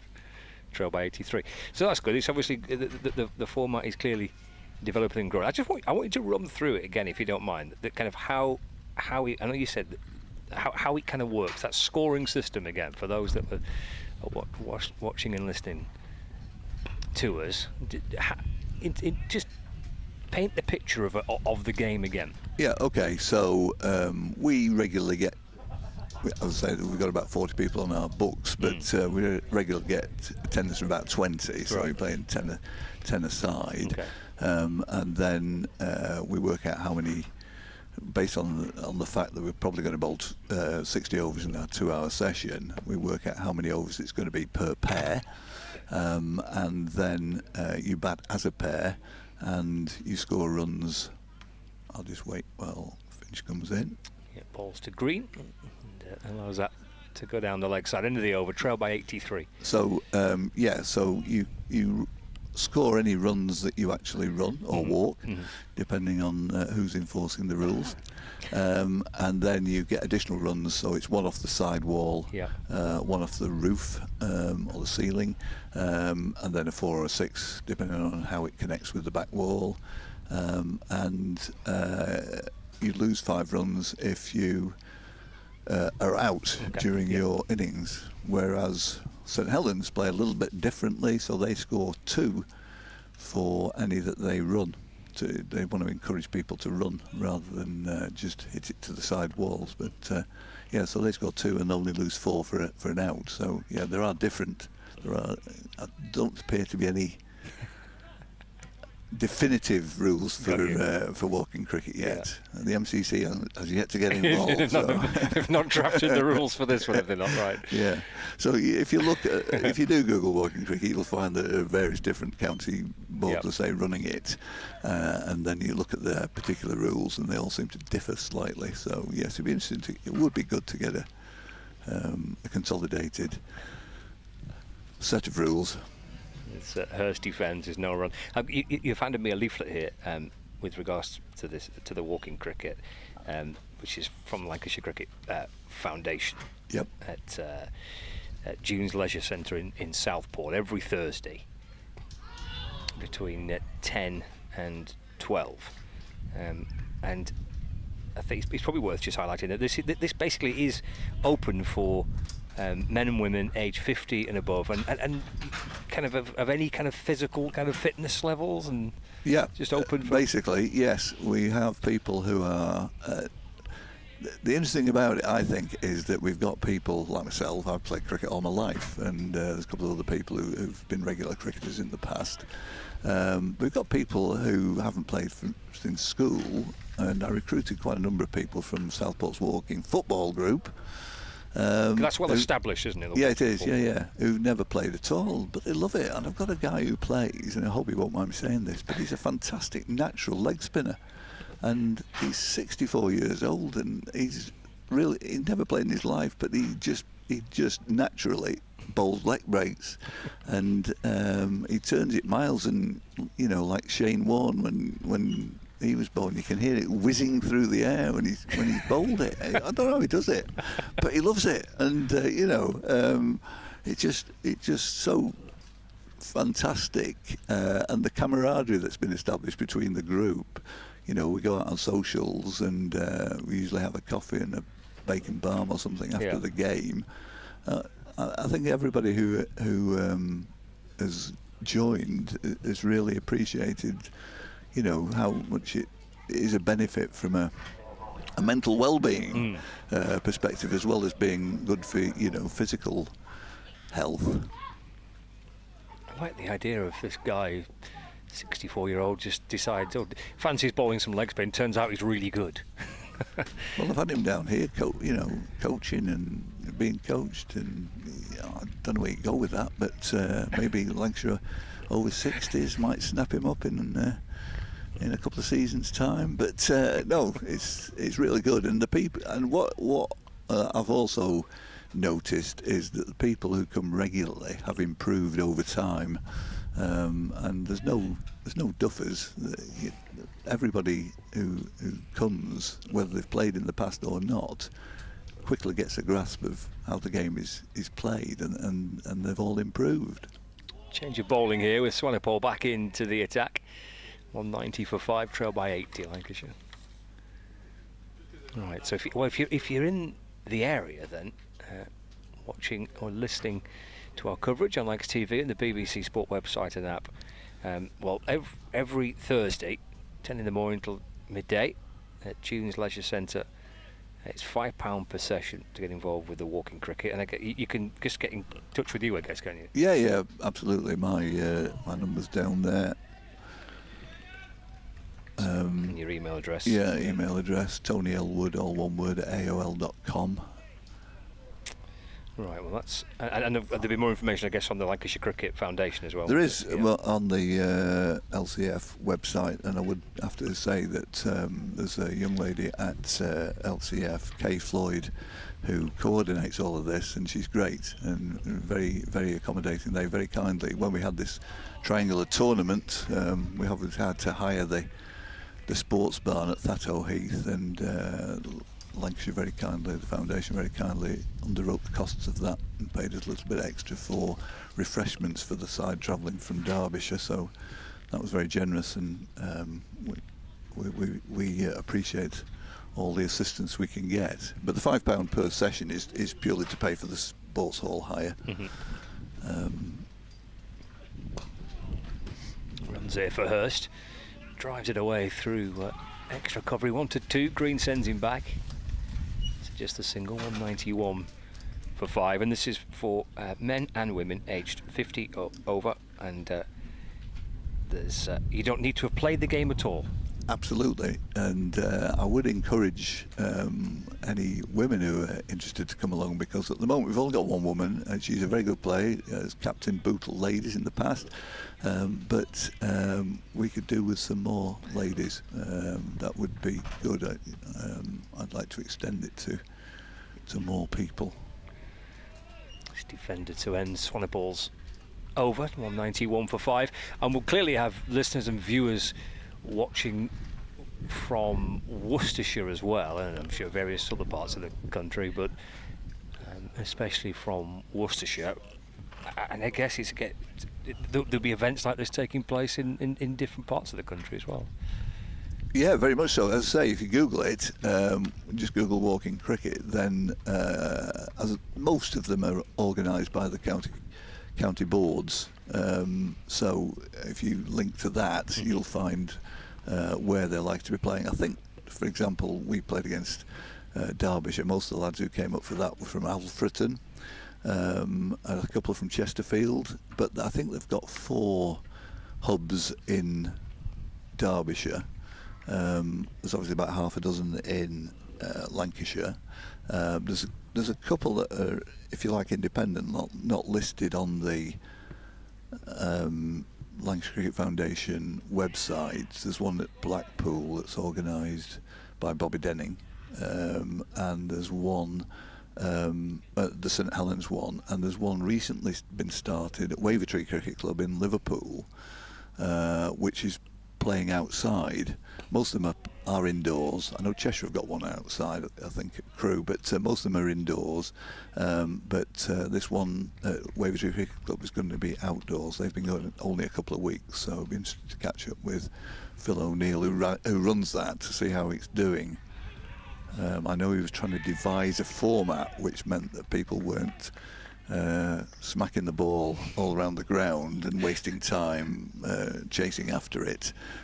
So I think the thinking was that if you hit the boundary, it was only 1, whereas if you ran, it was 4 or something like that. There was some variation of that. It was a very, it was quite. Some quite creative rules. Absolutely, yeah. Oops, hurt himself there.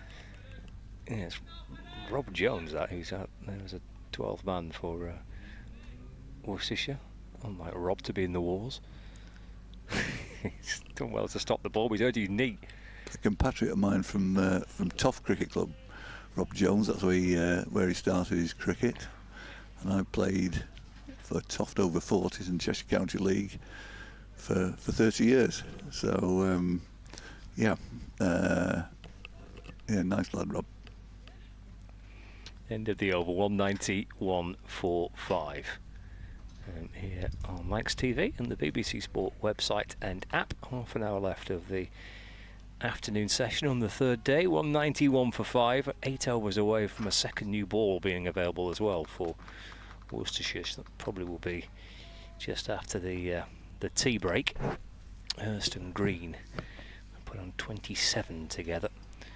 Hurst on 17, Green unbeaten on 15. Lancashire trailing by 79 runs.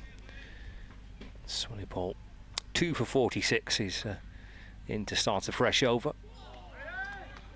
And Green leaves that ball through to Gareth Roderick, and there's no run. Well, excellent. It looks like it's a good event, and there's a lot to be gained from it as well.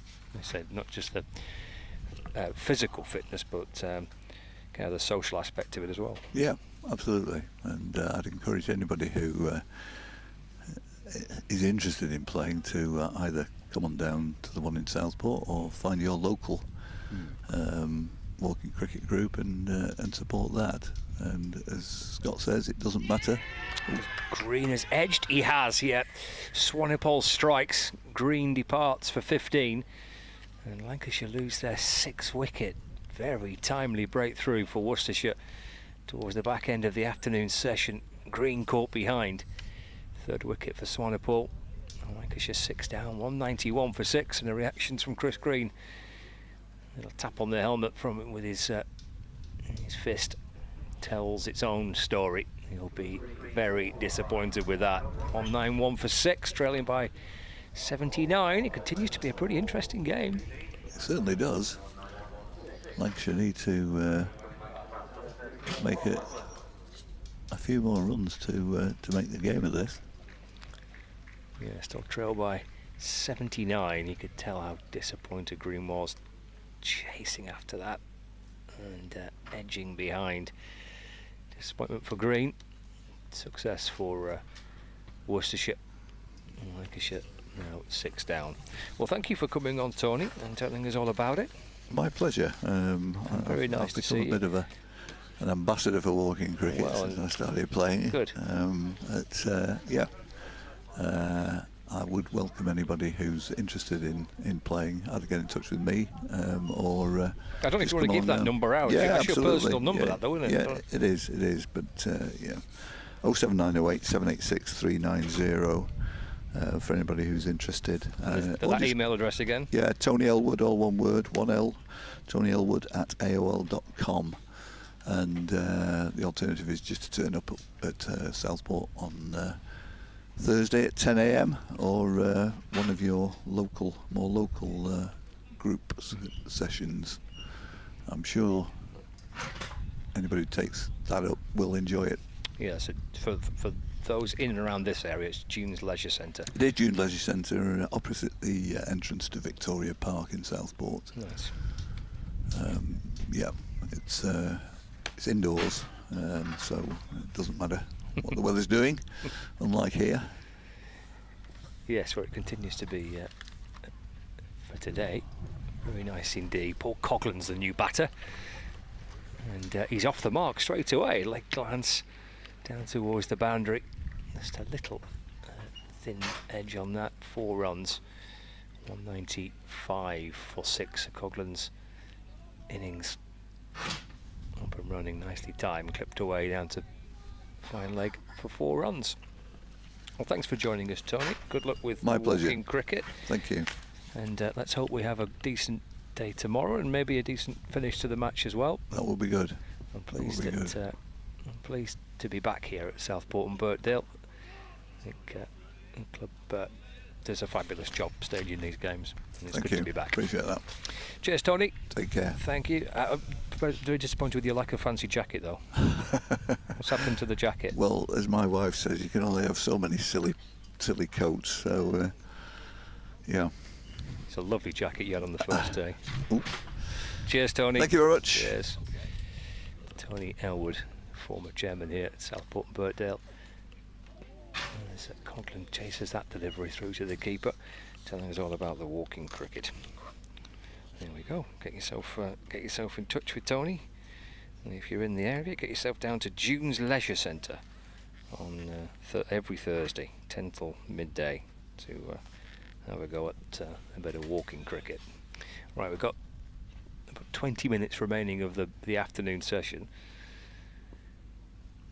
6 down, Lancashire, 195 for 6. Coghlan allows that one to go through. End of the over. It's a good one. Swanee Paul striking here for Worcestershire. And the dismissal of Chris Green. Keep chipping away to the pairs. 195 for 6. Lancashire still 75 behind. Callum Flynn back alongside me. And they do keep chipping away, don't they?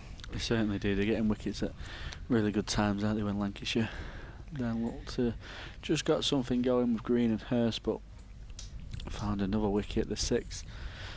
Brings Paul Coghlan in. He's certainly striking it nicely this summer so far for Lancashire. Yes, he's on the back of a decent score up at Durham, isn't he? Drizzle in balls to Hurst. That's pushed back towards him, and there's no run. Did play last time against Middlesex, but the game prior to that, 100 not out in that Lancashire second innings up at Chesley Street. Real loopy delivery from Drizzle. Hurst works it away through the onside. 195 for 6. Brings Coghlan on strike, facing the off spinner for the first time. Of course, they managed to prize out a couple of wickets here, Jennings and Green, before the second new ball, which is just around the corner. And Coghlan carefully in behind it and defends to the onside. No run. Yeah, 6 overs away, aren't we, from that new ball? Turned into the leg side for a single this time by Coghlan. 197 for 6. Brings Hurst back on strike. You like the idea of walking cricket? Yeah, it's not my kind of game, that. Well, apparently Johnny was saying some teams do run, and they. Oh, yeah. I can imagine that's frowned upon. Oh yes. Oh, that kept low, didn't it? And Hurst defends a ball with a little bit of grip and bite on it as well. 197 for 6. One ball left of the 74th over. Gets forward and defends into the offside for no run. So 74 gone. About 20 minutes left until tea. And Lancashire still 73 behind.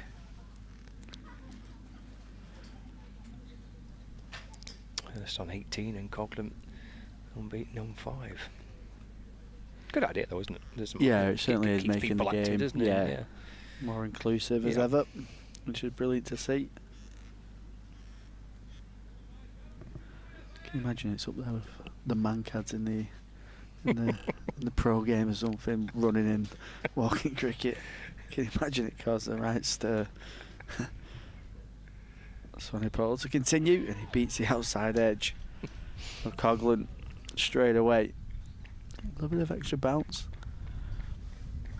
Good carry with the old ball.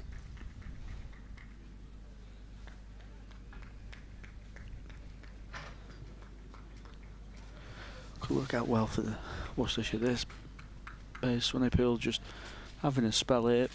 You'd think he probably wouldn't bowl with the new ball coming in 5 overs time. That one's full of a length for Coghlan drives, but doesn't beat mid-on. But with the tea break, it'll give him a little bit of recovery to probably come again as well with if they do take the new ball straight away. Yeah, it could be quite timed that, couldn't it? Right on the back of it, a little 20-minute interval, new balls available.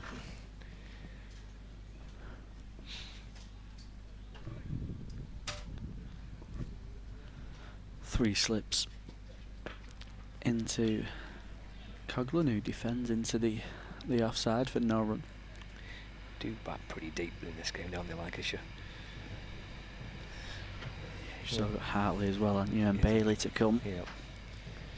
Coghlan's been excellent with the bat this summer so far. He got a couple of vital 50s and 30s and 40s against Derbyshire when he got over the line at Emirates Old Trafford as well.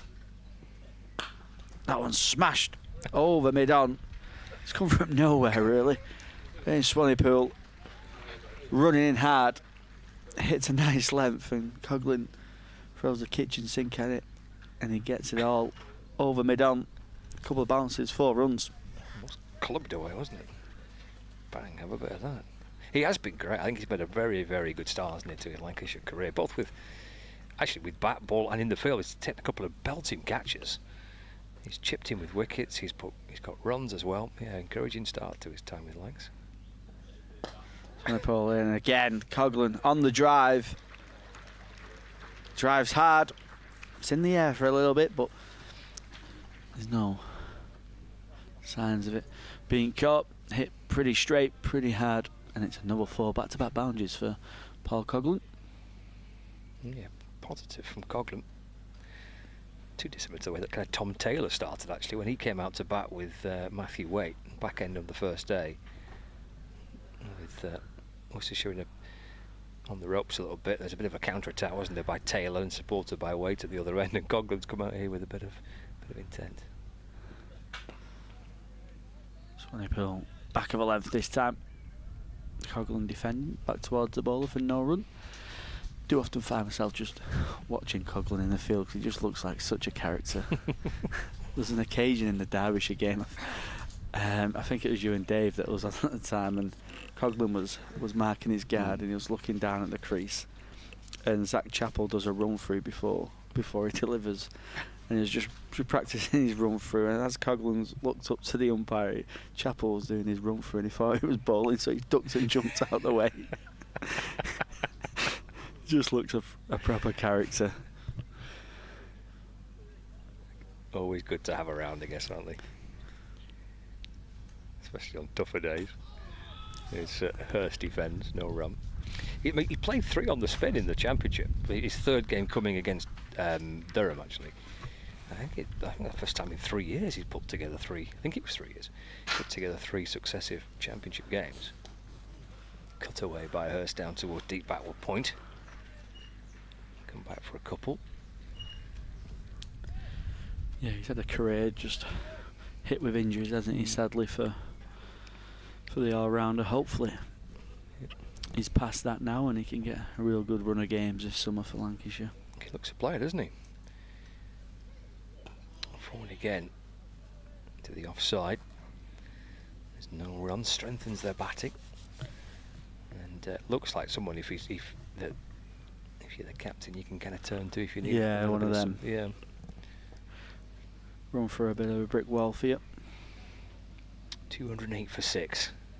Lancashire trail by 62.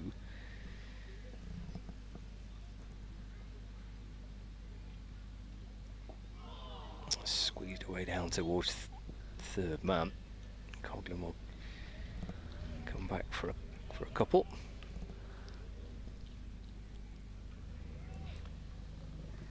.210 for 6.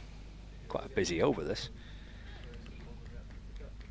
5 off it so far. A couple of deliveries to go. Coughlin taps the bat. Swings away again, but off the inner half of the bat. Squirts away to mid-wicket. And gives his bat a bit of an inspection as well, does Coughlin. Teased him with an extra flight there, didn't he? Sail in, balls a bit flatter this time, pushed into the offside. And there's no run, fielded at mid-off. End of the over. 210 for 6. Lancashire trailing by 60 here on Lancs TV and the BBC Sport website and app. Live from Southport and Birkdale Cricket Club. Still plenty enjoying a bit of hospitality.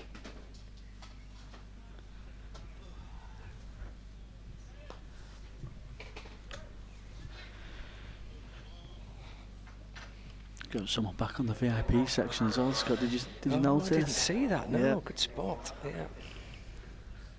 Yeah.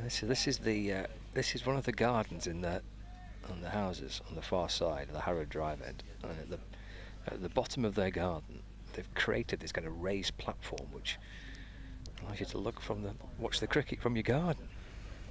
Change of bowling as Finch places Swanepoel. On Friday there were about 5 people sat there and there was plenty of booze being had. Yeah, the bottles were starting to stack up, wasn't they? They were, yeah. Just the one person there at the minute. Great spot though.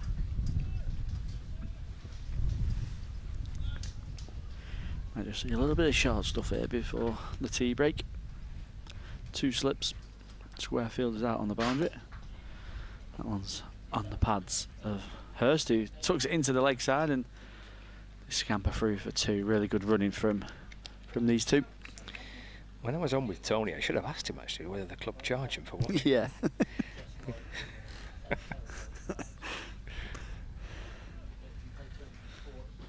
You're getting your money back across 10 years, aren't you, or something? Yeah, backdated, yeah. 10 years worth of membership fees.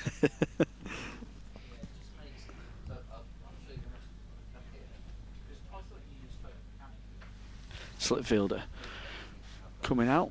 He's going to place, I think he wants 2 mid-wickets. Does Finch. As well as a square leg, a deep square leg, and a fine leg, so.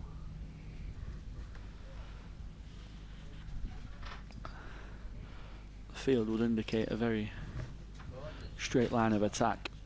Attacking the stumps, attacking the body. Finch is in. That one's defended into the offside where there's a vacant point region as fielder is on the boundary. Hurst gets a single.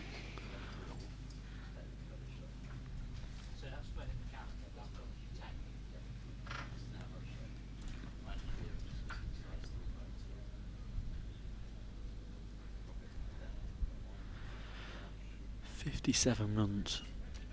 Lancashire now trail by.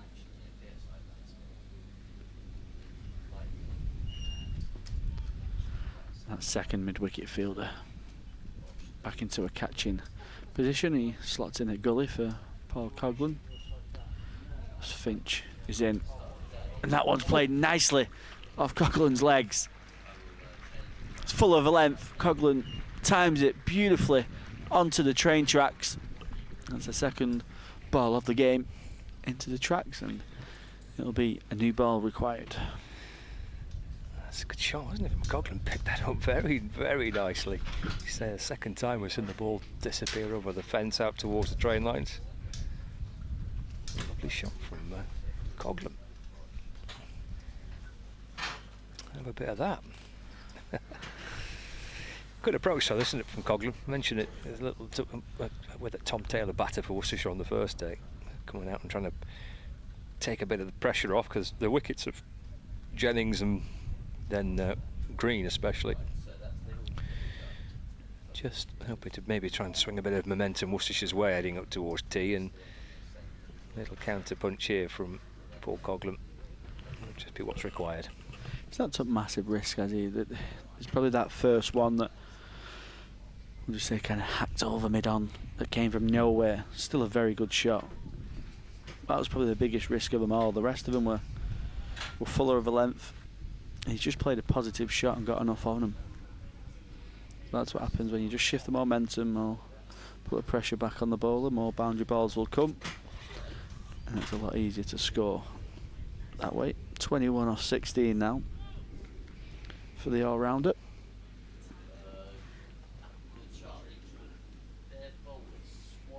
Finch in, full of a length. There's an appeal for LBW. Paul Coghlan looking to go over the top of mid-on again.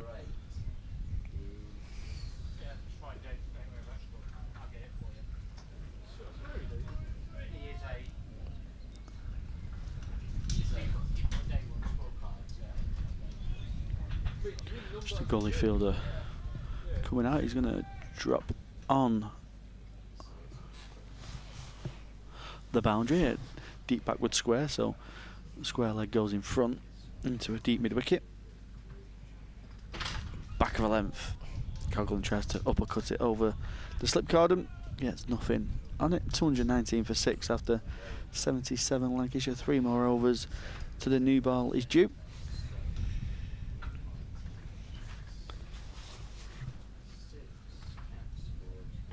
Yeah, that will be available for them after the tea break. Tea being taken in different games around the country. Gloucestershire, Northamptonshire. It's tea in that game, with Northamptonshire needing 249 runs to win. Gloucestershire 2-2-1 all out in their second innings, so 249 to win for Northants. And that will begin after the tea break.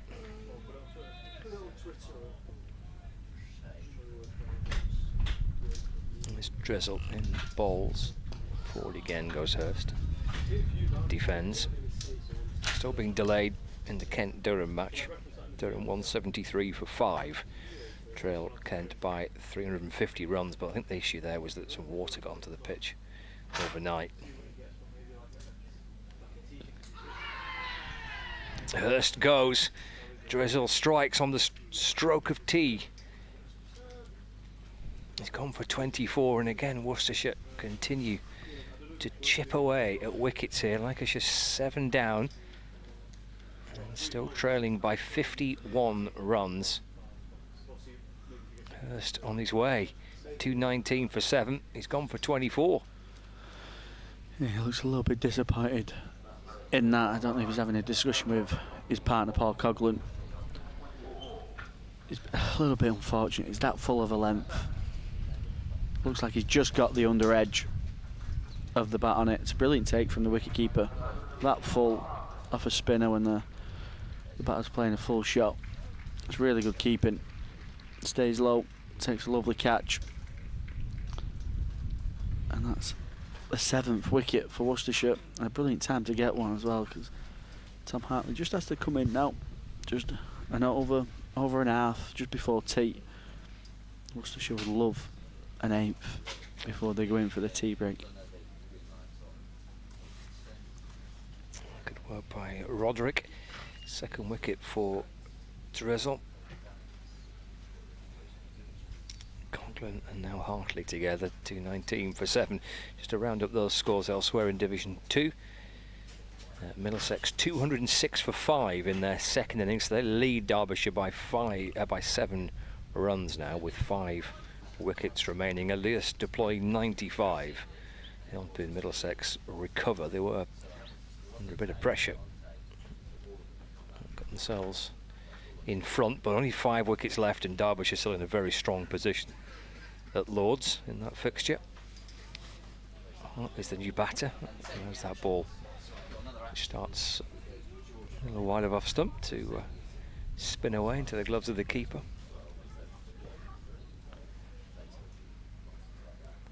Essex have almost beaten Leicestershire in Division 1. Defender back to Drizzle. There's no run, so Essex 86 for 3. So now just 15 runs away from beating Leicestershire, who collapsed in their second innings, all out for 60 inside 28 overs. Turned to the onside by Hartley. No run, wicket maiden. 219 for 7. Lancashire trail by 51. Elsewhere, Hampshire, Nottinghamshire. Hampshire 36 for 3. They lead Nottinghamshire by 21 runs with 7 wickets remaining. Not been much play in Taunton today. Somerset, Sussex, they're now at tea. With Sussex still 371 runs behind at 155 for 3. And Glamorgan lead Warwickshire by 166 runs. They're 58 for 3 in their second innings. Surrey have managed to find some runs. They've got themselves to 202 for 9 against Yorkshire. Finch into Coughlin. He goes big again on the leg side. It's another ball into the train track from the Lancashire all-rounder. It's a beautiful pick-up again. Finch just spraying on the pads. Coughlin punching it over into the leg side, and it's another maximum. It's kind of like a carbon copy of the last one, isn't it? Identical looking shot. Another ball required. Another one heading over the train lines. 45 behind now, Lancashire. Good from Coughlin, 27 from 19. Surrey still trail Yorkshire by 282 runs, but they were, Surrey, 93 for 7, and now 204 for 9. Sean Abbott making 56, but still looks destined to potentially be asked to follow on. In fact, they are now all out, 204 all out. So Yorkshire have a first innings lead of 282 against Surrey.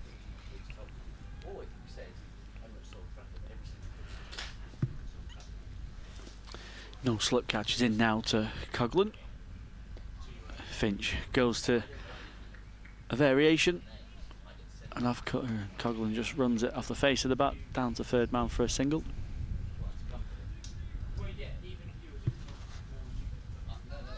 Field comes in for Hartley, the new batter. I'm sure there'll be a couple of catches, 4 deliveries at Hartley here before tea. How Worcestershire would love to take the wicket and go into the tea break. 8 with Lancashire 8 down. Finch in back of a length, and Hartley stands tall, defends that into the onside. There's a little bit of cloud cover in the distance, isn't there? Yeah, I think, was it around 4ish, 5ish where we said it might just get a few showers.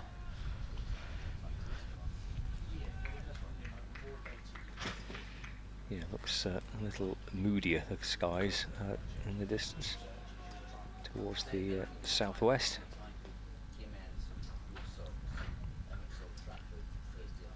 Two slips into Hartley. Finch goes very short. This one gets signalled one for the over. Hartley just allowing that one through to the wicket keeper. He does very well actually to take the ball above the head. Well, it's been an interesting 2 at lunch, now 126 for 7, so they've added 100 runs. Lost 5 wickets.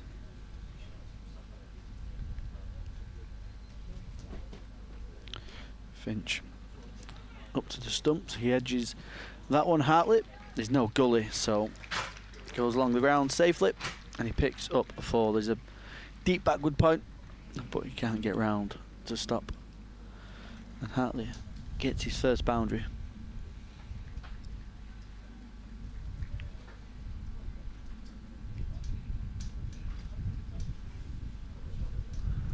It's the most relaxed approach to fielding.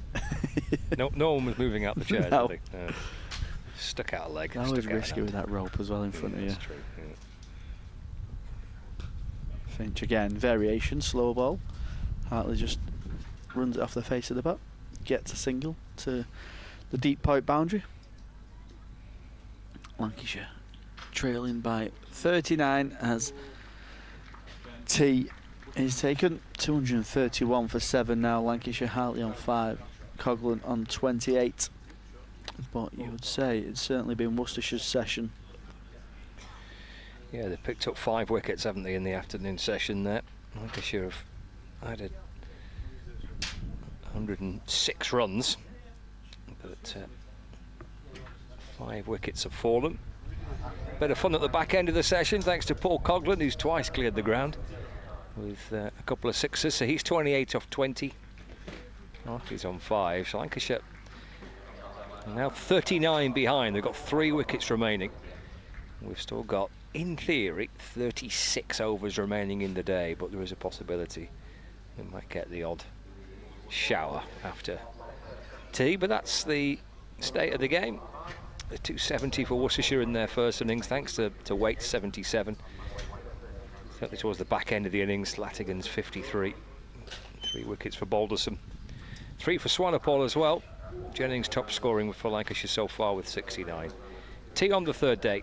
Lancashire trail by 39 runs.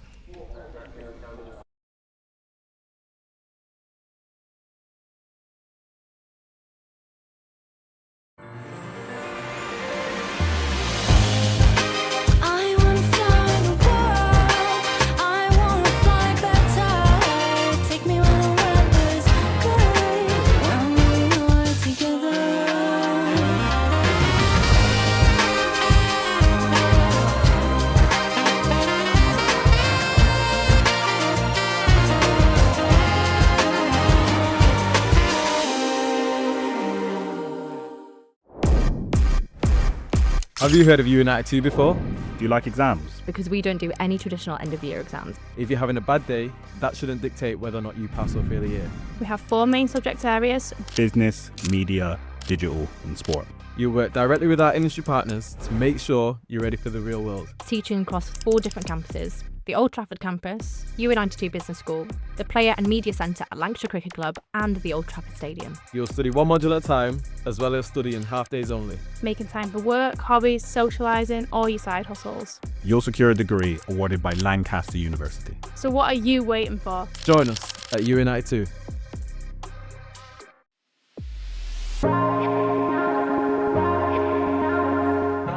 Two names rich in history. Barton's, our family-run business with over 100 years of experience in drinks distribution, and Lancashire Cricket, a club drenched in tradition, heritage and globally recognised moments.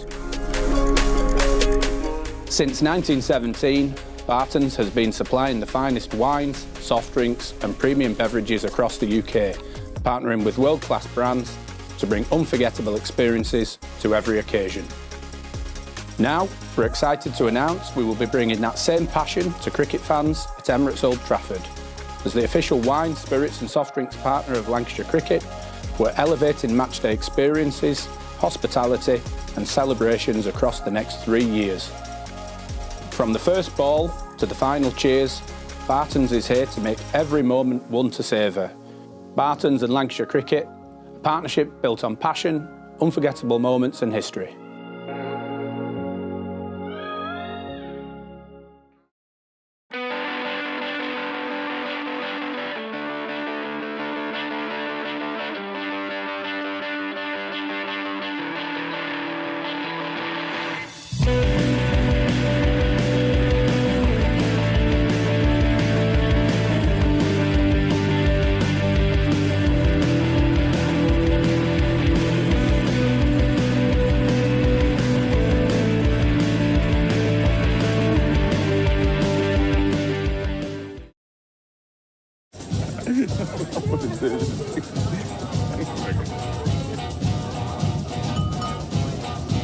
Guys, make way.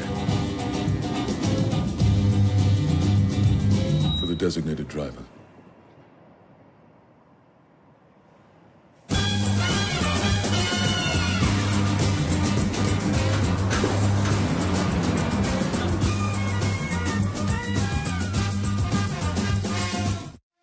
When I was a kid, there was no professional women's cricket. I didn't even think that women could be professional sports people. Especially early on, it just didn't really seem like there was a career in it. To support myself around cricket, I had to work at the petrol garage. I was the only girl, so I stood out. I'd love for young girls to be able to dream about being an athlete and it to be achievable. Thanks to the Hilton funding my contract, it's allowed me to play the game that I love all day, every day. We're like an engine and we need to be fueled with the right gas. Without funding, we can't be visible. You can't be what you can't see.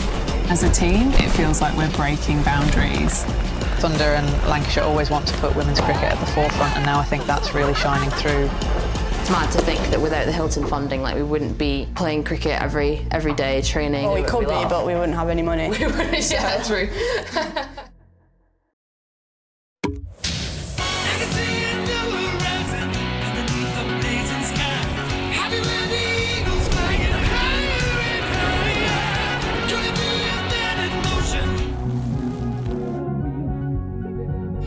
Pass the Pringles!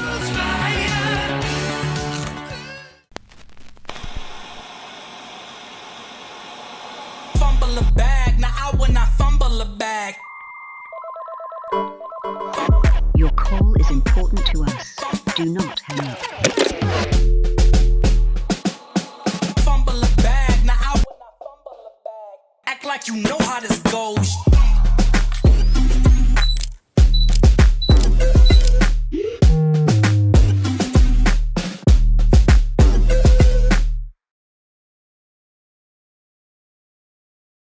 Welcome to the opening day. Oh, that is a wonderful shot.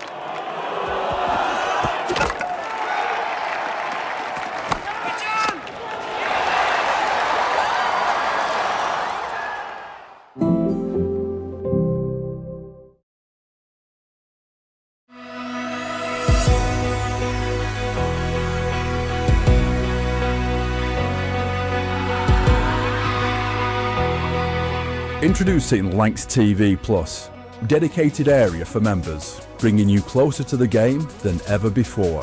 Watch every men's live stream fixture all in one place. Every ball, every moment, live. And this season, don't miss the War of the Roses. Lancashire against Yorkshire, streamed live for the first time ever. Unlock exclusive content you won't see anywhere else, from behind-the-scenes access to mini-documentaries. This is Lancashire like you've never seen it before, all in one place. This is Lancs TV Plus. This is the Red Rose. This is cricket.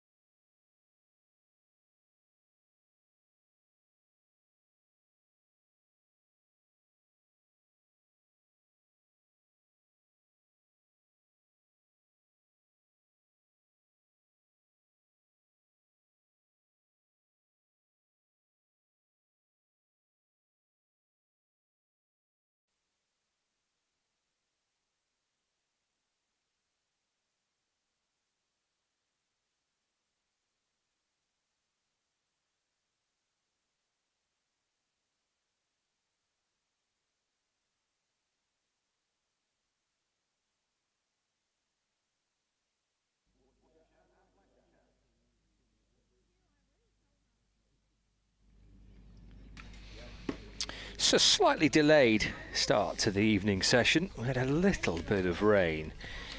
It was a pretty brief shower, but it was enough for us just to have to see the covers come back on and take a few precautionary measures. And I think we've shaved off a few overs as well. I think we've lost 4 more overs as a result of that. So, in theory, 32 overs remaining on this third day. It's 4:30 now, so that's a couple of hours of cricket if weather and the light, well, the light should be all right if the weather's all right. So a couple of hours of cricket to get through. Lancashire's 7 down. The new ball is due in 1 over's time. Still 39 runs behind. Where's this game heading, do we reckon, Callum? What's your instincts telling you as Dreswell balls to Hartley? That's tucked away for a single. 232 for 7. It's pretty evenly matched, isn't it? Worcestershire, 7 wickets. They'll try and wrap these last 3 as quickly as possible. You know, it's heading towards sort of evenish scores, isn't it? Yeah. Lancashire can keep Paul Coughlin out there for as long as possible, then he's on strike now because back and defends his delivery. That's probably a major hope of getting some kind of lead. Yep, still 38 behind. He's sweeping out towards that leg side. It's a lovely shot. There's 2 on the boundary there for Worcestershire, but very nice sweep shot by Coughlin. Takes him on to 32. First boundary of the evening session. A new ball due after this over, so that might bring an extra sense of jeopardy as Coughlin swings. Playing a miss through to Roderick. It's a beautiful delivery. Flighted outside the line of off stump, through the gate, just the extra bounce. Well, that's a little flat at that occasion, worked into the onside. And there's no run. He got 2 for 32 on his Worcestershire debut. Balls again, forward goes Coughlin and defends. That is the end of the over. It's at 236 for 7. And Worcestershire opt to take a second new ball. We shall see. Trailing by 34. Well, Tom Taylor's peeled off his jumper and his cap, so he's going to come into the attack. And there we go, by Jack Shantrick, confirming that second new ball has indeed been taken by Worcestershire. Still looks pretty chilly, doesn't it? Blimey, huddled up and wrapped up in jumpers and coats. 1 or 2, I think, decided to leave at tea when the rain came, but for those that have stayed, well, potentially quite an interesting session of cricket ahead of us. Yeah, I'm just wondering if levelish scores might actually set up a game and a bit of a result between the 2 teams, potentially. But before that, Worcestershire still need 3 wickets. Taylor's into Hartley, who tries to cut that one wide of the off stump. It goes through to the keeper for no run. Yes, it probably needs Lancashire to be in amongst the Worcestershire wickets tonight, doesn't it? Yeah, certainly does. Whenever that becomes a possibility.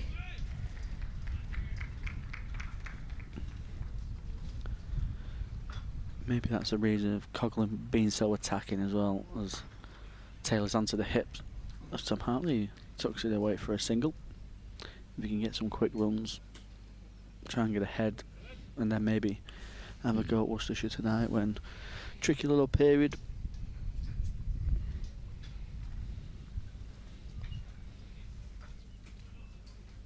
Yeah, he's certainly pretty positive before tea, wasn't he, Coughlin? Played some lovely shots, a couple of sixes for his score of 32.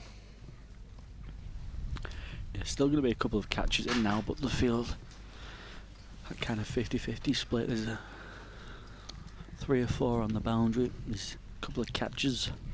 Got a deep square. Got a deep point. I think there's a third man as well. We just can't quite see from the tent. And a fine leg as that one's allowed through to the wicket keeper. There's also a filthy black cloud in the distance, which I think he's coming our way. Hopefully it might miss us, but it's looming large on the horizon there, isn't it? Yeah, whoever's on the 18th at Hillside or Birkdale, just let us know.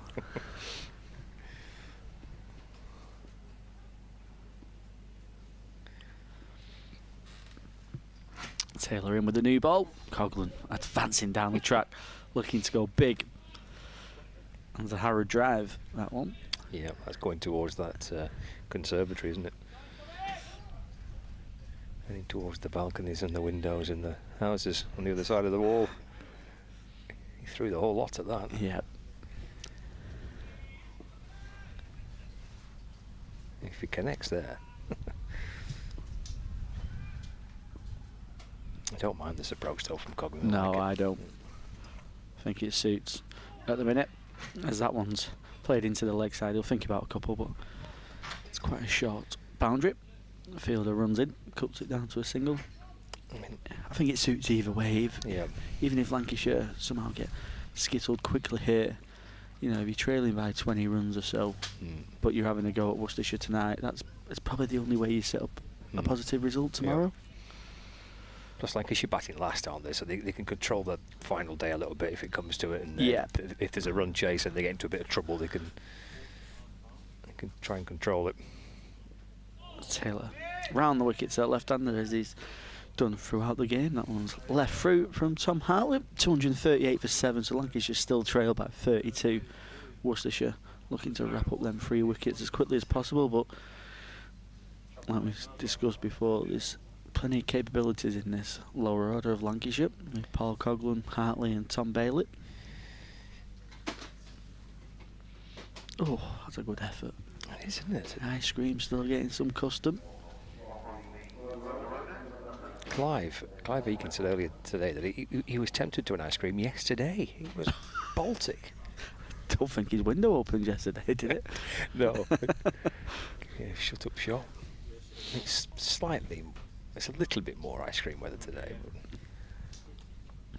not by much. Right, what will Coghlan's approach be here? Swanepoel. He's in. Run that away down towards Packwood Point. He's come back for 2. That's excellent from Coghlan. Really determined running.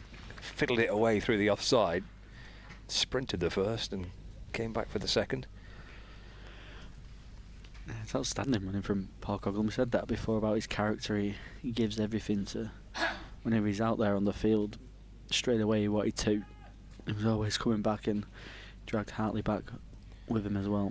240 for 7, trail by 30. Down the pitch it comes again. It's hoiked away. It's in the air. It's out towards the offside and it's gone for 6, I think. Yeah, the supporters signalling 6. Well, there's 1 or 2 supporters taking evasive action there as Coghlan came down, walloped it away. And, ducking and diving for cover. Everyone's all right. He's gone for 6. He's moved to 41 off 30. This is a terrific counter-attack from Paul Coghlan. 24 now the deficit. Gone for the Yorker. It's well dug out. Squirts it away to the leg side for a single. Moves on to 42 not out. 247 for 7. Yep, excellent from Coghlan. 2 the boundary and then just getting a single. 23 behind. Behind up a little handy first innings lead here, Lancashire, with Coghlan and Hartley currently going at it. It's driven by Hartley. It sounded good, yeah. It's raced up towards the boundary. It's been a challenge for a few spectators in this game. It's that rope, isn't it? It's always the rope that's the problem. Where's it going to bounce when it hits the rope? It's a lovely shot for 4. Where are we in position? Yeah,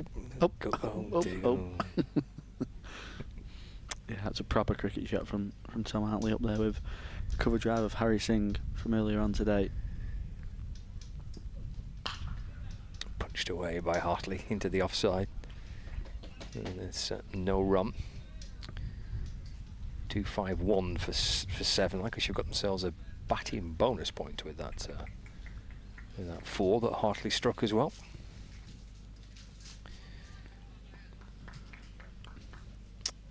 Just the 1 batting bonus point for Worcestershire.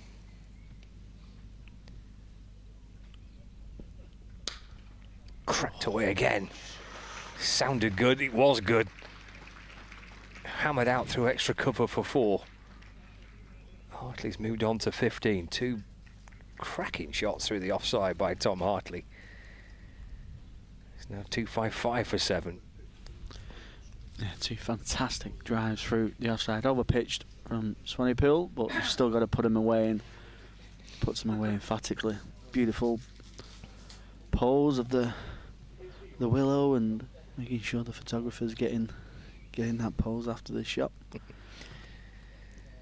Good from Lancashire. Unlike those skies, they're not good. Yeah, it's just starting to gather in, isn't it?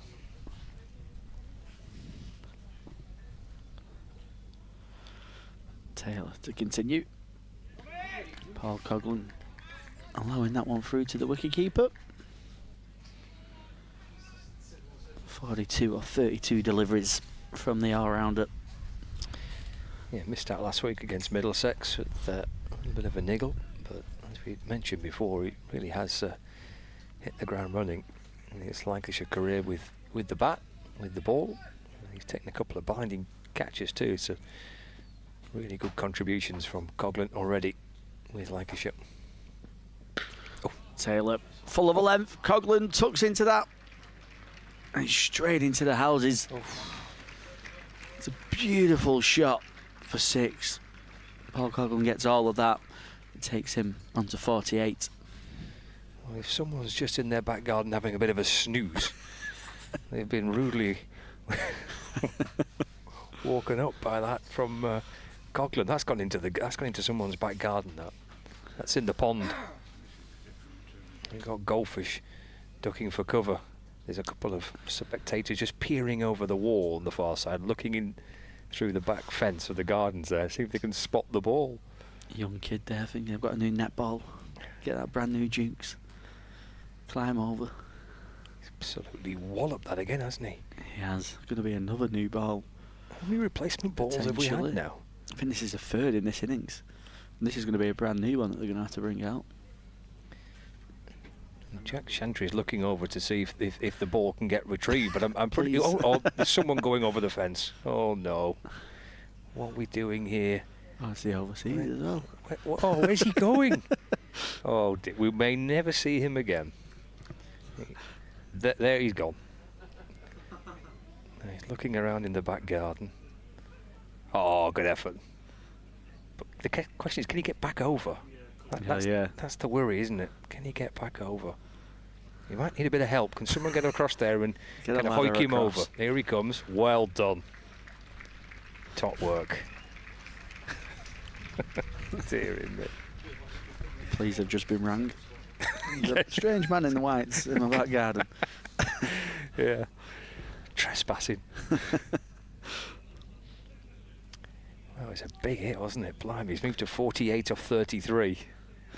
Tom Taylor's still got a smile on his face. He's going to run back into Coughlin, who slashes that one through the offside. There's a deep point fielder, so only be a single. Takes him onto 49. Lancashire only trail about 8 now. Yeah, this is good, isn't it? I think what was as soon as the green wicket fell, Coughlin coming out with a lot of energy and playing really positively. First innings lead in a low-scoring game could be really important. This one's defended by Hartley into the offside. It's brave as well, isn't it? Because if he gets out cheaply being positive, there's that consequence of, you know, comments and the pressure of the situation, but it's risk and reward, and certainly paid off for Paul Coughlin in this innings. Yeah, he's an innings for the team, isn't it? It's kind of a selfless approach this from Coughlin.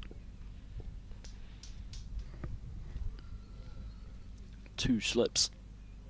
Oh wait, as Tom Hartley tries to get that away into the leg side, a hit on the 5 yard. There's going to be no run. I hope we do miss it. If there is another shout, I mean, the skies do look pretty grim, don't they? But if we get a bit lucky and for whatever reason it doesn't rain, and we get 28 overs in tonight, we could still have something intriguing going into tomorrow. Yeah, it's going to be interesting to see what Lancashire actually do here, because they've got a chance to get another batting bonus point. Taylor in, Hartley defending back towards the bowler. That's the end of the over. Yeah, so another 38 runs for another bowling bonus point. Do you just go, right, well, let's get 8 runs, let's just get the scores level, let's just see if we can have half an hour at Worcestershire before the rain comes. The umpires are... Yeah, it might be raining now. Oh yeah, it's just starting to rain. The umpires are meeting up and the players are actually heading off themselves. Well, the Worcestershire boys are. And yeah, everyone is now. Which is a shame, because the game was just about to come into a good period there of what each team was going to look to do, what the plan would have been for Lancashire, but sadly, the sky doesn't look great. It really closed in here at Southport and Birkdale, and you might see just a bit of a lengthy delay here. Yeah, if it gets pretty heavy, it might be that for the day, potentially. Ground staff pushing on the covers to protect the pitch.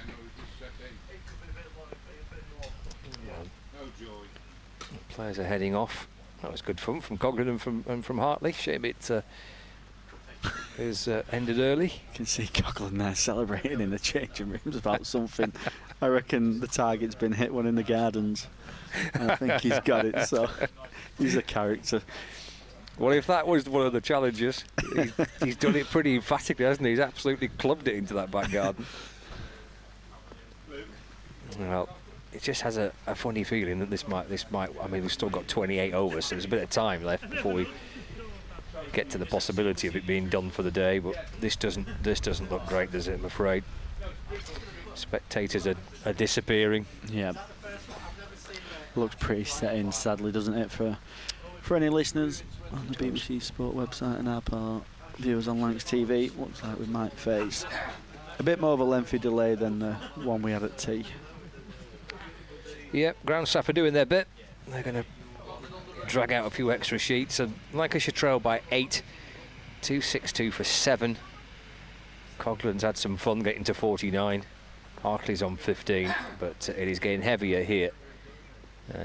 It's at Southport and Birkdale Cricket Club. So we will leave you for now. Hopefully we'll bring you some more action before the close of play, but we're off for rain. Lancashire 8 behind at 262 for 7.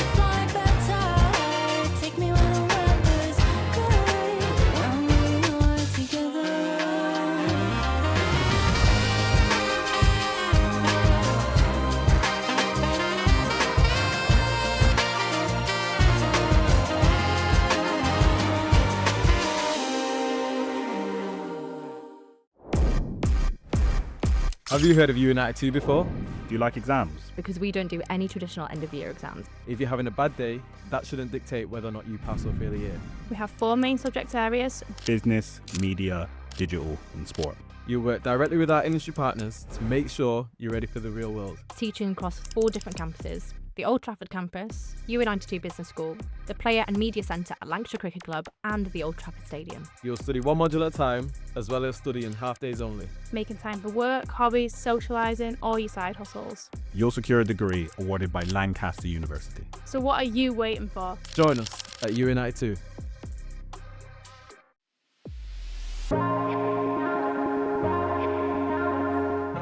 Two names rich in history. Barton's, our family-run business with over 100 years of experience in drinks distribution, and Lancashire Cricket, a club drenched in tradition, heritage and globally recognised moments. Since 1917, Barton's has been supplying the finest wines, soft drinks and premium beverages across the UK, partnering with world-class brands to bring unforgettable experiences to every occasion. Now, we're excited to announce we will be bringing that same passion to cricket fans at Emirates Old Trafford.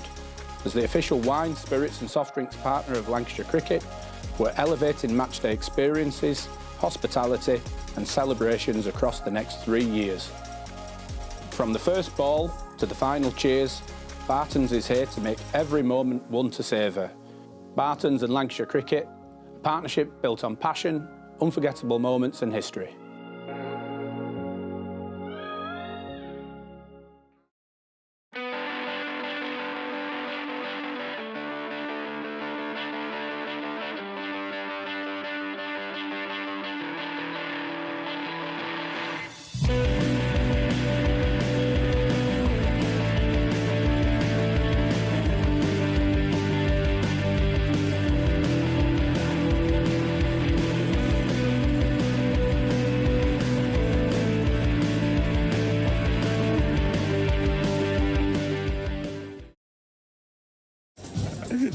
What is this?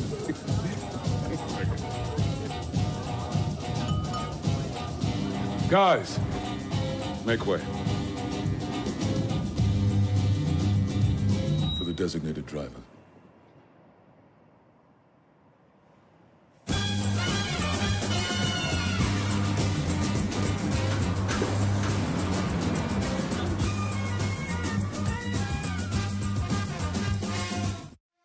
When I was a kid, there was no professional women's cricket.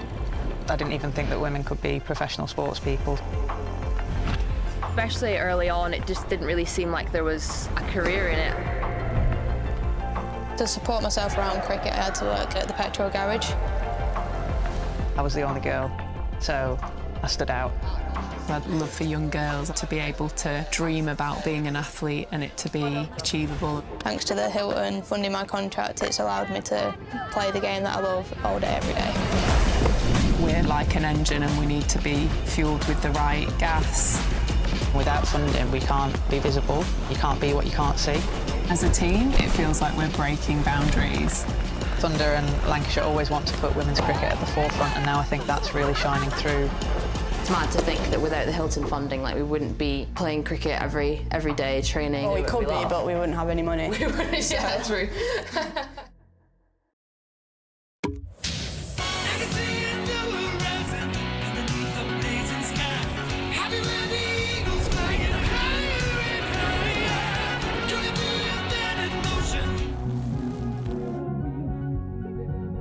Pass the Pringles.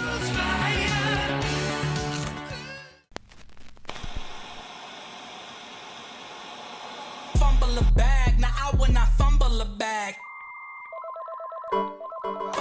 Your call is important to us. Do not hang up. Fumble a bag, now I will not fumble a bag. Act like you know how this goes.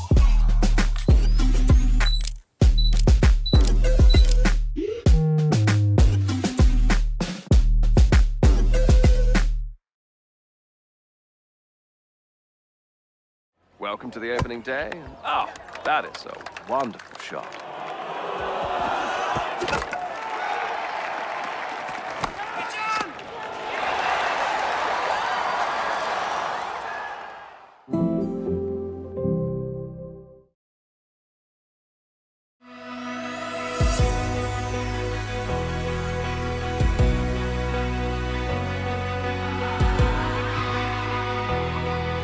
Introducing Lancs TV Plus.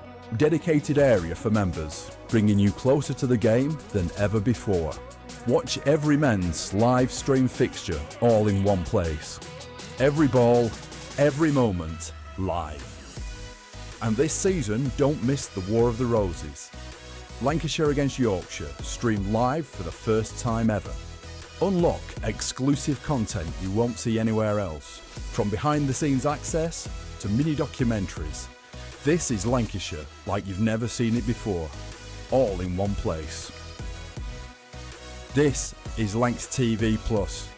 This is the Red Rose. This is cricket.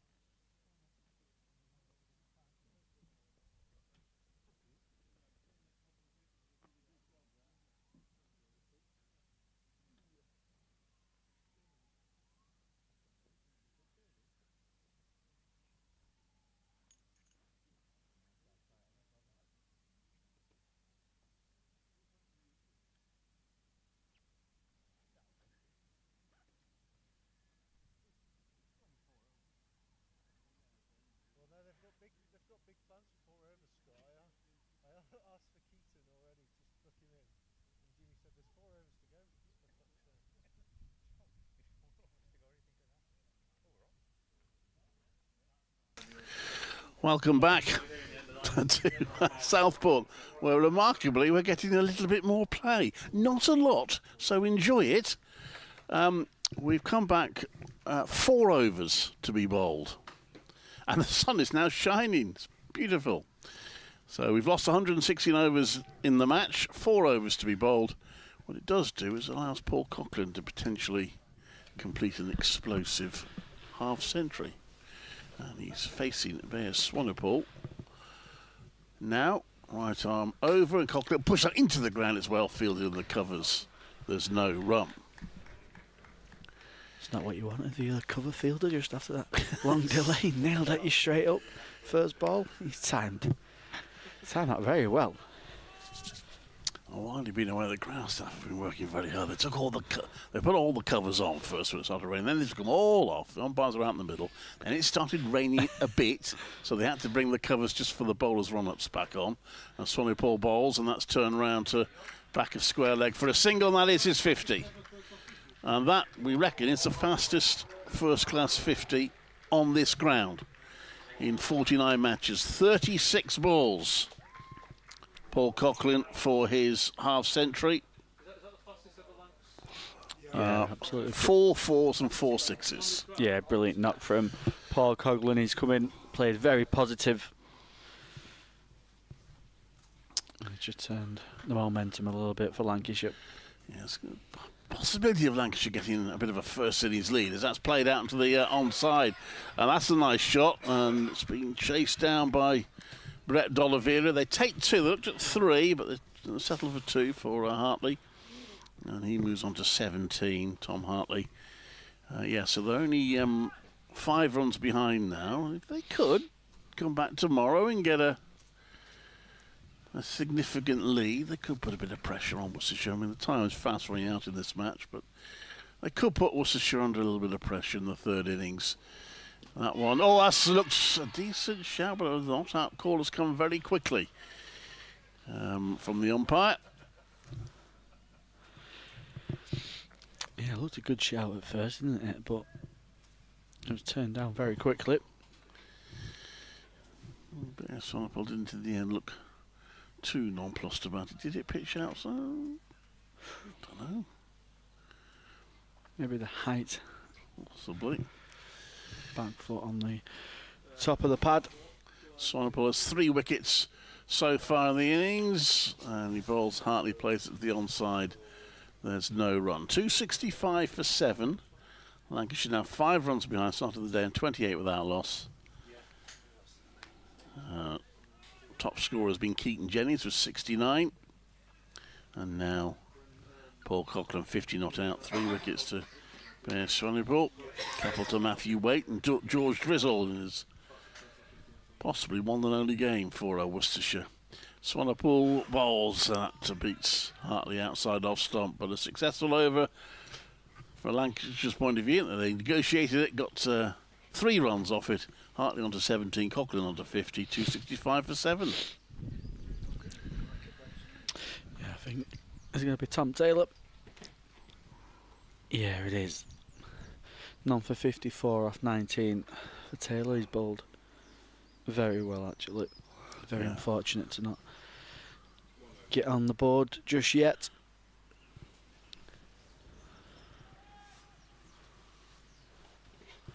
Going to be bowling to Paul Coughlin, who was playing him pretty well just before he went off a drink. Put him into one of the houses. He's going to be aggressive. I'm sure he'll continue where he left off, 50 off 36. Apparently it was Bears Swanepoel who jumped over the fence to retrieve the ball on that occasion. Taylor in, and Paul Coughlin into the leg side again. Onto the train track. It's going to be another replacement ball. It's a brilliant pick-up from Paul Coughlin. On the length from Taylor. Hits it away into the leg side and he gets another maximum. Yes, he can't retrieve that ball. Wants to go to the railway track. You're not allowed to. Happily, once again, there's no train going past at that key moment. I think that's 3 now in this match that have ended up on the railway track. They've probably got a whole room full of cricket balls somewhere in Merseyrail's offices. It's just getting a little empty, that box that the umpires have got. I think, is this our 4th ball now? Yeah, probably, our 4th one. But Paul Coughlin's going to try and continue. He'll look to try and get another replacement the way he's going. And Lancashire are, of course, ahead. So if there's been a one innings match, they'd have won by 3 wickets. Yeah. Happily for Worcestershire, it isn't. Taylor in. Coughlin goes again. Looks to go into the train track. Hitting with the shape as well of Taylor, but this time it doesn't connect. Yeah, that natural shape inwards to the right-hander, over to the shorter boundary as well, so it certainly suits Paul Coughlin, this. There are 3 fielders on the boundary with hands in pockets, all probably thinking, don't come this way. Yes. Please be a leading edge up in the air. Taylor, in he comes. Coughlin back for length, defends, gets a single into the offside. The field is pretty well spread now, just a point and one, just a cover and one catcher in. Now, of course, in bonus point territory, Worcestershire still need 2 more wickets to get their maximum bowling points. But Lancashire, having secured a batting point which matches Worcestershire, now 28 runs away from a 2nd batting point. Field comes in for Hartley, 2 catches, point, cover, mid-off, mid-on and the mid-wicket. He defends into the offside. It's picked up and passed through the very cold-looking Worcestershire field. There's plenty of layers on now. 2 or 3 jumper kind of territory. Lots of hand in pockets. There'll be a few hand warmers in them pockets, I reckon. Yeah, it is pretty nippy. Taylor around the wicket to the left-handed Hartley, who defends to mid-on for no run. Lancashire lead by 2, so it'll be interesting to see what they do in the morning, whether they look to declare and let Worcestershire go again and keep Worcestershire in the game. I'm not saying Worcestershire are out of the game by any means, but they could maybe set a total and look to try and bowl Lancashire out themselves, or do Lancashire keep batting and Taylor in round the wicket as defended. 7 off. That's over. My guess is they'll bat on. Of course, they could have declared before coming out and forced Worcestershire to face 4 overs before the close. It's interesting, isn't it? But like I say, if they bat on and get a lead of, let's say, still a long way off, but 70, 80, yeah. Does it then put Worcestershire into a mindset of just batting out the day? Well, it probably does, but that can sometimes be a little bit difficult, isn't it? Yeah, it can be a downfall, can't it, sometimes? You bat yourself into, a defensive mindset, and often you lose wickets that way. Well, there's a train coming. I'd speed up if I were you, train driver. Paul Cochran's on strike. It's probably just mowed over a couple of Duke's deliveries. Yes. What we got is some problem. Photographer we asked him. Anyway, we're ready to go.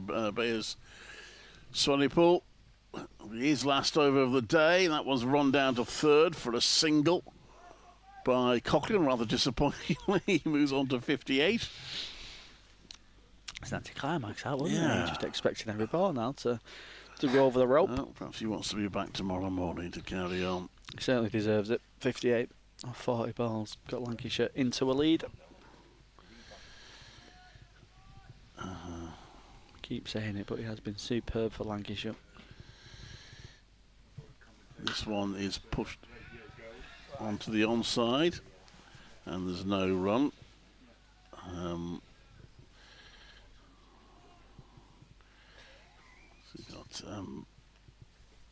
two first-class centuries. Well, interestingly, both his centuries must have been exactly 100, because he's got 2 first-class centuries, and his highest score is 100 not out. Swanepoel comes into bowl. Oh, that goes past the outside edge, there's no run. So he's not interested in these daddy hundreds that they talk about. I've got me 100, that'll do. Thank you. Well, of course, the 100 not out was against Durham, wasn't it, in the last game? Yeah, he is averaging 50 this year for Lancashire. So, in fact, that was the second innings, wasn't it? So he's now scored 158 without being out across 2 matches. Swanepoel into Hartley, and Hartley plays that out to the deep for a single. And it takes the score to 274 for 7. The lead now of 4. Not many spectators in the ground, it should be fair to say. Well, about 6 perhaps. Swanepoel's in, and that's whipped away, and there's a fielder there, so it'll just be a single to Coughlin. There are a few in front of the pavilion. Hardy souls. Any viewers on Lancs TV would have just seen Swanepoel just changing the bails over. You know, Stuart Broad technique. Yeah, he's got a lot to answer for, Stuart Broad, hasn't he, with that? See if the look changes. Certainly worked for Broad in that Ashes series. Not terribly scientific, though, is it, really? Anyway, Swanepoel into ball 2, slips in place, and that's solidly defended by Hartley. And well, that's the last ball he'll be bowling today. 3 wickets for Bears Swanepoel. Decent enough match for him, but Worcestershire haven't been able to make the new ball do very much for them. And it's 275 for 7. Yeah, Taylor's going to finish up the day. Paul Coughlin will be on strike. Will he look to continue on his merry way, or will he just look to survive now in this final over? The field still spreads, just a slip and the cover in what would be a regular ring. Coughlin attacks down the ground. Slower ball from Taylor. That's punched for a single down to long on.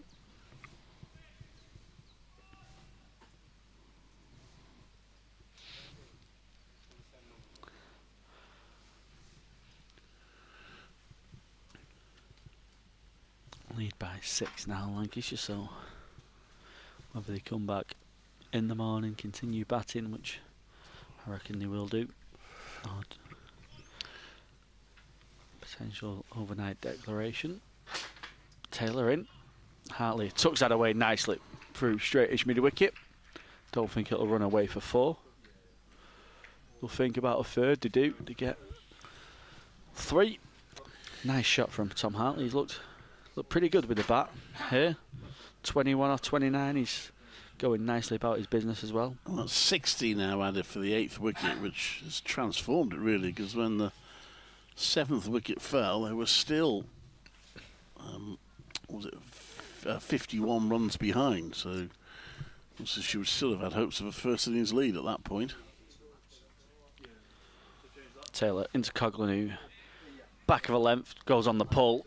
I think he gets, is it an under edge or? Yep, some kind of bat on it. Goes out into the offside. He gets a single.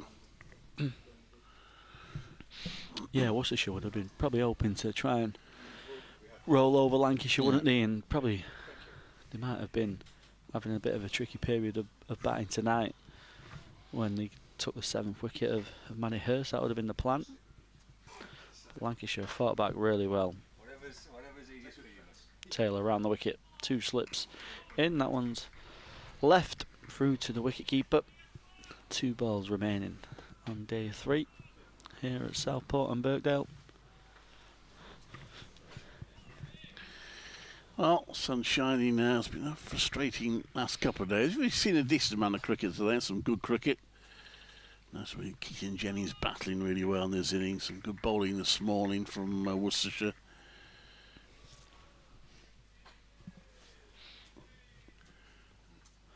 Taylor in. Tom Hartley just trying to work that into the leg side. He gets a leading edge. Goes down to the third man boundary for a single. Yeah, it was quite similar to the first day, wasn't it? Lancashire started pretty well, 60 for 2, and then after lunch, again, there's that period where Worcestershire got back into the game. Yeah, 4 wickets fell for 58 after lunch. Or if you like, 5 fell for 86. Last ball of the day. Ball. What will Coughlin do? Field still spread. And this one, it hits him on the pad. Got him. It's given. Last ball of the day. Paul Coughlin is dismissed. Full length delivery from Taylor. Looks straight in front as well. Paul Coughlin trying to work that into the leg side. Sadly, he is dismissed, and that's the 8th wicket for Worcestershire, and it's the first for Tom Taylor, who very much deserves that. I think he's bowled much better than his figures suggest. Gets a hug from a teammate. Because he obviously got a slightly frustrated figure, but he's got that. Cochrane gone for 61 then. Terrific innings from him off 44 balls. 4 4s and 5 6s. Just a bit of applause as the players leave. It is cricket though, isn't it? We're going off now when the sun's shining. It's a lovely evening. There we are. We got those 4 overs in, which is something. So we'll come back tomorrow. Lancashire leading by 11. Quite how this match. It would need Worcestershire first to collapse a little bit in the third innings of the match to have any realistic. I can't see Worcestershire actually setting anything that would really interest Lancashire.